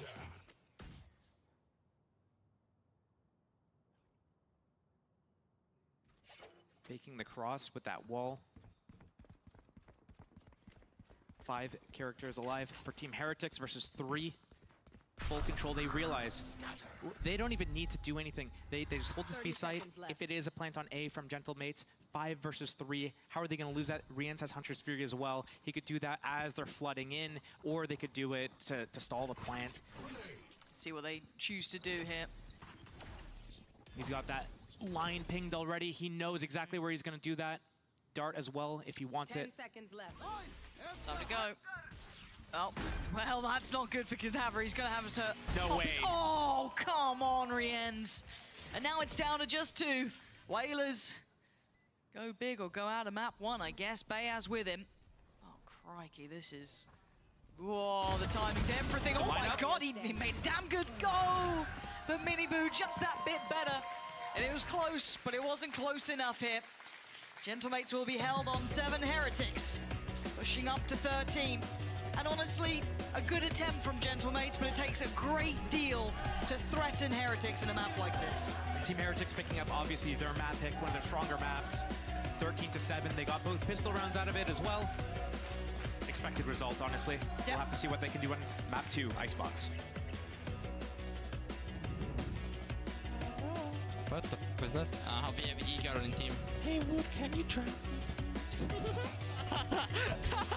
So you're gonna make Miniboo shy? Weber, see Ara. Ara. No, normal voice. That was my normal voice. See Uvu. You will. Please, bro, I beg you stop. Okay, Daddy. I hope they showed us in like the Team Heretics voice comms, bro.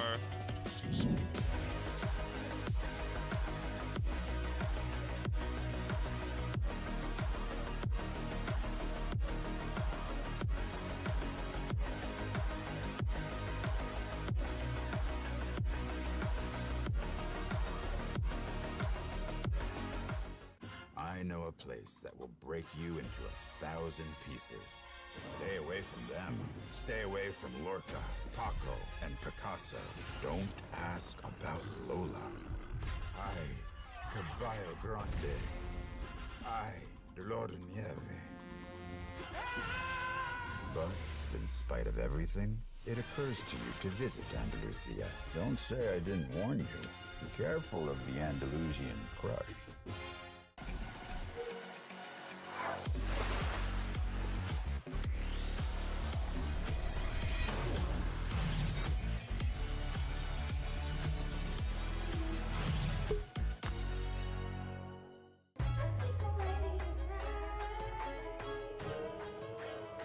Hey guys, it's Jimmy Lin.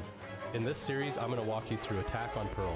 Watch out for the stairs, clear this angle. You're going to be able to fight this.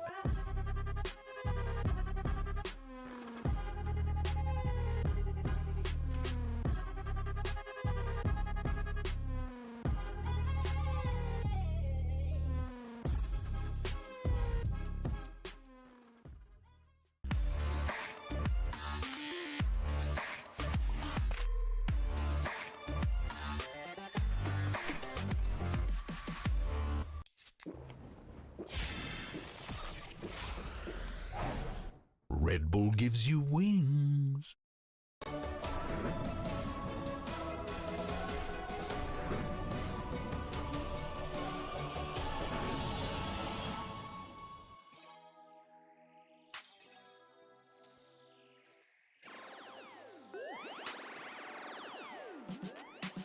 Feeling good, feeling great on my time. Won't let a hater block my shine. I'm just living my life. Too busy chasing good vibes. Chasing good vibes. Chasing good vibes. Chasing good vibes. Too busy chasing good vibes. I'm feeling good, feeling great now. A hater can't play with my day now. Get that negativity out of my face now. In my city, I'm the man of my state now. Yeah, I'm living life to the fullest. Baby girl, you're talking to the realest. Energy and joy, you can't steal it. Good vibes all around. Baby, tell me, can you feel it? I woke up, so I'm blessed. Just another chapter in the test. I know I'm doing better than the rest. Got a smile on my face, showing teeth for the crest. It's no sweat, I'm a vibe in my own right. Go time in the sun, yes, I'm gon' shine. So fine, got a baddie on my phone line. Feeling good, feeling great, chasing these good vibes. Feeling good, feeling great on my time. Won't let a hate blind my shine. I'm just living my life, too busy chasing good vibes. Chasing good vibes, chasing good vibes, chasing good vibes. Too busy chasing good vibes.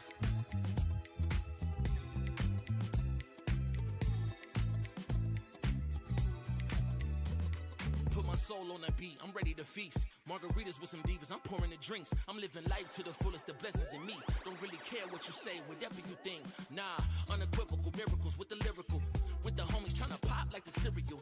Lucky Charms, got a model on my arm. Go watch on my wrist, garlic parm. No alarm, fireworks, I can feel it in the sky. I got love in my eyes, but there's money on my mind. I see passion and pride, I despise all the lies. I've been around the world, so I'm down for the ride.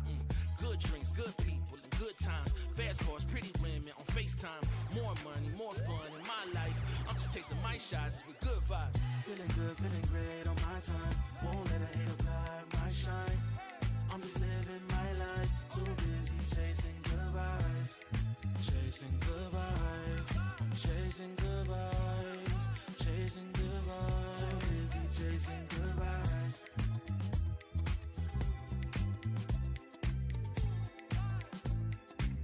Too busy chasing good vibes. Feeling good, feeling great on my time.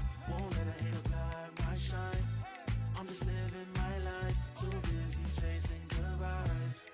Chasing good vibes. Chasing good vibes. Chasing good vibes. Too busy chasing good vibes.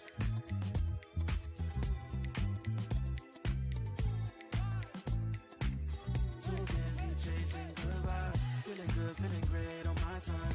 Won't let a hate blind my shine. I'm just living my life. Too busy chasing good vibes.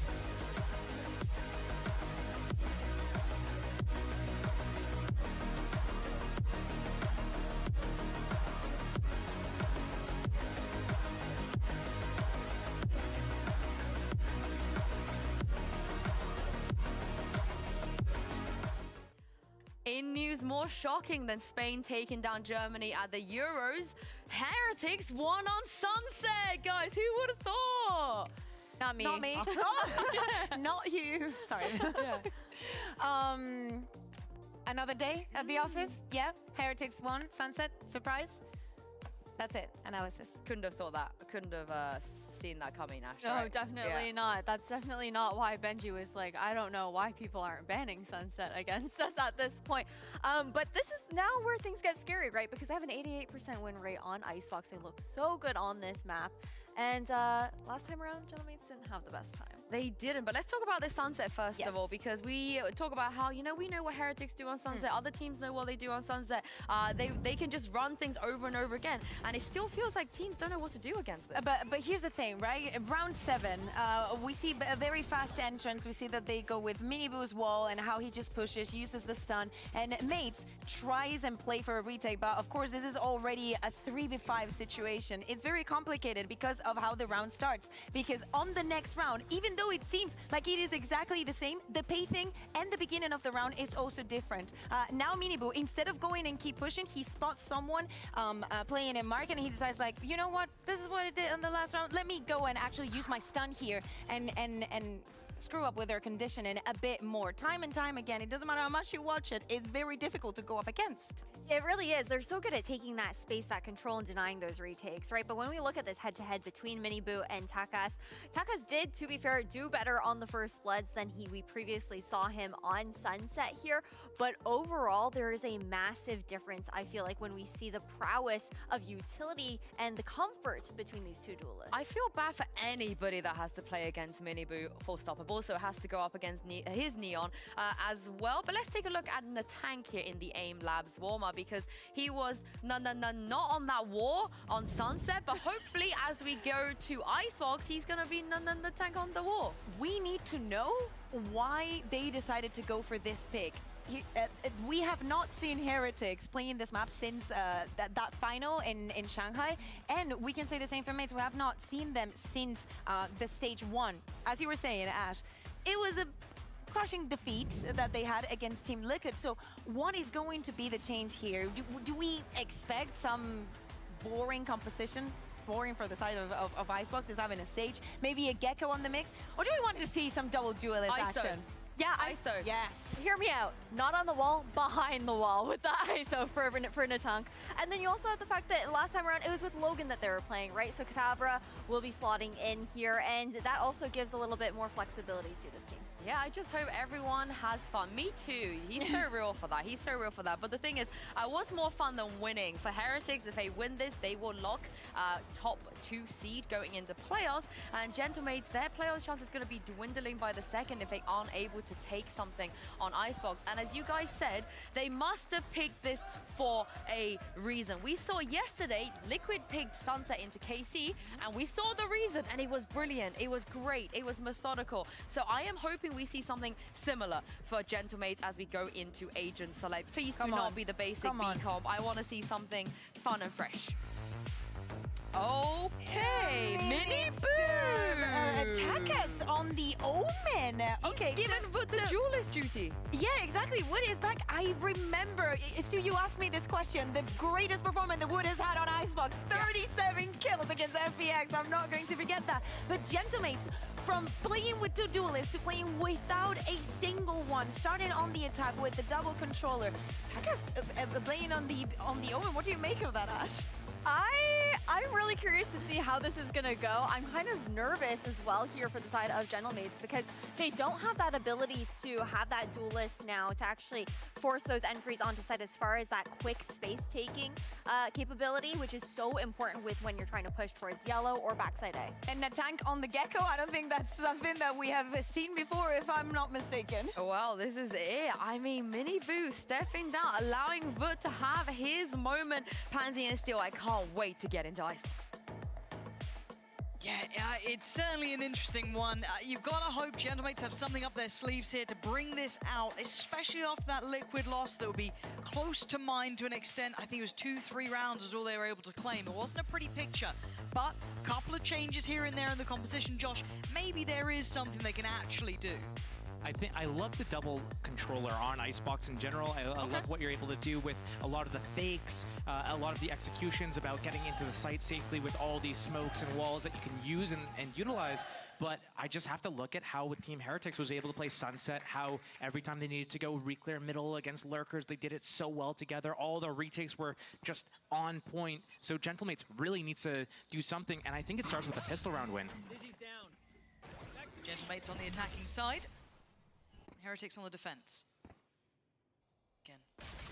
Oh, just the first 2 bullets as well. What can you do? Straight up assassination. Kadabra didn't have a chance. He didn't even get spotted.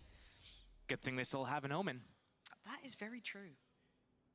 Taka smoked back up in about 5 seconds now, probably. But yeah, the early man advantage here, that's wondrous for Heretics. I'll be happy with that. And Gentlemates now have their work cut out, no matter where they go. Up against the odds. Going for a walk middle. Bold at this point. Okay, smoke and try and lean on in, I guess. Boo. The only man really here. You can already see the early rotations. Heretics aren't a million miles away, but he was the only one really holding this down. So straight through mid. Mini Boo's going to be watching that. Okay. Yeah, the boy's quick, all right? Quick feet now. Oh, it gets denied, and now this is where it gets an issue. No plant to depend on. Man disadvantage. And the back line getting threatened too. This is keeping the attention drawn away from where they need it to be. They've already got themselves back on the site here, Heretics. They are letting no steps be taken away. Gentlemate's going to start struggling now. And Dizzy on the other side. Going to be picked up, and Heretics can just wait on this. Mini Boo, they're all there. Yeah, no real threat, it felt like in the end. Handled that very well. I mean, once Boo got that 2-tap, or sorry, it was Benji, that 2-tap just opening, sorry, it was Boo. The 2-tap opening at the start of the round, it's just like, what do you do? Your entire game plan is ruined. Like, you have to pivot from there. Okay, we're getting spotted at lower A. Okay, let's smoke mid and go back through mid. I don't even know how Wingman got denied on that plant. Yeah, I'm not sure either, because it wasn't from the back, so God only knows. But seeing the Outlaw come out, Sheriff's Ghost, bits and bobs, but it's re-ends with the rifle. On the other side, Frenzy for Kadabra. And I think just one Sheriff for Whalers. And, yeah, well, no, it was a Ghost in the end. Oh, dear. Woot, looking like he wants to have some fun. Don't often get to see him now into his duelist roles. It's just an unfun round for Gentlemates, really. No problems posed for the opposition. Very curious opening from Gentlemates. They used 2 smokes, one towards B, one towards pipes, trying to sneak and take control over both zones, trying to deny that info from Team Heretics, but they don't care. They get a kill on both sides. One through the pipe smoke and one around that B main smoke. Rian's just starting to feel the pressure coming in. So as to start, that's nice. We'll force him forward. Yeah, it's lovely. You got information on information. There's just no potential here for Gentlemates, even in a round like this. No, they weren't, you know, obviously expected to do too much, but they're just getting no play at all. Kadabra, oh man, they've got knives out. They've got knives out. Like, okay, I need to see it in this buy round here. So one of the things that we need to see from Gentlemates is why are they using that double controller? And they need to use it to put the pressure on Team Heretics, specifically around how that Killjoy is going to be setting up. So Benji, if he wants to put his turret at middle, Alarm Bot to control all those flanks, those opportunities to do fakes, then you need to put that pressure on him early. Omen has the potential to go on top of the 2, break that turret down. We need to see more of that middle pressure, and I think we're about to see it here. I want to see how this looks for them.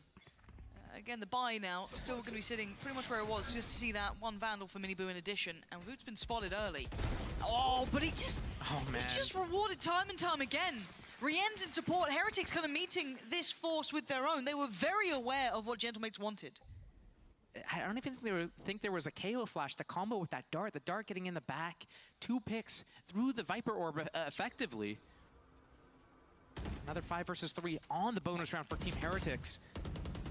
And the bodies are in the right place. They've got a lot of faith in Boo. Well, you know, he can hold down B pretty comfortably. There's a bit of a chance. Light shields. The light shields, you're right. So susceptible to the Outlaw.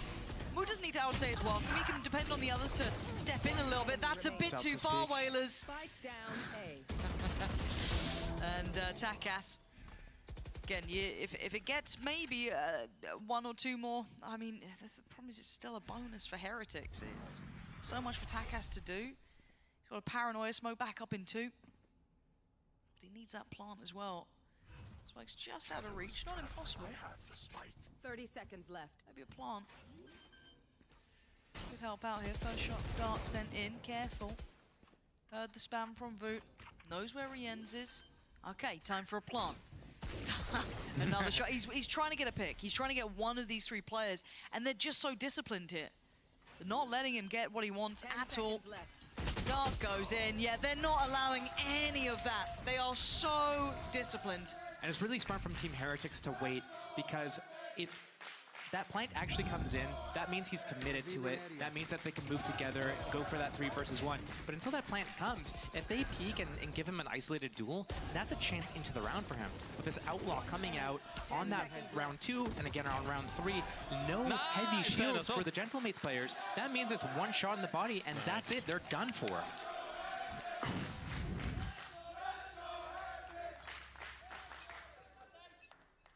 And the Outlaw still remains. And it might be even more beneficial here as well. Look at it. Dizzy not going to be effective just around the corner. So many potential victims. He's just farming them. He wants more. He's probably going to get more. It's Woot, remember. But it's Woot. He'll probably land it.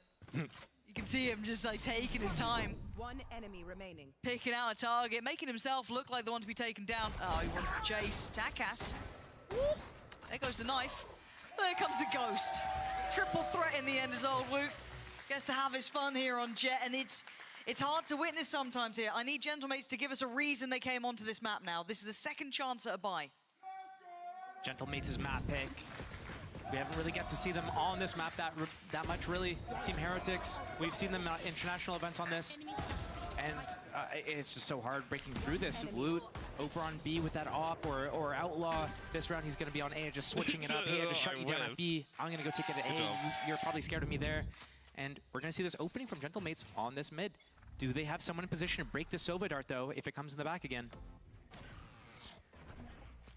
Mid walk. Benji up towards Kitchen. He's gonna be the one holding back potentially 2, 3 players. This is a lot on his plate here, but he's ahead of Dizzy finally got him, but Miniboo is there to trade out. Armbot in. Miniboo gonna back away. They've got kind of a step towards middle here. This is a good start to an extent for Gentlemates. Team Heretics has given up B. They're trying to lock down that middle and A. Gentlemates still could pivot either side. They have a minute left. But Miniboo. Cadaver just seemed completely unaware of the possibility of that. No one checking through the window for it. A little bit out of sorts here as Whalers. What are you meant to do? Ah, Barrel's been spotted. Boo knows it. Boo's seen him. Oh, not pretty, but the second time of asking, yeah. And it feels like it's falling apart here. Where's Gentlemates' end goal? Yeah, you've got tube control. Sadly, you can't plant there. 30 seconds. Gotta see him do something with this. And we know that Heretics have the discipline to sit deep now. They're not gonna allow anything to happen. They've got this op line still. There's nothing that can get past it, really. And here it comes. They're gonna have to plant top sight on that bridge. Oh, the fear of God put in him there. Bayaz, last time of it. He is going to get the plant in. Oh, then completely just torn asunder. Yeah, that one's not it. Heretics, 3 standing. Beautifully done by them. I mean, I've got to say, it's a pleasure to watch them play here, but I want to see Gentlemates prove why they've picked Icebox. You know, you don't walk into this and go, well, let's hope for the best. You know, I've got to see something. I feel like their sequencing's a little bit off, and they're hanging around in areas that they should just get out of once they have the initial control. So that being, they're putting all this pressure on mid early. They put 5 players there, they break the turret, they go for their opening kill, but then they're just hanging around there. And what does Team Heretics do really well? They regroup into the middle, they re-clear the map, and then they kind of like understand what they need to hold and what they are comfortable giving up. And Gentlemates, they just need to be able to get in and out more effectively. Maybe start somewhere else, then come to middle, or let one person just walk around middle while there's pressure helping someone else. Woot has been so just aggressive on these guys. Interesting though, getting hit by the knife, potentially, I'm wondering on purpose, because that operator has been dropped out to Miniboo, so a little bit of a switch up on this. Love that little bit of a diversion almost. And what does Gentlemates do? Well, right back to middle. They love a bit of it. Benji getting very curious now. 1-for-1 trade out, floodgates open, but I don't think they know about the 2-man play holding towards B long this time. Maybe they expect 1, but 2, that's weird. KO, ultimate as well. How do they hold this? Really unorthodox positioning. They have to thrash through and just stabilize somehow. Uh-oh. Uh-oh. Boo. It gets to live through it, just. But actually, they've got a bit of time now. This isn't bad for Gentlemates. And Woot's been caught on the back lines. This is good. Now, the last 2 players were the ones we were talking about earlier towards long that were a little bit hard to pin down, probably not as expected. Great damage again. Chipping away, they know where Boo is. Miniboo finally shows his hand. That's the operator. This could be the first hit for Gentlemates. Takas just stepping back in. This is very nice, Boo. Gonna give it up, yeah, done for. Oopsie. I mean, first time we've seen that mid-pressure really work then. The whole game plan behind what Gentlemates is doing is they realize that every team in the world knows how to defend A against A hits from the front, B against B hits from the front, and all the retakes are the same thing. Oh, the spike's planted at B? Okay, you're gonna be back yellow, you're gonna be at the lane, I'm gonna do this set molly, this set flash. Nice! But what happens when there's 5 players from Gentlemates that's in mid, they're up tube, they're using that window, they're on the tube, under it, everywhere. It makes it very uncomfortable for Team Heretics because they're not used to teams being in those positions. Yeah, a little bizarre, a little weird, a little wonderful, but there's TP. Just feigning it, drawing them away, trying to set them up, but Woot, oh god. First death in the last round here, he was flawless prior to that. What is this fake going through? Didn't even break this alarm bot yet. But maybe that's good? Bayaz is able to cross yellow? Maybe? I'm not quite sure yet. I need to see the outcome to see if it's beneficial, but... Knife in 10. They've got so many ults as well, yeah. That lockdown's going to be used in the post for sure. He just needs to time it before Miniboo gets his ultimate off. You can see they're very aware of middle still. You just saw the Aldro invested towards tube. Cadaver going to break the alarm bot. They already have that player towards yellow. Not going to get really much reward from it now, but they at least have the sight, right? This is good. Okay, that's a little bit far. Careful. Okay, it's worked. Takas backing himself in the fight, takes out Rienz. Trade is there, though, so Bears has fallen. Gonna have kind of ults just about everywhere. They've just run about everything they had into this. Not a lot of cover with this Viper ulti. Random spams could just disrupt this entirely. And the lockdown's faded, so Natank gonna be pressured soon, he knows it. You can see the rest of Heretics getting closer through middle. The tank flashes there, didn't quite get him, but it's fine. Miniboo does anyway. Woot then clears the next, and that's the pit now dropping. Say hello, Peekaboo, and now it's all on Whalers. A tough situation, a 1v4. And the retakes, how do they always look this clean, this concise? A valiant attempt, but not enough. Fuse coming in. That's gonna get the job done. Heretics still holding on here at a very clean scoreline. I love what Team Heretics did there to get into that Viper's pit. They're in the positions. They say, oh, you guys ready? Ready. KO Molly comes. It forces the player forward. Flash comes in. It doesn't affect them, but still, KO comes in from the front. Everyone's distracted. Now everyone else comes in. Wu comes in from one side. Boo comes in from another side. It's just everyone's converging, and they get the kills on everyone that's in there. First it's Natank, then it's Kadavra. The ulti goes down. It's very well done. Can't say it enough when you watch them on these retakes. It's part of their strengths. So he said very early about this team, it seemed to look good for them, but Gentlemates, gonna have to keep going now. Has to really pick up the pace here a bit for themselves. Takas. Can't be walking in like that. We're more than happy. And they've been putting so much, I guess, faith, be it on Boo, potentially on towards B when he was starting out. Now the adjustment towards Benji. They brought Boo over towards that A side, but a 4-1 split here. Once again, Gentlemates eyeing up middle, but this buy is going to be lacking some of that firepower that they had last time. I think they're running out of ideas right now, and they're trying to just do anything and just hope something works. They've got that Viper lurked all the way up B lane. They know that it's going to be just Benji here defending against this. All they need is this one kill. Alarm bot is still there for now, but I think Kadavra's getting a bit closer. Okay, yeah, he's got to get away from the site. There's no safe angles anymore. Plays for the retake instead. He's got the lockdown too. And Miniboo just got Whalers. I don't know how that happened. And the tank, lovely, good positioning. He'll take that. Little upgrade too. That's big. And Bayaz waiting for Boo. That should... What? Bayaz, a mini-map moment maybe. Not too sure. But eyes off the prize is a problem. The tank, Bayaz and Kadavra got to hold this one on, and it's going to be the tank desperately trying to. Miniboo down on the knees, and the tank still going. Still doing the best he can. Next in line, Bayaz, beautiful, Gentlemates. Finally showing a bit of life here in these post plants. Keeping Heretics away from what they wanted, and that's perfect. That's what the doctor ordered too now for them. Maybe a chance to get back in here. And both of those rounds for Gentlemates has been won through just basically overloading middle, planting for middle, and just using all these different angles. Team Heretics not used to clearing out so many different positions, and they're getting split up. Normally, they're really good at their retakes because they get to stick together, but now they're being forced apart. So it's changing their setup. Right now, we get to see, we got the mollies from the Killjoy setup towards A right now, and we're gonna see a little bit of mid-contest from Team Heretics. They know that they can't let Gentlemates have this for free again. Should know. The timing's like on this. We've got a mid-walk coming out from Heretics. First time we've really seen them going for a bit of a full adjustment. The widest swing in the world. Benji just kept on running. Kadavra tried to take the fight, but that's going to be spotting two players. But can they then bounce in towards this? 4 hit on the knife. This is going to be tricky now to find comfort trying to make it through towards this. And above the wall, Rien spots Takas. Dizzy dealt with in a step forward. The trade's there. Heretics still hold on to the line as the spike gets dropped just ahead of that wall. Whalers and Bayaz, no easy steps in now. 3 seconds on the knife. Flash. They've got the spike at least. But they don't have safety behind them. Who's on the way? Yeah. Just tuck into this a bit of a deeper angle. Make the map feel half its size. Yeah, he now knows it. Boo can call that forward.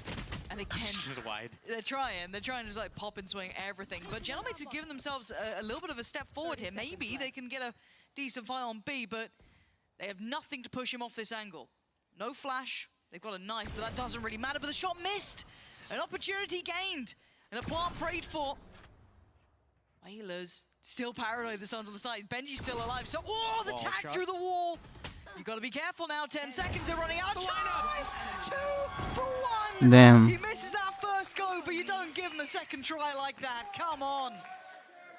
Oh, he's missed being on the duelist clearly. He looks good with it. It's like, yeah, I missed those first 2 shots on purpose because I wanted that lineup one. I knew that was coming. Oh, dear. So wide from Benji. And a good adjustment from Team Heretics as well, realizing that the only rounds that were won by Gentlemates was through middle. And what does Heretics do? Okay, let's go take middle again. We won the fight when we went head-on against this, when we did the 2 walk down, when we did it together. One of the first rounds was with the Sova Dart in the backlines as well, scanning them. They were able to pick up a kill through the orb, another kill down the tube. And Gentlemates needs to figure out another way. They are trying to kind of just throw anything at the wall, whatever sticks they're going to work with, and the only thing that's worked with them for them was the 5 middle stuff, but they can't just rely on that every single round. They need to have something else as well, but every time they try something else, they lose, and they're losing confidence as a result of it. So they're like, oh, it's not working. Okay, we have to do something else. But maybe they don't even have to change things up too drastically. Maybe they're overcooking something that where, you know, it's not that bad. Yeah, maybe. I think the confidence thing is going to be a problem though, because you've come back into Icebox, maybe hoping to, you know, get your hopes back up. Okay, we've got some new plans. You know, we've worked after that Liquid loss, and then you're seeing 2 rounds again, and you start thinking, oh god, are we back in that same situation? You're already seeing Wu having a good series. You're starting to see it all get a bit worrying, and well, you said it doesn't have to just be this middle piece, but they really like it. Really like it. It's forcing Team Heretics up. Oh, but a fake. I kind of like the idea, but they better clear this diligently. Dizzy. Ooh, I was wondering if we stuck around for maybe a second longer. Oh, okay, Riens, that's a little much. Praying that no one was going to fill that space, but they certainly were. So that's the first pick. So kind of, you know, feigning that mid-pressure again, falling back, and then kind of leaning into a more, I guess, typical approach, punishing them for wanting to take back that space elsewhere. Attackers has definitely heard those steps. Team Heretics, they don't care about B right now. They just know, hey, we're going to lock down A, we're going to lock down mid. We're going to deal with this lurk. Will he clear this, though? Benji. Oh, my God. Awareness. Oh, my God. 4 versus 4. Yeah, right back all even. And with that little bit of a mid-presence, yeah, you can preemptively note it. Boo, already expecting this B approach. Picking out where that plant's going to be. Ooh, nice timing on that knife. Going to keep him at least from being able to spam out the traditional plant spot, but they just keep forcing towards CT. They're running straight towards the Danger Man himself. It's Woot, who couldn't land the knife that time. So now down to a 2v2. The odds still in play this time here. Who's still prowling around. He could average trying to navigate his own way. Time starting to tick though. Oh, and Boo's found Kadavra. Now an tank left in the 1v2. How's he meant to get around it? You can't. Heretics. Yeah, it's a little up, you know, up in the air at times. A little bit weird and wonderful from Gentlemates, but they seem so equipped to deal with it. Team Heretics, they're just showcasing exactly why they are one of the top dogs, or if not the top dog in the region. Yeah. And it's because not only are they good when they're able to set the pace and the tone of the game, but they also are so good at adjusting and coming back when they're down a man, when, you know, the chips are stacked against them, when they're pushed to those limits and they're put in these uncomfortable positions. They're able to just come through. Benji, re-aggressing down tube, equalizing, catching that lurker. It does, you know, kind of bring in the question then of why Gentlemates brought us here. You know, you got to hope they were working on something more than just that mid-pressure. I mean, they probably go into practice games, they do this, and other teams aren't Team Heretics. It works against them, and they're like, oh, okay, cool, problem solved, we just do this. But now they just think like, well, it worked against all these other teams, what do we do now? I do think you're right. There is something to be said that the op as well. The map just, it feels so inaccessible. Yep. You know what I mean? No matter where they go, Heretics are very, very well prepared to make it a horrific uphill slog. And look at Woot's line. Very deep. Okay, flashed off the angle. but the confidence is there. He's going for the repeat. Of course he is. He's not really been missing much. And the swings and roundabouts here starting to come into effect. We saw kind of all the attention drawn maybe off the back of the knife, connecting early over towards B. But the man still waiting.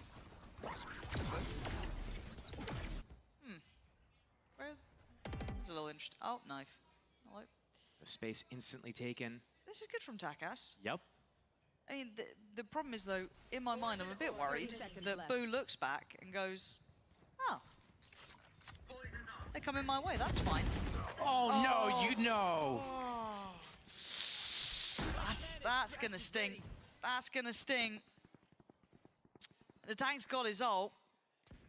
That's about the only benefit I can see to this. How do they disrupt that back line? Bayaz, good positioning. Punishing Benji fishy. First tap on the spike. No go just yet. There it is. Oh, good pick from Kadavra, but Woot's ahead of this is over towards yellow. So the ult's going to be invested. I thought that was going to follow up. It doesn't. Punish. Now there's a bit of a hope to this one. Boo. Oh, my God. Boo. Bayaz. I dance call it. Oh, Imagine. My God, my heart was sinking. But Gentlemates have got themselves a third. It wasn't the prettiest way to get there, but, you know, sometimes rounds around. You'll take them when you get them when you're in this point. And they've been throwing some very unorthodox looks in here. Again, the back and forth, trying to find maybe a favorable site approach, and they finally got it, but didn't feel good. Early in the game, Gentlemates did a play where they used the KO ulti as part of a fake on B, so they could sneak the spike on A. I think right now they're just realizing they just have to all-in commit behind this and go for something together. Maybe have one player kind of work that flank, but already Team Heretics closing the gap. They have all of the space at B, and they're going to keep Gentlemates contained in here. Rians has Hunter's Fury as well. It's like, how far do they go? That's the question. As far as they can. Okay, Gentlemates were waiting for it. Maybe a little aware, maybe reading into it a touch more. And a 5v3, huge advantage. Patience paying off this time. I feel like we saw a very similar situation last game. Revealing area. But the score ended up being an 8-4 half in favor of Team Heretics. Gentlemates trying to make a repeat. Maybe noting Kadavra here could be pretty indicative of it being that B finish. So then you look at Benji, you look at Miniboo who's on the way. Still, that Hunter's Fury is ready and lined up. This is going to be tough. It has to be on Riens to do a lot of damage. Benji about to soak some of that, but actually it's going to be Riens taking down Bayaz. Now Benji gets to step a little closer. Whoa, big shot from the tank then. Plant back on board, Takas slipping the net. And Riens now needs to go huge. A 1v pretty much 5 at this point. And the slow creeping death on the way. Bayaz going back down. Riens thinks about Kadabra. Oh my God. Oh my God. 25 HP, surely not. 23 bullets, 3 to find. They're just about everywhere. And he makes a go of it, but Natang doing very well. Gets Gentlemates 4. It's a small amount to play with, but it could open up a chance if they get pistol, if they, you know, convoke burners, and everything needs to go right for them, to say the least. There's a lot that needs to go right. I think Gentlemates probably had a semi-decent game plan. Team Heretics won a couple of rounds when they went head-on with them at middle, and that kind of disrupted the whole overflow and confidence levels of Gentlemates. But I wonder if Gentlemates here is able to do the same pressure that we saw them trying to get a feel of towards the end of their Sunset defense half, where they're able to get in their faces a little bit, maybe do some timing pushes, or even just in general, using that moment to sneak up into areas and really disrupt that, I guess, Team Heretics' game plan. And to be fair, yeah, I think you're right. Takas was doing a little bit of that, wasn't he, even on the first half. So I want to see if maybe that could happen here, but it's already having a little look, and this guy, he just exudes confidence the way he plays this game. No fear. He's basically got the entirety of Gentlemates wanting to deal with him. There's 5 players looking at him here, 2 walking towards, you know, the bottom end of Tube. Dizzy does get him. They might go on this one. Yeah, Bayaz got him dead. Okay, Woot down. Raid boss removed. The rest of them are still a little bit of a problem as well. They have an Omen Smoke. They can one-way the top of this lane box. They have Paranoia, Knife, double KO flashes, and a Molly. Wingman to defuse all at the same time. Whole lot of kit. It's winnable, doable for Gentlemates. Extremely winnable. This is what they needed. Flash was very deep though, but Cadaver's still going to find his man. Benji goes down. Mini Boo on the response. I'm just waiting until the very end of this because Boo is still alive. And that angle, not going to be enough for a Gentlemates. 4 standing, pistol claimed. Maybe there's life here. Maybe there's still a chance. That is a very good start to this half if they want to equalize. And they could get a runoff right now. They could take it all the way to 8 rounds. Team Heretics basically started with a 5-round lead in that first half off of a very similar start. One pistol, converted round 2 anti-eco, converted the bonus, and then they were able to fly all the way to 5-0 lead. Gentlemates kind of repeats that. Hey. Inverses it. Anyone's game here. Seeing 2 marshals, sheriff. Tag and bag. It's like the Wild West out here. Bulldogs, Guardians on the other side, a very invested Gentlemates. So this could be some pretty hefty losses if they do go down. So you want to see them keep 5 up. First tag. That's the scary factor because you still have those sheriffs then to come into that next layup. It doesn't take much to do the damage needed. 2 of them together. Oh, is that another tag? It is. Oh god. Wooch found Bayaz. And it was the tank who took the early damage. So they know they've got at least 1 more wounded. To what extent, maybe not sure, but still, 24 HP. At least this deep space towards B confirms the info towards A. But still, Team Heretics looking very scary with these weapons. It makes you feel a little unnerved. You've already lost 1 and the tank's sitting lower. They're going to scale left side maze. This orb's going to land on the rafters. Allow them to scale in. Takas. Feast or famine, it feels like. Whalers, good for it. This is dangerous, though. Takas needs to relent. And you got to see caution being shown a little bit from the tank here. You don't want to see him falling down. Takas is good for it, though. Takes out Boo. Oh, Mini Boo. Didn't get the shot he wanted there. Cadaver on the back lines. And play on site itself. Man in. Cadaver closing the net now. Heretics. Site feeling pretty small here, gonna spot Rienz. Doesn't actually get what he wanted. Oh dear, that's a little bit messy, but it's fine. Gentlemates, player by player. Tagged up, yes, but alive nonetheless. They keep 3 standing. Diffuse comes in. A little bit of threat to it, but it's navigated. It damaged the shields of the last 3 players as well. This next round coming up is gonna be a really, I guess, pivotal moment here because Gentlemates, they have to repurchase at least shields, at least their abilities, and they have to decide what are they going to do with Bayaz and Cadaver. Are they going to invest in weapons here, rifles, or are they just going to keep something like Ghost, Sheriffs, stuff like that? Because Team Heretics, if they're able to win off of the back of Gentlemates doing a full investment, they could just run away and close out this game. Big swing round. Yeah. Looking at the repurchase, let's see what they kind of bring in. We've got some more Guardians coming out, but I'm seeing rifles too. Got that Vandal to attack us, but Phantom in the hands of Bayaz. Full purchase, of course, for Heretics. Guardians at least. Save a few $100. Yeah. This is the first big challenge. This is where you can feel if you really got a game on your hands here. 4-man stack as well. Down to 70 for Woot. Oh my gosh, this is pretty bold. The tank, you are feeling brave. Just go out, mosh in hand. And Takas couldn't get away in time. Bayaz, it's labored, but it's worked. Woot's fallen and messy scenes here. And the bonus could work wonders for them. Got Heretics down to 3 very early on. Whalers getting down that tube. Whoa. Has his utility up this line. Okay, busts up the turret, gets out with his life. He's doubling down. I think he just wants to listen for the rotations, but he's got his setup to deal with basically everything, except for that mid to A split. Doesn't matter. Team Heretics, they just want to end it at B. With that knife confirming no one's there, they've got a pretty good idea now. So you can see them already slowly starting to move over. Those Molly positions are very odd and awkward. Team Heretics, Boo, so low if he runs into it by accident. Learned from first half, he died to a Viper Molly. Yeah. It's Alarm Bot on the flank. It's actually pretty important to keep that in play.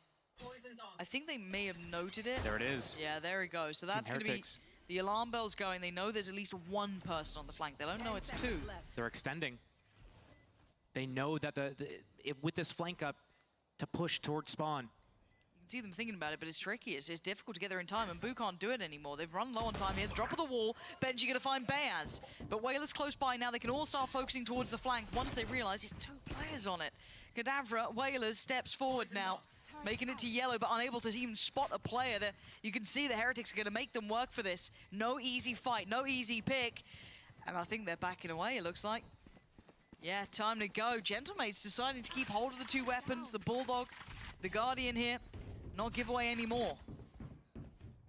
Only Beaz doesn't really have the economy to do a full purchase, so he's going to get probably Whalers' Bulldog here.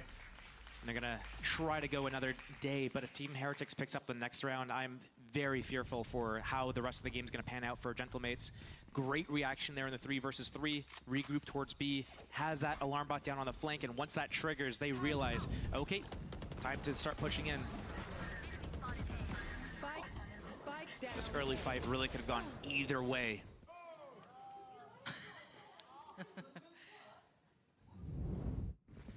No big ults hitting yet either. We got one off for Beaz. Actually could be pretty imperative, but on the other side, Boo 2 away from his. We do have the TP for Takas, but when did we do the timing? Oh, a little bit of chip. Whoa, big bit of damage. That was lovely. Unconfirmed. Woot down to 20 this round, was down to 70 at the beginning of last round. Yeah, struggling to get off the starting blocks here in at least a safe way. A double lurk out, and Benji, bottom of tube, starting to creep up. He's gonna have to deal with this turret though. We've got something in mind for it, but yeah, could have a spotted the flash. So well done, Beaz, you absolute beauty. Lovely flash in there. That's put now Heretics down to just 3. But off the back of where maybe Benji's gone to, they fancy trying to pivot. No. That's when your heart sinks, doesn't it? Keeps it safe though. Benji spotted. Okay. Snaps to Whalers. And there could be a plant hit. I mean, Rians, this is tough. Because you've already got to say, the tank did well to find that first one, kept it safe, but you don't want to die for free. You don't want to go down on your own. And Rian's clearing 30 seconds deep left. here. No one spotted. He knows that the tank was around, but it's fine. He's going to get this planted. Should be able to get away if he fancies. Timing not right on that. Timing not right at all, Rienz. Trying to get a little technical with it, but now it's on Benji. This is brutal. Paranoia's gone in. They could close that gap, but they don't actually get there in time. So, what? They seem so lost. They seem so lost. Wingman's on it. Does he know about it though? Wingman's on it. Wingman's off it now. And now he's got a 1v1 and he's buying time. This man just never seems to feel pressure. Always so ice cold with it, Benji. And toying with him, playing with the tank. And now he's got to try and close the gap. The defuse was in there though. So close. Oof. Nice try from Benji. But Gentlemates, when it matters, get it done. That was expensive. A round's a round. They should be happy with that. 9-7. Oh, this flash though. This is the adaptation that they needed to do on Sunset as well. And we saw them pull it out off the Cypher camera. They got the Paranoia. They swing it to B main, get the double entry, 5 versus 3, play that out. This is the type of situation that they need to put themselves in more often to really take the fight to Team Heretics and say, hey, we're not going to let you just walk into the site, waltz around, and do whatever you want. And now we're going to see those ults starting to hit for Gentlemates. A real chance to springboard into this game. Takas. That's tough. Yeah. I mean, he's done some damage again. Doesn't get to start around, not taken down to like 20 HP, but it is 5 men standing for Heretics, so not the start you were after for Gentlemates. They do still have the ult with the tank, still have Beaz with his too. Regrouping towards middle, it looks like, for them. Benji on guard duty. Had a chance to 1v3 last round, well, he's got 4 targets this time. How much? Ooh, that's at least 2 players. Minimum 2 noted. Probably a lot more. Plants there. No resistance felt on the A side, so they know that it's all coming through here. There's the ult from Beaz. And Heretics holding the site itself. They want to challenge, and well, they've lost the first. Lovely work from Bayaz. But wait, beautiful. Rians has to use his Hunter's Fury because Killjoy, Benji, he's across the map. He is so far away. Oh, this is now a race. A matter of getting back there in time now. They have no idea how far they are. They're going to cause them to scatter, to run, to get away from this. He just has to buy the time here. Do they even consider it? Do they think about it? It looks like Bayaz might be Shocks for a and second. mollies. Any more time here, he's got to speed up. The timing's cost him it. Cadaver went and dealt with Rians. Wait, the and now time. Benji has to try and get in here. Can he deny this? Can he? Oh, Wait. it takes him off. Time! No! Oh, so damn close. This is the game we wanted. 9-8, Gentlemates firing up. This is maybe why Icebox came out. This is what they've been up to. Holy fuck, Keeping man. Heretics on their toes. Haven't seen Heretics pressured like this in some time. Especially not by a team like Gentlemates. You wouldn't have expected it. Maybe Giant X, you gave him a little bit of something, oh, you know, the honeymoon period, whatever.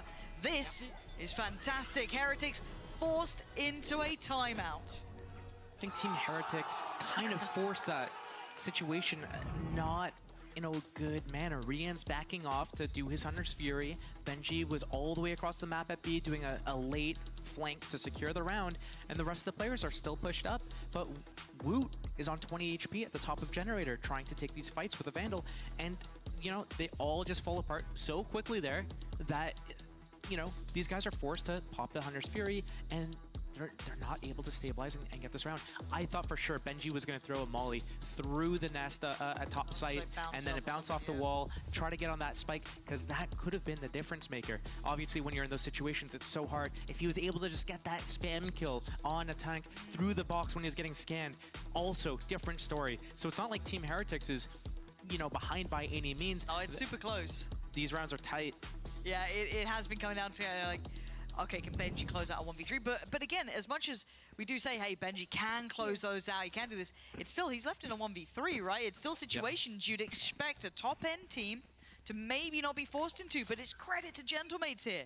Starting to really put on a bit of a clinic this time, but can they keep it up? We talk about teams that have, you know, real capability, top-end teams, you talk about depth, their ability to adjust, take timeouts, bring out new looks. Get a little bit of a tester, a little taster of that here. The economy suffering, however, for Heretics. So you've got Sheriffs, bit of a broken buy, still certainly serviceable. And Nabskir really deep on that. Two big openings. Oh dear. They can filter that rifle back through. Covered weapon, The Viper's TP. Pit. Didn't commit to it. Okay, Plant's going to be coming down. And you're right, the Viper's Pit there, the lockdown. Lots to use. It looks like Heretics kind of leading into maybe not a set piece as such, but, you know, a really well-crafted idea. Seemed to have a full approach in mind for how they want to break in towards that A site.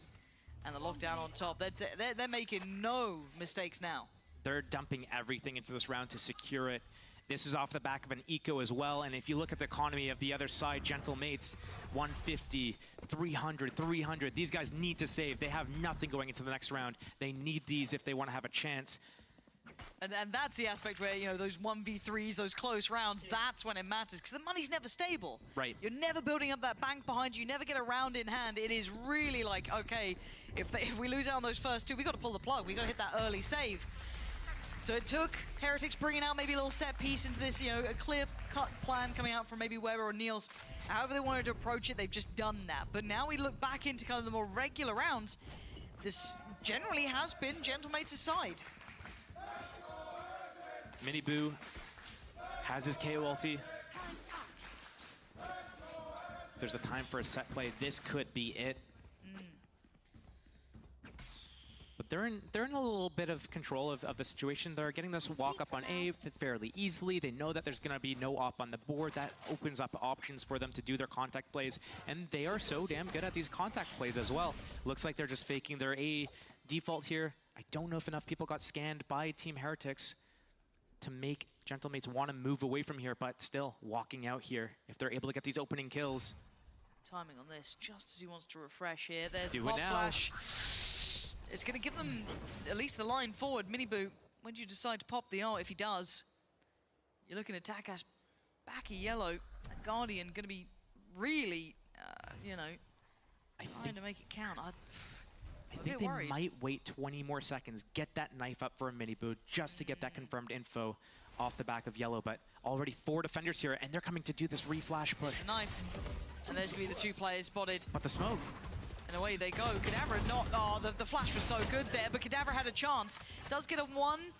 Wu goes down, but now the site looking more and more vulnerable. But keep your eyes on the spike. It's still not really left spawn here. The owl drone being brought in. Do they continue along this? Do they carry on towards B? No, they're not. They look where the spike's heading. Okay, a little bit of a second guessing here. There is still the tank left over on the A site. Recalling my bot. Maybe a bit of a double fake almost. A little pause here, but they don't have much time to pause, so they kind of have to play this one out a little bit dry to an extent. There's the step and the wall goes up. Whalers is spotted. Bayaz is there. This should be enough now for the tank to rotate. 10 seconds. The flash from Bayaz again. Hey, has been absolutely on it. Now there's the problem of the spike and Gentlemates. Working the time, working the players, punishing Heretics. That was a must-round win for Gentlemates, and they were probably just so nervous after their flash peak didn't work. They mistimed it ever so slightly. I think it was off by maybe a couple seconds. What happened was they still had their Omen one-way smoke up, so when these flashes came in, when the KO flash came in, all of the attackers, Team Heretics, were protected. They didn't see that flash come in. They were protected, and then that smoke dropped, and they were able to win out those duels.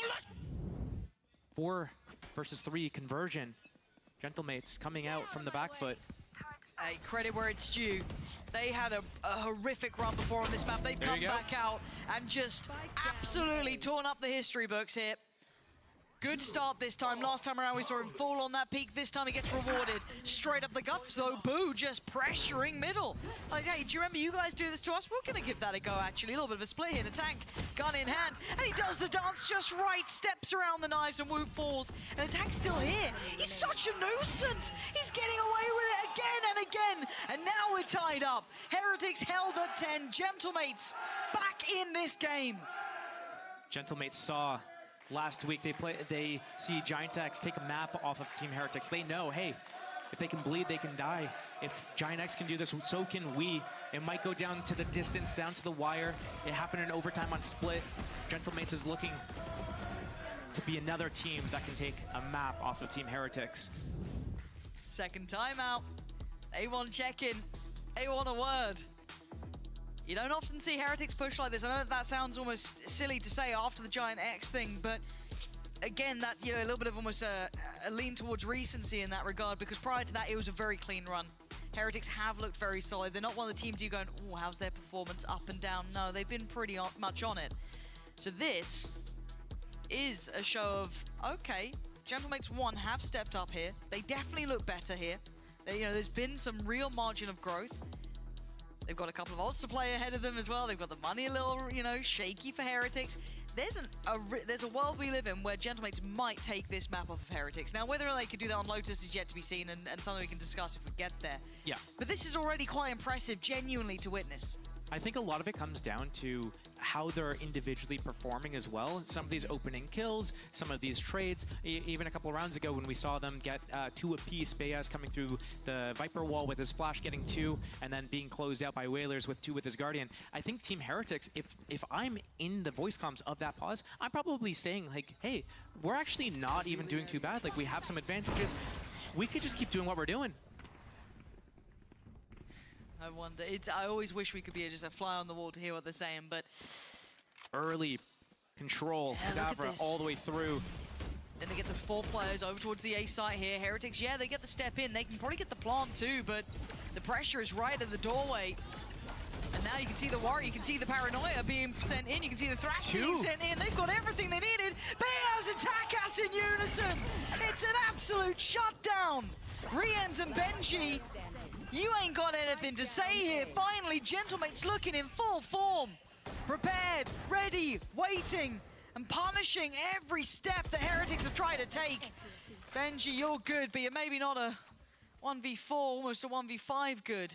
17 HP. We ask a lot of him. We're asking an ace here. I've seen a 1v3 ace clutch today. 30 seconds remaining, 17 HP. Left. Thrash recovered. I got the spike. And 11 rounds for Gentlemates. I want to get a replay of that Thrash as well because did he get both of them up towards Nest? it got both of them in Nest, and I think it came from heaven and did a hop from the rafters up into Nest right God, here. EBS. Just a nice strafe jump onto heaven, got both of them, and just sprayed through the smoke. And it was all really off of that initial fight down middle through B. I mean, we're just seeing Cadaver literally solo run through B, meet up with his teammates down middle. Hey, B's clear, mid's clear, it's got to be A. They converge on A, they use that Thrash, and they clean up 11 rounds. So close to making it happen, but full buy coming out for Team Heretics. They might wait for this counter knife. They know every single round. Gentlemates, after a few seconds, they do a counter. There is no knife right now. It might be a flash peek instead. They're just waiting out that timing, trying to catch them at the interval. Flash, Flashes. there's a Dizzy. I mean, Woot's got to run. So does Boo. Boo's caught there. Oh my gosh, how did Boo live? So close to being punished. That was almost perfect. The reaction from Team Heretics is actually to go big, Benji up tube, but that's where the Sentinel setup is. Viper's Pit. Preemptive too. Lots of util in the way. That's so tough. Try and get in on. There's no turret blocking Benji though. You can see the eyes. Takas is still watching this. That deeper angle. Oh, and it's all about timing. Who gets the god timing on this one? That's pretty much it. And there's still the fight on the site. Bayaz even layering in on this. They want that 12. They see the turret now. They've got to know. They give the comp to Benji. Benji could walk up now. 30 seconds left. He doesn't hear anything though. Yeah, still not going on this. They're being held at 25 seconds. He's He's getting so letting them low. This is such a crazy stalemate. They've got to make a goal. There's 18 seconds, time to go. They've got to stick the landing, and Cadaver's still waiting, still mopping up. 2 big kills, a third to add to it. The body count just piling on. Sees Boo, but now 7, 6 times run too low. It's 12 for Gentlemates. Damn, what a fucking map, man. In front of us here. Keeping everything moving forward. Start 5-0. French side. Start 0 and 5. Still in play for them as well. They're getting everything they wanted. That fucking comeback. Gentlemates, you can see individually just swinging around with so much confidence, understanding that we have an actual chance to take this map, go to a third map. It's their life for playoffs. Team Heretics, they don't have that much pressure. It's just locking in the top 2. Can they do this? Do they want it badly enough? They have to show it. Ain't that just the question? How bad do you want it? You saw how close Gentlemates got to that start before. Almost catching 2. It was Boo trying to dart back, and I think Woot as well. Same, or a similar flash setup. Where's the Dizzy to follow? There it is. Last time around. Catches him. Yeah, screwed here potentially. Does get away with his life. Again, fine margins here. This time, they're going to go towards B, just break the utility, put a little bit of pressure, maybe use that drone and Hunter's Fury to sell it, but the re-hit towards A for Team Heretics. Trying to feign that there's a little bit more presence here. You're going to see the util being run through. Knife goes in, clears yellow, no one's there, so already response being made. Bayaz, he's out of there. Heretics trying to pull this fake in the very last couple of seconds, maybe keep a second body, a third man at ideal, but they're not falling for it. He's drawn out the lockdown, that's something. Do they consider Takas? Do they consider Natank? Because you better do, because they've just been lined up on a platter. This is perfection from Gentlemates. I don't think many of us saw this one coming, but now it's their chance to close out here. 5 of them standing. Rienz and Miniboo probably stunned at this, and I can't believe what we witnessed, but a marvelous performance from Gentlemates here, closing it down. 13-10. The underdog has had, well, I wouldn't say his day yet, but he certainly had his map here. Icebox is theirs, the method in the madness witnessed. And now the 3rd map on the horizon. Lotus, didn't expect to see it today, and we will be, so do not go anywhere.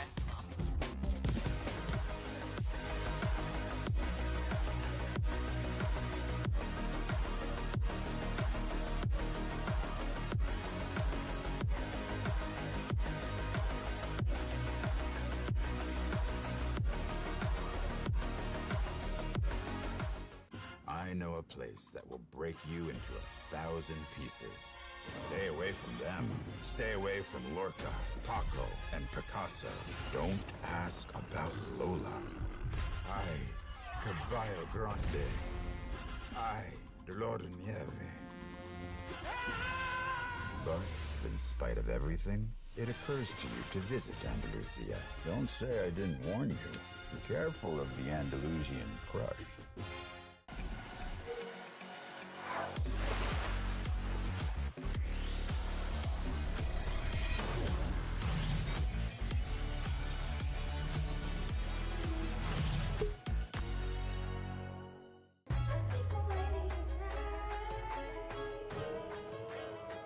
Hey guys, it's Jimmy Lin. In this series, I'm going to walk you through attack on Pearl. Watch out for the stairs, clear this angle. You're going to be able to fight this.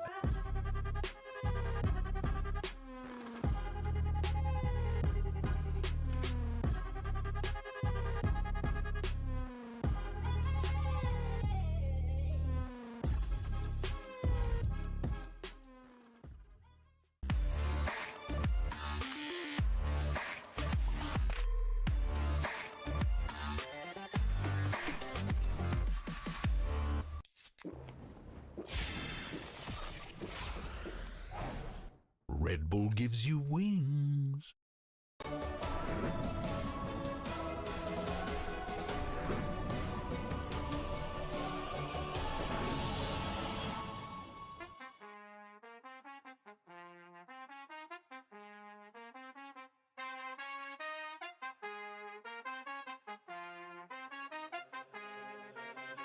That's just the way it goes. That's just the way it goes. That's just the way it goes. The way it goes. That's just the way it goes. That's just the way it goes. That's just the way it goes. The way it goes. That's just the ballin', spotting, ballin'.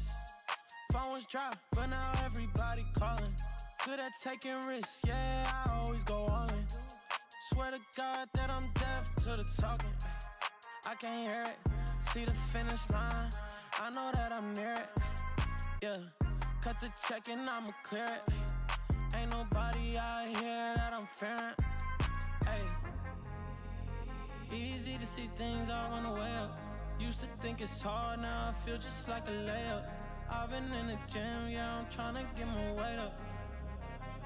That's just the way it goes. That's just the way it goes. That's just the way it goes. The way it goes. That's just the way it goes. That's just the way it goes. That's just the way it goes. The way it goes. That's just the way it goes. That's just the way it goes. That's just the way it goes. The way it goes. That's just the way it goes. That's just the way it goes. That's just the way it goes. The way it goes. That's just the. Hey, you ain't realist, like you got a few disguises. Walk in the room, I know I'ma be the flyest. She like me, yeah, it's hard for her to hide it. One-on-one, ain't nobody like this. Got this far by doing me, I'm everything I knew I'd be. I don't care what we used to be, no, yeah. They try get close to me, you can't get what you want from me. I got this vision you can't see, no. Easy to see things I wanna weigh up. Used to think it's hard, now I feel just like a layup. I've been in the gym, yeah, I'm tryna get my weight up. That's just the way it goes. That's just the way it goes. That's just the way it goes. The way it goes. That's just the way it goes. That's just the way it goes. That's just the way it goes. The way it goes. That's just the way it goes. That's just the way it goes. That's just the way it goes. The way it goes. That's just the way it goes. That's just the way it goes. That's just the way it goes. The way it goes. That's just the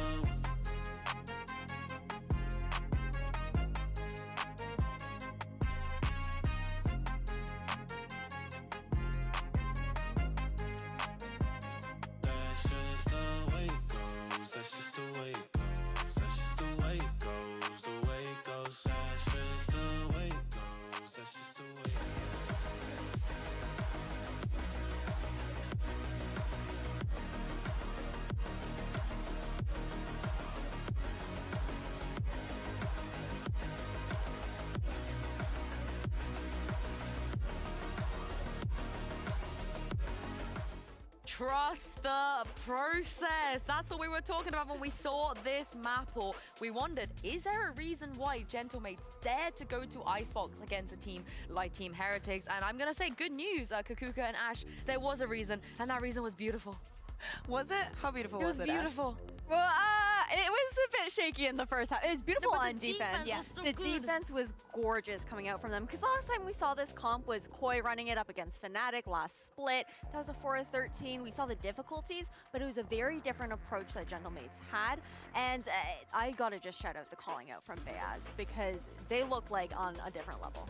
I think that time after time, I agree with that. Like the first half was a little bit shaky, but I think that on the defense, we saw many times Heretics, for example, just waiting out on B. Very dependent on what Minibu was doing with his abilities because of the combo of the Viper and the Omen. And this round, oh, I remember this one. Yeah, this is the... I couldn't see the screen. The 0.33 defuse, but this is the thing. It came down to a lot of heroics, but at the same time, a lot of great team synergy. Look at this flash from Bayaz. Yeah, time after time, I think that Bayaz, Ashley was saying it, the calling was on point. It's so difficult in this high-pressure situations. Yeah. We talk about how everything is on the line for mates here, how the score is not on their favor, how even the rounds, you know, sometimes they're running out of time, and they managed to close these things out. Yeah, because it felt like on attack, they were struggling a little bit maybe with the pacing, the fact that they didn't have that duelist to make the entry, take that space. They had to slow things down. It was a little uncomfortable, but the way that they were able to just pause before the retakes, just wait that time down, wait for the refresh on their utility. Honestly, it felt like a clinical defense side on Icebox. Yeah, and let's take a look in the tank here as well. We've seen him on the wall, we've seen him on the Phoenix, we've seen him on everything. And this again, it didn't even look like that it was the first time he's playing. It looked like he's been playing this for years. Crazy to see how Natank has become so flexible. The Phoenix, the Raze, the Sage, the Gecko now. We wanted a Gentlemates that surprised us, and I think that even for today, it is done. But we need to think about the last map. We need to think about Lotus because Gentlemates still in this league in Tier 1 have not won the map. They've played it, I believe, 4 times, but they still haven't hit the key. On the other side, we see Heretics that for the second time this week, they go to this 3rd map and have to face again the fact that they have to close it on the 3rd. Is it happening, Ash? Is it happening? Oh, on Lotus? Honestly, I think if we see something crazy composition-wise coming out from mates, I think that it could happen. They look so hungry on that stage for the win. And how insane of a story would it be for Gentlemates to be the team to take down Heretics this know, year? right? But also, I don't remember the last time seeing a reaction cam from VIT after he dies where he goes, what? Like, he looked so confused. Sometimes on the map, at the shots that Gentlemates were just hitting, I think they handled his aggression on attack side very, very well. I'm trusting the process. It's late. It's very late here in Germany. It's 11 p.m. and that Icebox is just too crazy. It's because the way that they won it. They won it off the back of some seriously good rounds. Bayaz, you know, he seems fresh. He seems on point. He's just drinking his water. You know, Minibu on the other side looks a little bit more tired. I think probably is the feeling for this week, and also has to be revitalizing for a team like Mates closing it the way that they did. Also, huge and massive shout out to Kadabra. I think that he's integrating so well. It looks effortless. It really does. And I think, though, my worry is, again, back to that energy here for both of these teams, right? You're talking about, we can see it right now on our screens. The energy that Bayaz is just trying to give to his team right now, just chatting before this match starts. But I do think Heretics can come back here on Lotus. This is a map they're very comfortable on. And honestly, if they have a hot start, if they get those spirits back up, that's usually when they're unstoppable. Was the start not hot enough on Icebox? Okay, yes, it was pretty hot, right? It was a hot start, but I do want to give credit over towards Natank. He had really great control of A main there. There's really cool protocols that we saw from the Dizzy spotting out that crossover towards Fridge, but as we head into Agent Slug, What is, okay. No, I'm here for this. I'm here for this. I'm here for this. Go. Analysis. Takas, not on the Neon. I'm kind of here for it. I think that we saw how he adjusted on that Omen. There was a bit, I had a couple questions at the beginning of Icebox there, but it's been a bit of a struggle. And the tank, I feel like, has been a much more consistent entry, or second entry for this team. We have not seen Heretics run this since they came back from Shanghai. It's good to see that they swapped that race back onto that Neon for mates. I think that they have a huge edge here. I think that Natank is feeling himself right now and starting on the attack is going to give us a great show. Honestly, you know, I'm a huge Heretics fan, but let's get that copium going because the non-Viper mirror win rate is so heavily skewed towards the team that runs the Viper, Pansy, and Steel. Are you with me? Oh, Sue, I don't know if I'm with you. I don't know. My heart says yes, my head says no. Josh, what about you? You're meant to be the doomer here, right? We're here. Okay. I don't know if we're with you. But what do you make of it then? What do you make of it? Talk to me. Break this down. I do wonder if Natank is going to have enough support, like without that breach. When you're running that double controller, you want to do a lot of this, like map control, retake map control, fakes and stuff like that. You're going to have the Neon going so fast ahead. But where's the stuns? Where's that exec heavy stuff? Maybe it would have been better for him to even be on a Sage. You know what I mean? Don't say it. Don't say that. Don't. I like it. I like what we're seeing. Or Phoenix then. Oh, God. It's even worse. Okay, we're into the third and final map here. I think a lot of us didn't expect to see it. Maybe Yinzu had it right the whole time. I don't know. She was a bit of a believer. But we wait with bated breath here. We Gentlemates on the attack. Of course, Heretics on the defending side. And a bit of a David against Goliath scenario here today. Mini Boo, first challenge. He's found Kadabra. And that is A just completely flushed open. Gentlemates. Oh man, you clear Boo. No way. You clear Boo, don't you? You're gonna clear. No, you don't. You don't clear Boo. And that's what happens when you don't clear Boo. He gets away with 2. You've seen it all now. They're just gonna leave. It looks like Benji just to hold down. Oh my God, in the tank. That was snappy. That's fine re-ends, but it's a lot to ask of Takas. This better be the best paranoia you've ever damn seen. And might get a go of it. No, okay. Heretics gonna start this one up now. Is the you know, all theoretical nonsense conversation. Right, so Icebox, it was a bit of a surprise result seeing the Gentlemates won it, so you can have the confidence pretty high up, right? You've just taken a map off Heretics, you're feeling good, everything's hitting. But there is also the counter-argument to this that you probably just got them pissed off Heretics, if I'm honest. Do you know what I mean? You're the expected team to win. They either step up or they capitulate and fall down. Now we get to see what we get, right? I mean, Icebox, it was Gentlemate's pick. They had the double controller. It's probably something that Team Heretics wasn't prepared for, something that they aren't used to playing against. And we saw that 5-0 start for Team Heretics. And we're like, oh, yeah, they're going to close this out. Easy. And Gentlemates probably, you know, surprised them a little bit. But here, this is one of the hunting grounds for Team Heretics. Yeah, bread and butter situation. Right into this. Got to look at the purchase here, actually, on the other side as well. Stinger coming out. Sheriffs.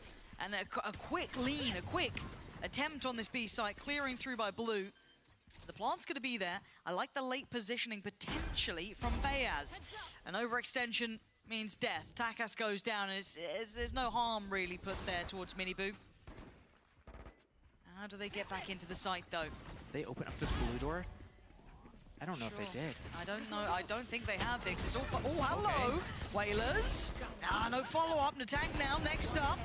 Can't make much more of it, and it's Bayaz on this position. The door has been opened, but by now, I think he might have missed that window of chance, and they seem to be spouting through. They're very aware of it. Diffuse is in. 3 alive. The 2 Bulldogs, the 1 Vandal.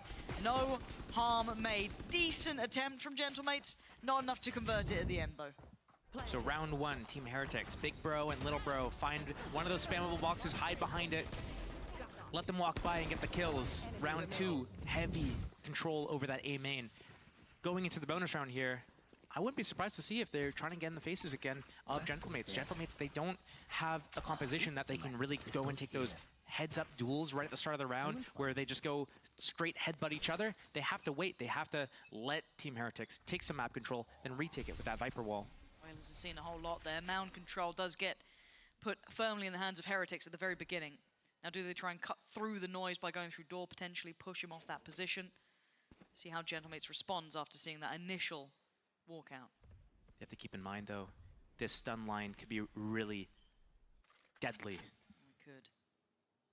Actually getting closer. Careful. Pixel spotted. He's in, I don't want to say no man's land, but Miniboo now wants to help him out a bit. See Miniboo quickly turning his attention elsewhere, though, knowing that maybe there's a second layer to this, a second string.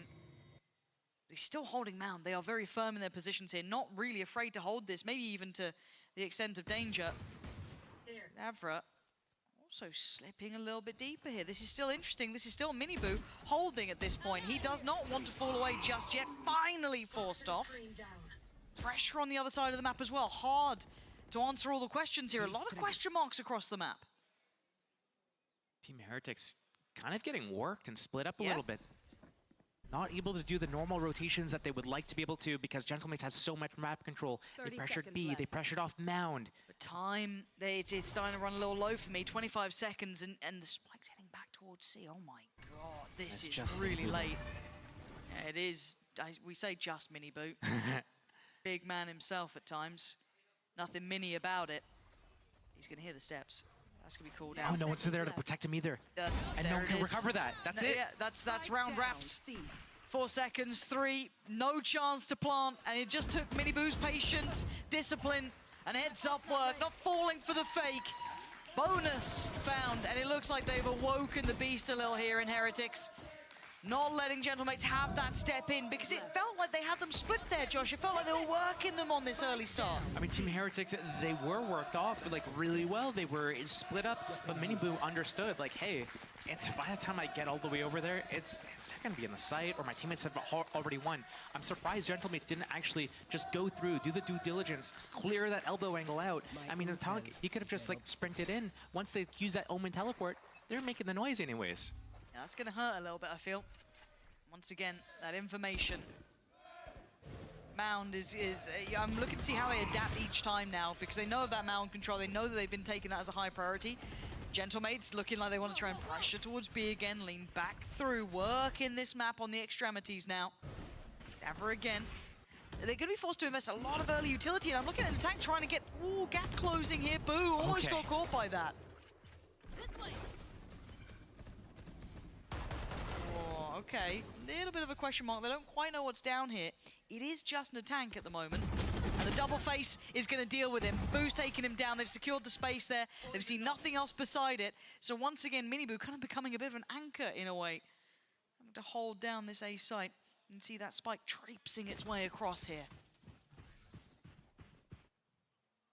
Still, Miniboo single-handedly won the last round. Dav has crept close though. Don't know about Miniboo on the site here. This cross could be the death of them. Actually, he gets out. Really, what precarious play. But the plant's in. Gentlemates this time managing to snake through a little bit better. 5v4 and Heretics not budging off that just initial pressure, that contact, waiting for that spike to get guaranteed stuck in that site. Now they move in, 5 versus 4. Yeah, look at the util as well, Josh. They've still got the paranoia, they've still got all the stuns, all the flashes, all the goodies here to try and clear through at least those initial steps of sight. And the ult on top, Miniboo really investing into this. Oh, snap back, gorgeous! Post-plant setup from Gentlemates. This is looking very good. Takas could be in trouble here. Oh, actually tell a lie, it's only Rien's to do damage. That is wondrous from Gentlemates. That tripwire from Whalers right at the entrance to the site. The Viper wall also right next to it. They couldn't see it. Team Heretics, Miniboo, he trips in it. He gets slingshotted back, and there's nothing they could do. Team Heretics normally are so good. 5 versus 4 retake. You would think, oh, this is a done deal for these guys. This is what they live and breathe for. Nope. Gentlemates shuts them down. All right, first step by Gentlemates. This series could be such a banger if we see both teams really popping off here. Bucky's out from the tank and the crisscross tic-tac-toe about to be played. And it's Wood to find Takas in all the madness and the mayhem. And the trade's effective for Heretics this time. Thriving in the chaos, the flash is divine. And Heretics quickly course correct here. Not allowing any play beyond rubble. And Team Heretics probably reeling a little bit from the previous round. How dare you guys take a round from us? Try it again, I dare you. And this is like a perfect example. If there's a way to illustrate why the composition for Team Heretics just beats Gentlemates' at these opening duels, this big battle. This breach utility is everything. Look at the layered flash off of the stun. They have the neon stuns for the paranoia. There's just so much that's going in their favor. This is getting scrappy now as well for Gentlemates, so they don't want to let this one slip too far away, right? You don't want to give Heretics that big beginning. But their money's starting to wane a little bit here. Guardian out, Sheriff, Bulldog. And no easy instigating ults either. Heretics claiming their stake towards Rubble. This is a lot on Boo's shoulders. He does have his TP if he's feeling too much. But this, again, is 3 players there. Sometimes try and get out if you can. Oh, you are playing such a dangerous game, the Paranoia. Just about. I mean, Boo is a lucky boy. He's played it really well, but man, that was close enough. Team Heretics loses so much of the map. They have no info around Mound, no info at B, and now they've also lost not only a lobby, but a site is completely abandoned. It's going to be a 5 versus 5 retake potentially here. I guess they've got Woot's ult to lean into if they get the chance for it. This Prowler should connect on Boo, it does. And Boo's in a little bit of trouble here. He's actually been able to play his life pretty nicely. And they've got a site though, you're right, completely evacuated. No one was nearby. I'm looking for Whalers in the end round just to see what he could do. He should not progress, he should wait for his team, he should wait for Team Heretics to do something. If he gets caught here, it could be really just tragic. It looks like really high risk. Yeah, he could have just waited a few more seconds, but it looks like he's winning this timing right now. He gets to tell his teammates where they're coming from. Everyone can turn their attention this way. They now know it. Heaven. Whaler's going to spot it out and just be a nuisance, be in the back line. Cadaver's going to find Woot though. And now Bayaz having to hold this one down. Benji going to take the first couple of steps here. Time starting to tick here, but Heretics starting to clean house. Whalers, they know where he was. Takas, he's got to do a whole lot. He's done very well, but this is too much for Whalers. Surely not. Oh, Benji got him in the end. That felt close. But Heretics make it through the maze in the end. There were layers to that could have cost them. Benji actually placed a trip right outside Heaven. So if Whalers actually went through B, through Heaven, he would have got caught by that trip, went that long way. If he was able to connect that Sheriff shot at the opening, that could have been the difference maker. But all the rest of the Gentlemates just lost in the sauce, smokes, Viper walls, everything happening. And Team Heretics converging from multiple different angles, giving those spam kills. Starting to see them try and settle down a little bit here. Gentlemates slowing this down. They've been going head-to-head, kind of, crunching into each other. Some very high-octane, volatile starts to these rounds, but they have been tipping towards Heretics now. 5-1 is a scoreline they can't really abide by. Hey, man. 5-0 was the start of the last game, and it came out to Gentlemates' favor. A couple things going in the favor of Team Heretics right now is that we've seen them time and time again on this map. Woot has his Nightfall still. He didn't have to expend it last round. It's going to be an eco round, most likely for Gentlemates. Maybe a small investment with Stingers, Guardians, potentially. A little bit of a half buy. And if Team Heretics is able to pick up a few more rounds here, that's going to be looking really good for them, because once they go into that second half as well, they have so much to really target down those Gentlemates players. They can use the Prowler to confirm information of a player, use that breach stun to lock them down, and Mini Boo flies in at them. So it's going to be very interesting to see how Gentlemates is able to defend against that. Come on, Gentlemates, give us a game here.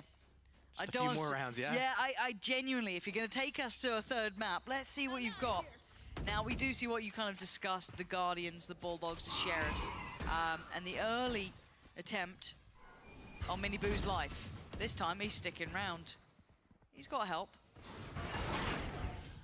And you can see the Heretics just really digging their heels in to the side of the map. A risky maneuver, considering they are up against a lighter purchase team. You can see, Nice shot. Deals with the Prowler and then deals with the player. Making it seem like no problem. He does eventually fall away. You can see the Prowler in response as well, clearing out towards B. Starting to understand the timber and tempo that Gentlemates have been trying to play with. Team Heretics, I don't even remember the last time they tried to defend a site. It must have been like round 2. But here comes the rotation. Cypher trying to sneak the bomb. Spike towards C. Already though, I'm looking at the cam still there. Takas doing wonders. Takes down Boo. Oh, Boo, get out of here. And where'd you go now? Beaz is a little bit screwed in this. It's still going to be the util in the way. He still has to show his hand if he wants in. There's no bypassing this trip. You have to break that. They're still worried about the presence on B because there was a chance that maybe Whalers was still lingering around there, but they can lean on the retake. They still have Rians with his utility. They still have smokes with Boo. They've got 4 players to the 2, so this is going to have to be a massive over-delivery. Do they use Either that Beaz or Whalers. Omen teleport just to get that information on elbow area? Stuns up. It looks like they're just going in on it. There's Whalers with his chance. Does get one and keeps his life, but Beaz went down. Now Whalers on 5, overwhelmed. Too many targets and too few tries at it. It's gonna be a 3 tough make it game through for Heretics, Gentlemen. and another round, that's 6-1 now. Commanding lead for Team Heretics. They now have that Rolling Thunder from the breach as well. They can really invest that. That means that if they use that stun early out in the round, Gentlemen still needs to just proceed with caution. That kill from Boo in that smoke, that's so dirty. And then Woot still has his Nightfall. They've kept all of these things. The only thing that really Gentlemates has going for them is their Nightfall. They now have a Viper's Pit as well. I wonder if they're going to do some sort of fake. We've seen them try to set it up a couple times. We've seen them try to do it on Icebox as well. Maybe they could do something with the Viper's Pit, either as the fake or something to secure the round with it deep, getting in the faces of Team Heretics to disrupt that retake. Wonder. You still have to go through that ever-extending protocol list, but it looks like the tank just wants to go in straight away. The TP did just get invested as well. There's a 3-play stack from Heretics That towards fucking B skin, here. man. Just leaving Boo to his own devices on towards C, who's already seeing super deep on this. But with all this said, I think you got it right. That fake in progress. There. They need to find a way to get that spike somewhere relevant, and Benji is still on A, has that camera, spots 2 players, has the kill trip still up, and the rest of his team. Miniboo hesitating, doesn't know where to go. That spike gets faked. And now the Viper's Pit drops. All the rotation is coming. This is beautifully played, but Boo, he's too smart. Boo is so smart with this. Does he get out? No, he doesn't. Okay, so Natang's got the sight. They need to just get there and get the spike down if they can. Beaz still has his ult. That's huge for this potentially. But you got to say, when you're talking about ults, Heretics has the full hand. Still with that Nightfall, still with Rienz's too. There's a lot to work through here. Not easy. They have the Odin spam as well for that plant spot. You can hear it just being toyed with. There we go. Double ult on ult. Surely there's no way out of this. Heretics just finding them body after body being dropped on the floor, and Whalers has nowhere to go. There was no way out of that one. Even if the spike got planted, it would have been incredibly impressive, but it wasn't going to happen. Whalers needs to back away, reconsider things here. And I think they've brought out that next layer to Heretics. The side who wants to prove a point. Yeah, they dropped Icebox, but they don't want to be dropping this one. 7-1 now, the scoreline spiraling out of control here. And we've seldomly seen Team Heretics running Benji Fishy's trips towards that C site. He's been placing them for A. He realizes, hey, there's double controller going on right now. They're going to try to do a lot of these fakes, these lurks. And they're not going to go for these straight-up hits. So he's placing his trips, he's spreading them across the map, giving them to his teammates, switching his setup, playing on A randomly. And I think if he was playing towards C, that strat works for Gentlemates. But the fact that he's playing on A that round, it caught them. Like, where do they go? The trips are still up, the camera's still up. The jig is up. Might just be Miniboo. And it's just, you know, you're looking at the swings in pressure, right? We've seen how many times, you know, Miniboo, for example, will go out towards Mound. Pressure that caused them to invest utility this time. Other side of the map towards A, you've got deeper prowlers, you've got Boo pushed up here towards Rubble. Godabra's job is to try and at least keep him, oh god, 3 HP is all he gets left with. Oh man, that's rough. And the switch up of the setup here too. The lower traps. The tank now knows this might be the site he's on. Rienz, good positioning too. This is tough, this is really tough. Do they get in? They've got a couple of steps forward, but it's not pretty. And look at Benji waiting. Oh, nice little flick there. The tank just trying to sweep around the backside though, but it's still Benji. Oh my fucking god. Benji. His aim this round alone was outrageously good. Natank here. Yeah, not gonna happen. Credit to Benji on that one. And look, we both come from more, you know, Counter-Strike sort of situations where seeing players kind of aiming up, down, left, right, and center. Yeah, he knows what he's done. There's the Fortnite in him. Look at him. So easy to adjust like this. Just, Just build, LOL. Well, Gentlemen need to build a bloody plan at this point. One round. Could do with some more. And as that lead just builds and builds and builds, I feel like Gentlemates is going to run out of ideas. It looks similar on Icebox, but Gentlemates was able to pull something out. I'm not sure, I'm not confident that they have it in them for this map. Lotus against Team Heretics and Takas down. Yeah, what are you meant to do? They're winning everywhere. Spike down A. It's that second evolution almost of them. None of the fights seeming to be working out. No little set plays to bring in. Right there. This has been a one-sided affair this time around. If they get away with the minimum remainders, maybe there's still a chance for Gentlemates, but they're struggling. And look at some of these deep pieces of Yuto. You noticed it too. Like, look at this. They can't be subtle around the map anymore. We're just going to stack on A, watch B, and if you want to go C, guess what? You got to get past this trip. And not only that, we have a camera set up in the site as well. Once you get on the site, go for that plant, go for that post plant. We're going to retake in. I popped the camera. I know exactly where you are. It's all been there. And look at the paranoia about it as well. They know what he's been up to. They've seen quite a lot. Benji putting on a clinic here. But they've got a plant this time. Stunned everywhere. Look at it. Look at how hard it is to hold a site against this. I don't know where Gentlemates want to go. It looks like they want to focus towards CT. That puts Miniboo into play, but he's very crisp. It feels unfair. It genuinely feels very hard to imagine how you're meant to play into this. That's how you start it, but there's just so many bodies here. Heretics just a step above right now. Diffuse, 9 rounds. Gentlemates held on 1.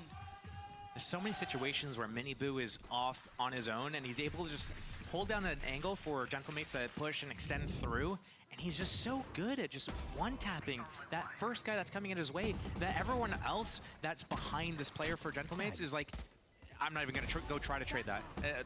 Miniboo's there? I'd rather go face the other 3 at Waterfall than go and face him in spawn. This goes here. Yeah, 12-6 for him. Ult's there in hand if he fancies it, but same can be said for the tank. Not on scoreboard-wise, but he does at least have the ult. They've got a buy here. And again, you're looking at trying to get away with scraps. Really, 9 rounds already for Heretics. They'll be happy with that. Seeing this stack towards A, maybe another brawl potentially. No, it looks like a focus towards middle from Gentlemates. And they responded quickly here. Maybe feeling the pressure off the utility invested, but how did Gentlemates respond? Quick pivots, it looks like, is the answer from them.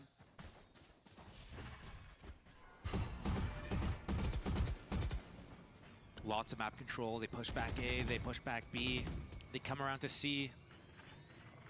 But the C pressure is just pressure. They're not trying to do anything with it. Going back to A. But Team Heretics a step ahead. They have 3 players here. Heretics are reading this really well. When we back up, Do they just try and they could use the Viper wall to walk across. They have that orb as well. Drop the spam. It's still horrific to try and handle the. Oh my god! What? The tank, that felt too far-fetched for me. And look at how well-rounded this is. Takas and Cadaver have done damage. Okay, maybe bringing Heretics back to heal. First time in a minute we've had a player advantage here for Gentlemates. Good info as well. They know where the last 2 players are, so they should be able to get a plant. Planted for tree. Benji's still got his ult here. Creeping in towards door. Door is open. Bayaz, util. Same for Whalers. Okay. Does he check right? No, he doesn't. Okay, Whalers rewarded. And now he ends. The mechanical monster himself, but these are hard fights to have. A bit of util. He can try and isolate. But he's getting wrapped on the side too. You're looking at Takas here, doing really good, lovely reposition. Gentlemates scraping up to a 2nd round. Punishing the audacity from Heretics there to stick around and keep trying to fight towards rubble. It worked out this time. No, this is absurd though. Natankas, look how many seconds between that and the next fight. At least 3 full seconds. And you would have thought like that flash, that paranoia that Boo throws down the entire lane, it's gonna catch everybody. You think for sure Team Heretics cleans this up. No sweat, no problem. Somehow, Gentlemates comes out on top. Hey, you take them when you get them. Right back to business, though. We've seen Miniboo doing this before. Probably see it again. Is there a pace change? Is there any new look? Why? Very, very close. Yeah, Taka's got to be cool. I know, on red alert now. He's getting pinched. Look at it. They want him dead. Benji? Oh, dear. This is now going to get to scrappy times. Miniboo's on the prowl. He's on the hunt here.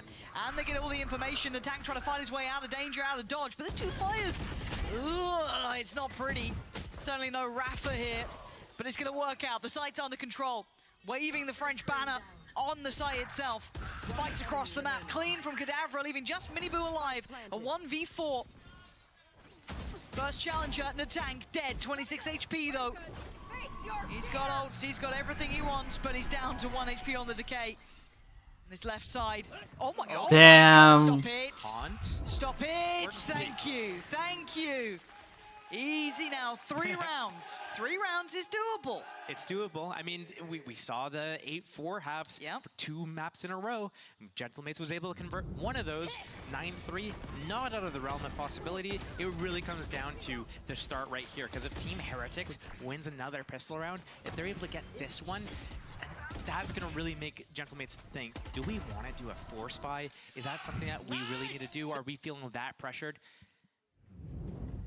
That is a big lead. Yeah. That's a big lead, and you don't want to have to... sitting there making that decision is the worst thing in the world, because it's like, if it doesn't work out, it just feels so bad. Oh, should I have actually called this? Yeah. I don't envy IGLs for that sort of stuff. That's the horrific side of it. But at 9-3, Gentlemates gave themselves an opportunity, a chance, and Takas is played in. Just this little gap on the wall. It was Bayaz to draw blood. Takas got to get a move on here. Trying to time it. And it's a bit messy, a bit scrappy. But it's mostly Heretics who've walked away wounded from this. Team Heretics stalled out. Lots of time on the clock, still over a minute. Just barely. Counter utility set up for Gentlemates. Team Heretics needs to put a little bit of pressure elsewhere on the map. Okay, the Prowler's going to catch on towards Wood, but we can see where the spike's going. There is still a cam here, so Whalers could check on this as and when. Spike going back, kind of almost maybe a double fake. My camera is destroyed. Only spots 1 on the camera. They might hold their setup. How much do they respond? I think there's a horn being considered. Yeah, they want to try and find some information on this. They've now had question marks across both sides of the map. Because only Boo was spotted on the camera, they actually decide to take the spike back to A. Rian's spike in pocket, a free A site. Gentlemates basically fully bought into the C hold. They'll have that 5 versus 4. Yeah, this is still very much in favor of, I'd still say, Gentlemates here with the man advantage. Careful, Whalers. You don't want to go alone on this. You feel like you want to try and play with the rest of them. There's Heretics playing close by. They're sitting really deep on site here. Whalers might be overwhelmed. He is Benji Fishy, the one to actually find him in the end, but you saw flying up the rope was Wood, and what is going on? Heretics just taking the fight to Gentlemates, who had the man to the good, who had everything they wanted. And Bayaz, I mean, this has fallen by the wayside and then some. What are you meant to do now? It's flipped here pretty much. He's back on the attack. And there's so many players, so many angles, and so few chances. 10 for Heretics instantly. That was a 5 versus 4 for Gentlemates. And the reason why I highlighted him on the map there, going for that flank, Bayaz, Whalers is up in heaven, and he's trying to like inch forwards, trying to get like an opening kill, but they have that man advantage already. They don't need anything else. Yeah. And then Team Heretics, they realize, you know what? Our fake, our pressure on C worked. A site is free. We got here. There's no defenders. We're gonna one-way on top of the box. We're gonna take control of heaven, and we're gonna disrupt the retake. Gentlemates tried that same thing on Sunset against Team Heretics. Team Heretics is just executing it better. And now with the advantage, they want to press further forward here. Frenzy out for Kadavra. Takas, Sheriff, the rest on Classics. Whoa, okay. Ambitious. 3 more behind it. This is a classic strat. We used to see that. You would run down Banana with 1 or 2 players. They would go down and you'd hide 3 players backside. They'll fall for it this time, I promise. There's definitely nothing weird happening.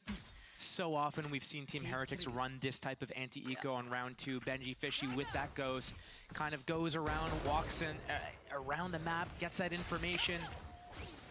Yeah, and the pivot. He's given them the keys to the castle, really.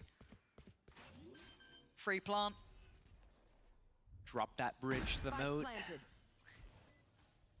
It's just really Takas the one who has the opportunity to do something with it, but I mean, it's not even an easy angle to play in from. You've got 5 players alive, smokes to cycle through for Boo. Oh, there's the Sheriff now noted. It's just, you look at it, look at the layers of utility. They're pulling no punches, is what I'm going to say. If the Heretics are playing this as you'd want them to see, taking it very seriously here. Boo going farming. If Gentlemates goes in the last 10 seconds there, they might deal some economic damage. Yeah, Takas going to find Rienz. Good, a couple kills. Tank got Boo. It's getting a little bit closer. I mean, they're not going to change the outcome of the round. But Team Heretics knows they already have a beat on the clock. They know exactly how much time is left. As soon as it hits, 7 seconds left, all right, we're out of here. It's not possible for these guys to defuse it. We're not even going to budge. Once I hear that spike getting defused, I already know. Time's already up. Good, yeah. So what's the bonus look like now for Heretics as well? Pretty decent. 2 Vandals, Guardian, Bulldog, and SMGs on the other side. This is the one that really matters. If we've got a game or not is decided, I feel, in this round. So, Gentlemates, if you've got a plan, if you've got something in mind, now's the time to do it. Heretics turning the tide real quick. And it looks like a deep attempt at information over towards C-Mound. And a very all-in piece from Heretics, though, just kind of clear-cut about things. And walk towards middle. Takas has to play his life well here, though. He can't really give away too much. If he goes down, oh my god, they're both in a little bit of danger here. Miniboo was hot on their heels. Luckily, they evacuate site in time. Plant's going to come in, and they're very nearby here. See what they've got to come back in with. Prowler sent in. Whalers with the first. Woot's gone down. Okay. They've got the steps on the side. Boots on the ground here. They've got to dig out these deeper players, though. Miniboo's a bit of a... Oh, no! Whoa. No! The tank makes a mistake. He just drifts back in towards it, and now they start to line up. Wait, Takas. Go on. Wait. Go on, Takas. You needed a miracle. They just got one. Out of nowhere, the defuse right under the nose of Heretics. They'll be unhappy with that, but that's the way it goes. 4 for Gentlemates. Only 1 alive for Gentlemates, though, and that is going to be an expensive round win again. I mean, Team Heretics is so close. If they're able to, like every round, keep Gentlemates down, it just takes 1 round win for Team Heretics to really just close out 2. It'll be a big swing round. And oh my goodness, just turning around into this is just the most kind of sad, depressing thing you could do. It's just like, oh man, I didn't even have a chance. Okay, back to business. Into the buy. Team Heretics could increase the pace again towards A. No Viper Wall there, no Orb, no Molly to stall them at the door. They could go straight into it, but here they're choosing. They got that space. They're going to go back, re-clear C maybe, push them off, get the kills if they're close. If they're not close, maybe go into exec. They have that stun, and they're going to do it off the Prowler info. Prowler's going to find nothing. Lots of util in their way, though. Another Prowler and a Haunt. High-low setup, though. There's 3 players holding that high-low. Gutsy. Like, one flash comes in, and they swing at the same time with it. Yeah. Cover going out. They're running this late. They're going to maybe choose to fake A, open that door, and then converge on B through blue. Could be. Still got the camera there. You can hear that Prowler. Yeah, Whaler's very much ready for this. You've already got the rotations in as well. You've got a tank playing towards CT. Got Bayaz there. And then we caught in the open. Rienz lands on the tank, and Miniboo going to try and take the angle over 20 seconds. They got to secure the plant, keep it safe. Gentlemates holding. Planted. Flank then being considered. You can't, I mean, Rienz just keeps finding players. That's a second caught off here. Do you pull the plug now? I think you have to. You need to be really damn sure that you're going to win this, and I don't think they have that confidence already. Cadaver caught on that flank by that trip, and if they go for this and they lose, they have no money for next round. They need these rifles. And these exits aren't even worth it. If he gets hunted down, which he's getting hunted down. Yeah, they're hot on him. They want to take that away. Oh gosh, that's the rifle lost here. Taka's got to be so careful too. Bayaz, similar situation. I think both of them are pretty safe now to keep hold of those rifles. I don't think there's a further chase. But the problem is, Josh, it's 12. 12 rounds for Heretics. Gentlemates' opportunities have dwindled. They've taken it as far as they can. Rien's just that second before managing to catch. And just a blind follow-up. Yeah, fair enough. It seems like he'll get one of those. And in the final hour here, Gentlemates have tried to call this timeout, right? It's do or die time. They showed real grit, determination on map 2, something to be witnessed, but they brought out the beast, right? They made Heretics play that higher level, show that caliber, and they've done that here. They poked the hornet's nest. That's the one. And they came out and swarmed them. Yeah. They got that breach rolling thunder as well. They'll just beat you while you're down. No, it's a hard situation to face here, isn't it? Because again, you kind of get that confidence. You think, you know, well, they did an icebox, maybe they got something here. But Heretics, they're very well rounded as a team. You know, we're seeing this kind of in motion now. And it's also just so obvious from looking at this compared to Icebox about how when Team Heretics is able to run their own game plan, how effortless they make this look. On Icebox, okay, cool. They're getting kind of disrupted in ways that other teams don't really push them. They're not really having to deal with middle all that often. Most teams, the current meta, you don't deal with that. But right here, everything is just straight up in their face, over on A, over on C, and Team Heretics, even on their attack side, gets to choose exactly what base they want to do. We're going to pivot. Hey, I'm going to go over here. Okay, we're going to fake.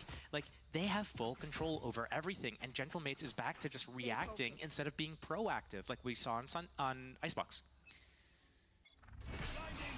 12-4. Back to the wall stuff here. Gentlemates, they want to extend play. They can't leave it around longer, and Heretics just going, it looks very all in for now. They're not making any subtleties about this. Straight in, Miniboo on the prowl, on the hunted, he catches. Whaler's down, sight looking very near to secure. Oh, the paranoia. Kadabra trying to get closer to bring it in. Miniboo! Oh, they just want this one done, it looks like. Kadabra and Takas just walking in and actually starting to land some shots. Look at the HP. Rien's down to 14, Boo on 40. There's a chance. It ain't over yet. Kadabra clears close, Boo sticking nearby. The spray doesn't quite get it. They're so close to each other. One good spray, one bit of stall. They now know where Rien's is. But time is ticking. Gentlemates, they stay alive. One more round of it at the very least. The fuse is there. They hold on for another go. I do not know how that flipped on its head. That opening kill from Miniboo at spawn, the follow-up right on the right here, the flick one-tap stun, and then I just see a Sheriff just shooting at the sky like it's a, you know, fireworks or something. But then right here, just like how did these happen? Takas with 4. Take one of those. Okay, still with a buy. Very close by to some big ults as well for Gentlemates. Look at it, so many of them just one away. Not out of the woods just yet, Heretics. You gotta do it till the last, and they're right back to this sort of pace though. Oh, Boo, so controlled. Takas, can you do it again? Maybe he can! Previous round was 4, he's already on 3. Spikes left on their side, they need this back for Heretics. But this is big work from him. Benji, Fishy, and Woot. Oh, they're feeling naughty. Feeling a little dangerous, but Takas, he's gone down now. The hero from before has fallen. It's on Whalers, it's on Bayaz, and Bayaz wants out. He doesn't want to stick around anymore. Gives him a little bit of safety to play from. That doorway will do it. Information now starting to flow. Benji, Fishy, hat round. Oh God, you've said it. He's gonna have Nightfall off the back of this as well. Starting to clear the back lines. There's Heaven, realizes it's got to be a double flank, has Prowler still as well. Ooh, okay, Woot. Sitting up towards That CT heaven side, Benji down low. Plant's good for it too. As long as it's just around that corner, they'll be fine. Prowler goes in. Benji found Bayaz. They know where Whalers is. It's a 1v2 for survival at this point. And all those high hopes might be crushed under the heels as Heretics now trying to just do the dance, buy time, cause Whalers to be sweating. Bullets, there's nothing more. Benji closes it down. Damn. The stat holds true when that ult comes down. That boy wins his rounds. But hey, Heretics got taken to a third map.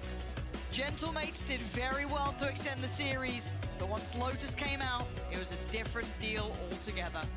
That's 2 weeks in a row that Team Heretics gets pushed on a map to their off map, I guess, and they're by close margin, so they have something that they can at least go back and work on. But I mean, convincing wins on the maps that we know and expect them to be good at. Sunset, Lotus, what are you going to do when you face off against them on those maps? I don't think anyone's found an answer to that, at least regionally, maybe internationally, sure, but these guys, I mean, Heretics are a damn good side. I think proving place towards the top end of EMEA at the very least, one of those that you can't wait to see how it goes internationally for them. Pressured a couple of times now, yeah, but managing to correct and come back fired up, looking deadly as ever. And you know, if Navi, if they're somehow able to make playoffs, they could be really happy that they get to avoid Team Heretics now in that knockoff stage, because I'm pretty sure with this win, they've locked in that top 2 placement. They get that bye in that first knockout round of playoffs. Whoever does end up going against them is, or sorry, there's no one going against them. Yeah, they're good. Everyone's happy with that result, maybe except for Gentlemates. Yeah. So, bigger picture though, for you guys at home, you want a little more. You enjoyed the, I think it was an uwu from Niels and some other delightful words maybe from Weber. They'll be joining Yinzu and I believe Ash and maybe Miniboo on the post plant. So do stick around, do listen to it, and maybe we can get them to do that same sort of noises again, because I know that Sliggy loves a bit of it. Don't worry, Pansy, I've got you. I'll get them meowing as well in no time. But while we wait for Neilzinho and Mini Boo before they get here, let's take a look at the Pay Safe card Player of the Week featuring Safe. That's a 2 for 2. Yeah, I had to do a little bit of a pause there, but this has got to be probably the most important play I think we've seen, but maybe potentially your stage. Yeah, this was an insane ace coming out from Safe to secure this round and the win for Vitality. I mean, he had, what, was it 2 or 3 aces? No, it was 2 aces today, right? Just from Safe alone.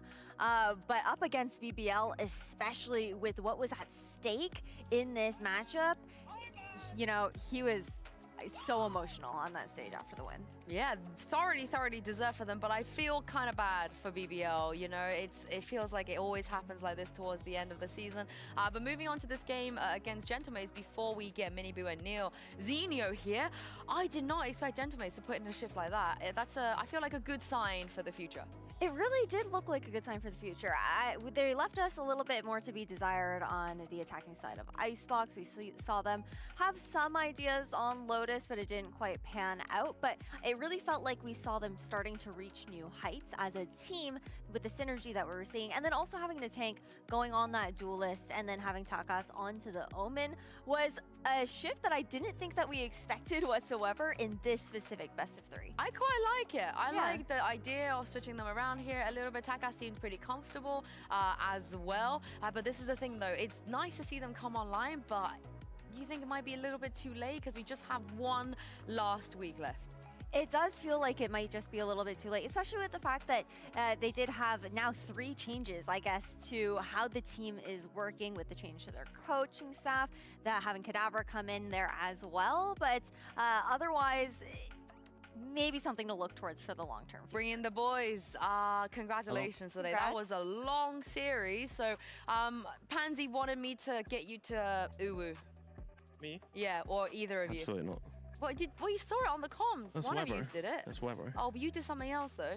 Me? Yeah. Oh. Yeah. Dummy. There was like another thing that Can you we get did. a meow? Yeah, can we get a meow? Okay. That was quite good. Thanks. Yeah, that was actually pretty decent. But yeah, very long series today. We're just gonna start off with Lotus because you guys made some changes, they made some changes, everybody was sort of changing things around. And I think the thing that I'm most curious about is some teams have just gotten rid of the Viper here completely. They're like not touching it. Some of them are still sticking to it. You guys are obviously in the camp of changing that up. So what was the reason for that?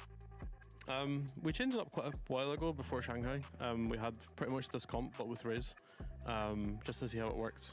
I still think Viper's good, but for us with the changes that we had with like Patty coming in, Wook coming in, yeah, we weren't just really feeling the Viper, so we had to change it up a little bit. And obviously we've got Domi on Neon, so it worked out nicely. All right, and Neon, I feel like you were playing Neon before it was cool, and now everyone's playing Neon. Yeah, and the only words they have is from me, so they learn from me, so all they do is from me, you know? You can't outdo the doer, right? Yeah. Yeah, you can't outdo the doer. OG. Yeah, right. But let's take a look at a little bit of Icebox as well, because VIT, first time on the Duelist in EMEA. I know we saw it a lot back in Shanghai. But again, what was the reasoning for this? I love Kaio. He loves KO. We also, again, didn't have much time coming in. I mean, we've had way more time than we had in Shanghai, but I think, to be honest, I'm exhausted. Like, so I don't know how these guys aren't. Like, we've had to come in, change Patty back, bring Domi back, and that was kind of the roles that we had in Shanghai with Wook playing Duelist, and it worked out well for us there. And yeah, Domi loves KO. So. Yeah, I played KO on this map a lot. I think more than Jet. Oh. Okay, a little tidbit that we didn't really quite know beforehand. I mean, obviously it looked good. I guess a little bit more comfortable for you guys, considering how short the turnaround time was and everything like that.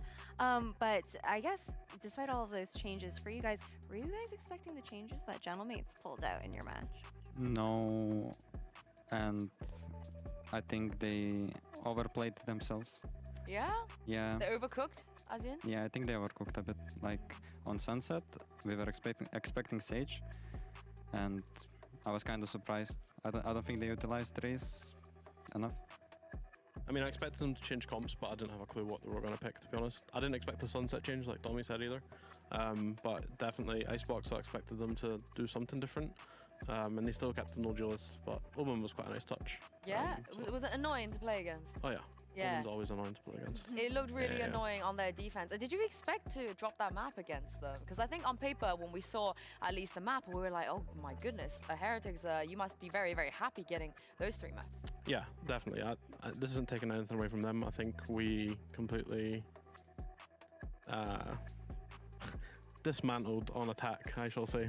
The communication was not up to my standards, it wasn't up to their standards, and we lost a lot of stupid rounds, to be honest with you. But it is what it is. Like, again, like, I was mad at the time, but I can't be because these guys are incredible. Like, they're so young. I think people obviously will be saying, oh, you've dropped a map against last week, you've dropped a map this week, but it's like, they're just kids and they're tired. Even though they won't admit they're tired, I know they're tired. They're coming off of, you know, back-to-back international events, changing players in and out. And they're always improving every day. So there's only so much I can ask for, and they've already outdone themselves. I also think people forget that you played as many games as you can possibly play at this point. Yeah. Yeah, like you go all the way to the finals in EMEA, you go all the way to the finals in Shanghai, and now if we take a look at the standing, because obviously you guys are already qualified after what happened earlier this week, and today we can 100% lock in the fact that you and Foot will be the 1 and 2 seed going into playoffs, which means at least you get to skip 1 game. You don't have to play every single game of playoffs. Yeah, we're having some nice off days for now, for sure. Definitely a good rest. But yeah, we go kayaking, I think. Okay. Maybe. Yeah. The kayaking? Team kayaking, yeah. Oh, okay. I thought you were like Clash of Clans, Minecraft. I thought it was gonna be that. I mean, we tried football once, and then like we got injured, and we played against Fnatic, who were significantly fitter than us. They had Leo, I heard. They had Leo. Yeah. They had the performance coach, who was like, I don't know, Lionel Messi. So yeah, well, Good at they football. had Leo and the performance coach and Boster actually. He was pretty good. Was he alright? Yeah, he Really? was. He was taking the piss out of us. Oh, I would never have expected that. I didn't expect it either, to be honest. Yeah? But he was doing some pretty good tricks. He always talks about how he trained under some football. I can't remember who it is. It's late. But let's take a look at the bracket because of the reason that you do manage to skip the first round, we can actually show you guys what's going to happen. So as of now, I believe you are the first seed because of the head-to-head. It will come down to some of the other things that happen next week with your game and Foot's game, so on and so forth. But of course, then the 4th and 5th seed will battle out and play you if it stays this way and so on. So there's like so much to play for in this moment in time. Is there any teams that you kind of want to dodge maybe right off the bat? Nah, not really. Any team that makes us better, the harder the better.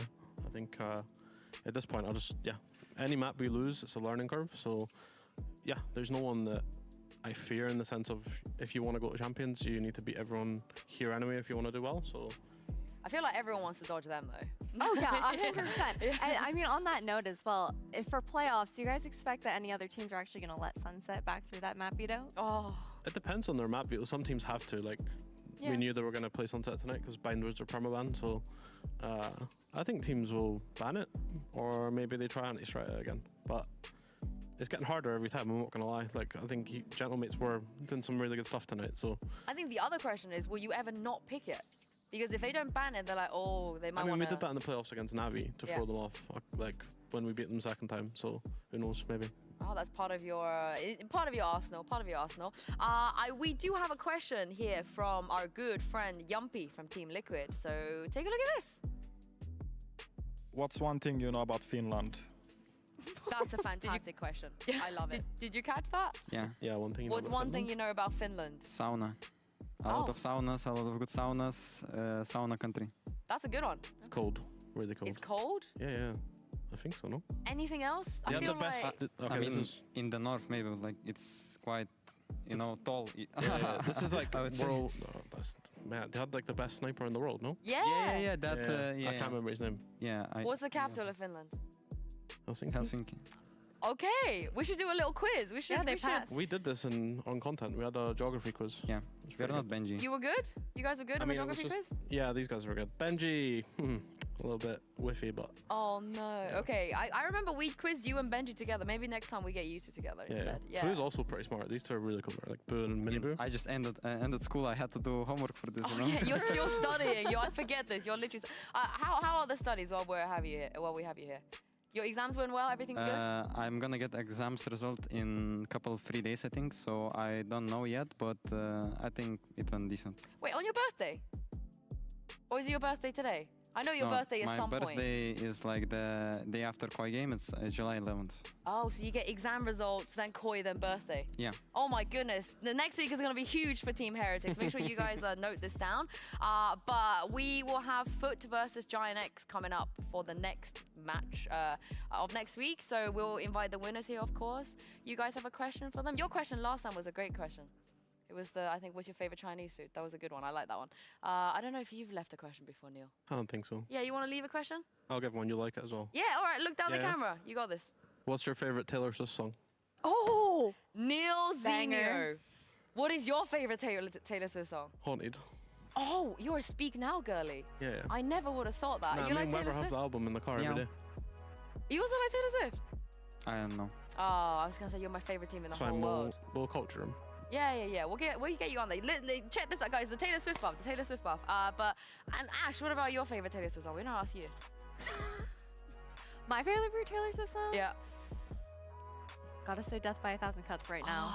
I get it. It's a good one. But yeah, thank you guys very much for joining us. Congratulations for securing playoffs and the top seeds. And we will see you back here next week to see how we round everything off. Thank you very much, Ash, as well. Thank you to you guys at home for staying with us. It's been a long day, so make sure you get a lovely rest. Have a lovely weekend as well. And join us back here next Tuesday, not Wednesday. We're back here Tuesday with Foot versus Giant X. And we'll see you then.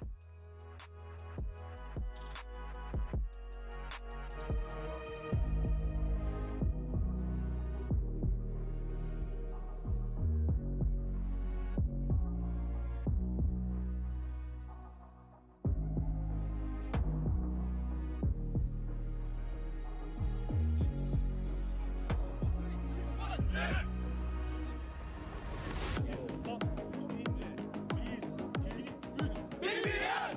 Let's go! Got him. 30 seconds left.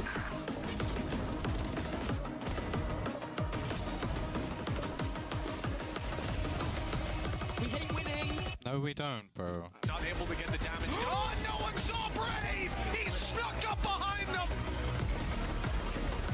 Trex is, he's here. Flash.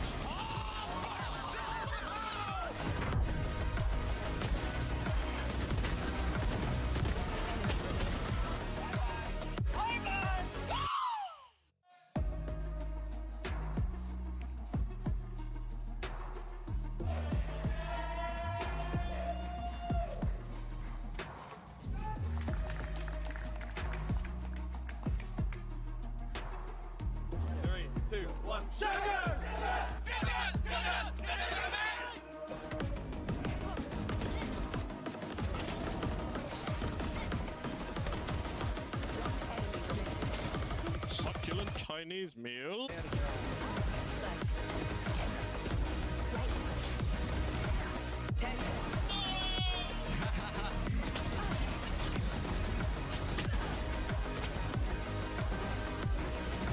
And now he's got to try Okay. and close the gap. The defuse was in there. Tomorrow we have Americas. The Takas could be in trouble here. Oh, actually tell a lie. It's only We have Rihanna's to do fucking damage. G2 That crew is versus wondrous. Loud Leviathan. Two good games. Crew have been very weak.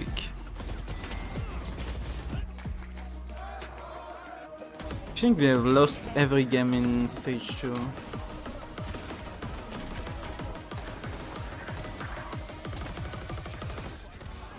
Heretics got taken to a third map. Gentlemates did very well to extend the series. But once Yeah, they Lotus lost. came out, it was a They haven't different played deal in week altogether. 1 and they are lost their 2 fucking games in week 2. Now they have G2 and Cloud9.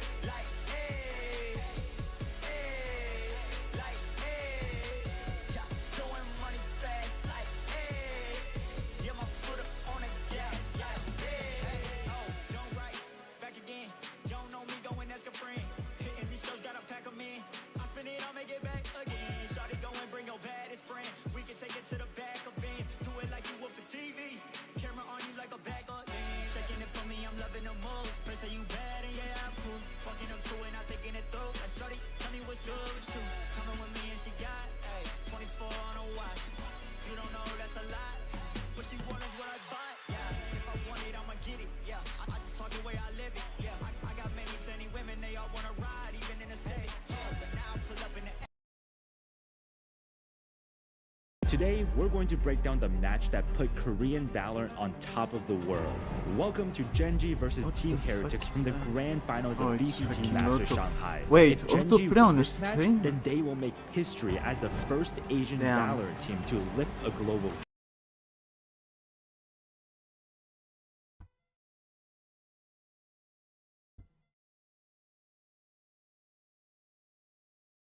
I'm gonna take a quick break. Be right back. 1 sec.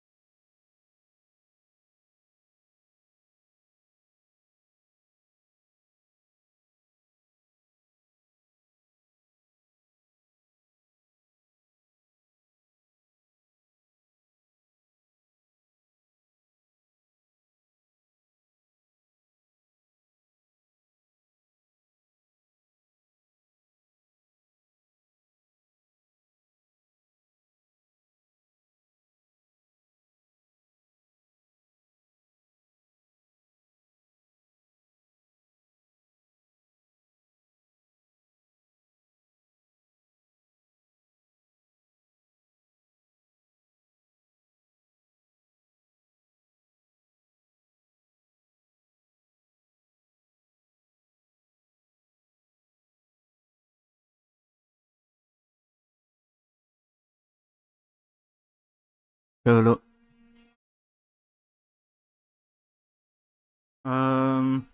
Yeah. My fucking Vanguard stopped working. Like I have to reboot my PC, so I think I'm gonna cut it for today. I'll see you tomorrow.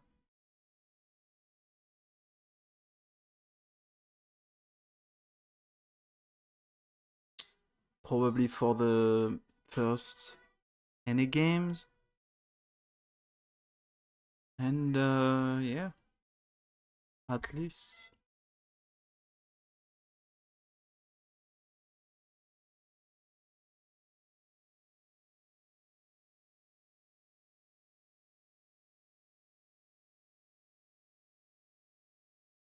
But yeah. I forgot the games for tomorrow. Oh, it's Crew something. Yeah, it's Crew G2 and Loud Leviathan. I remember. Okay. See you tomorrow.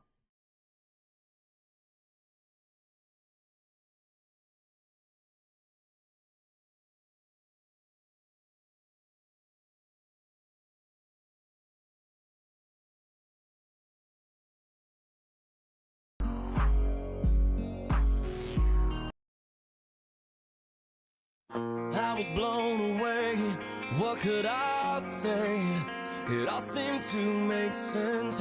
You're taking away everything, and I can't deal with that.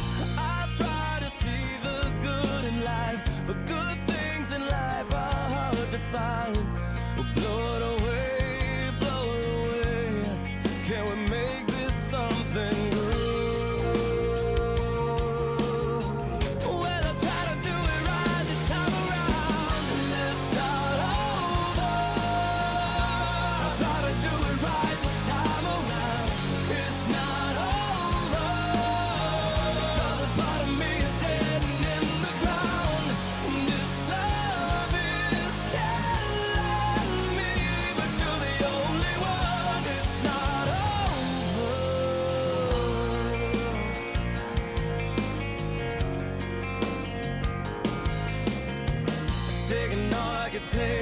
And I cannot wait.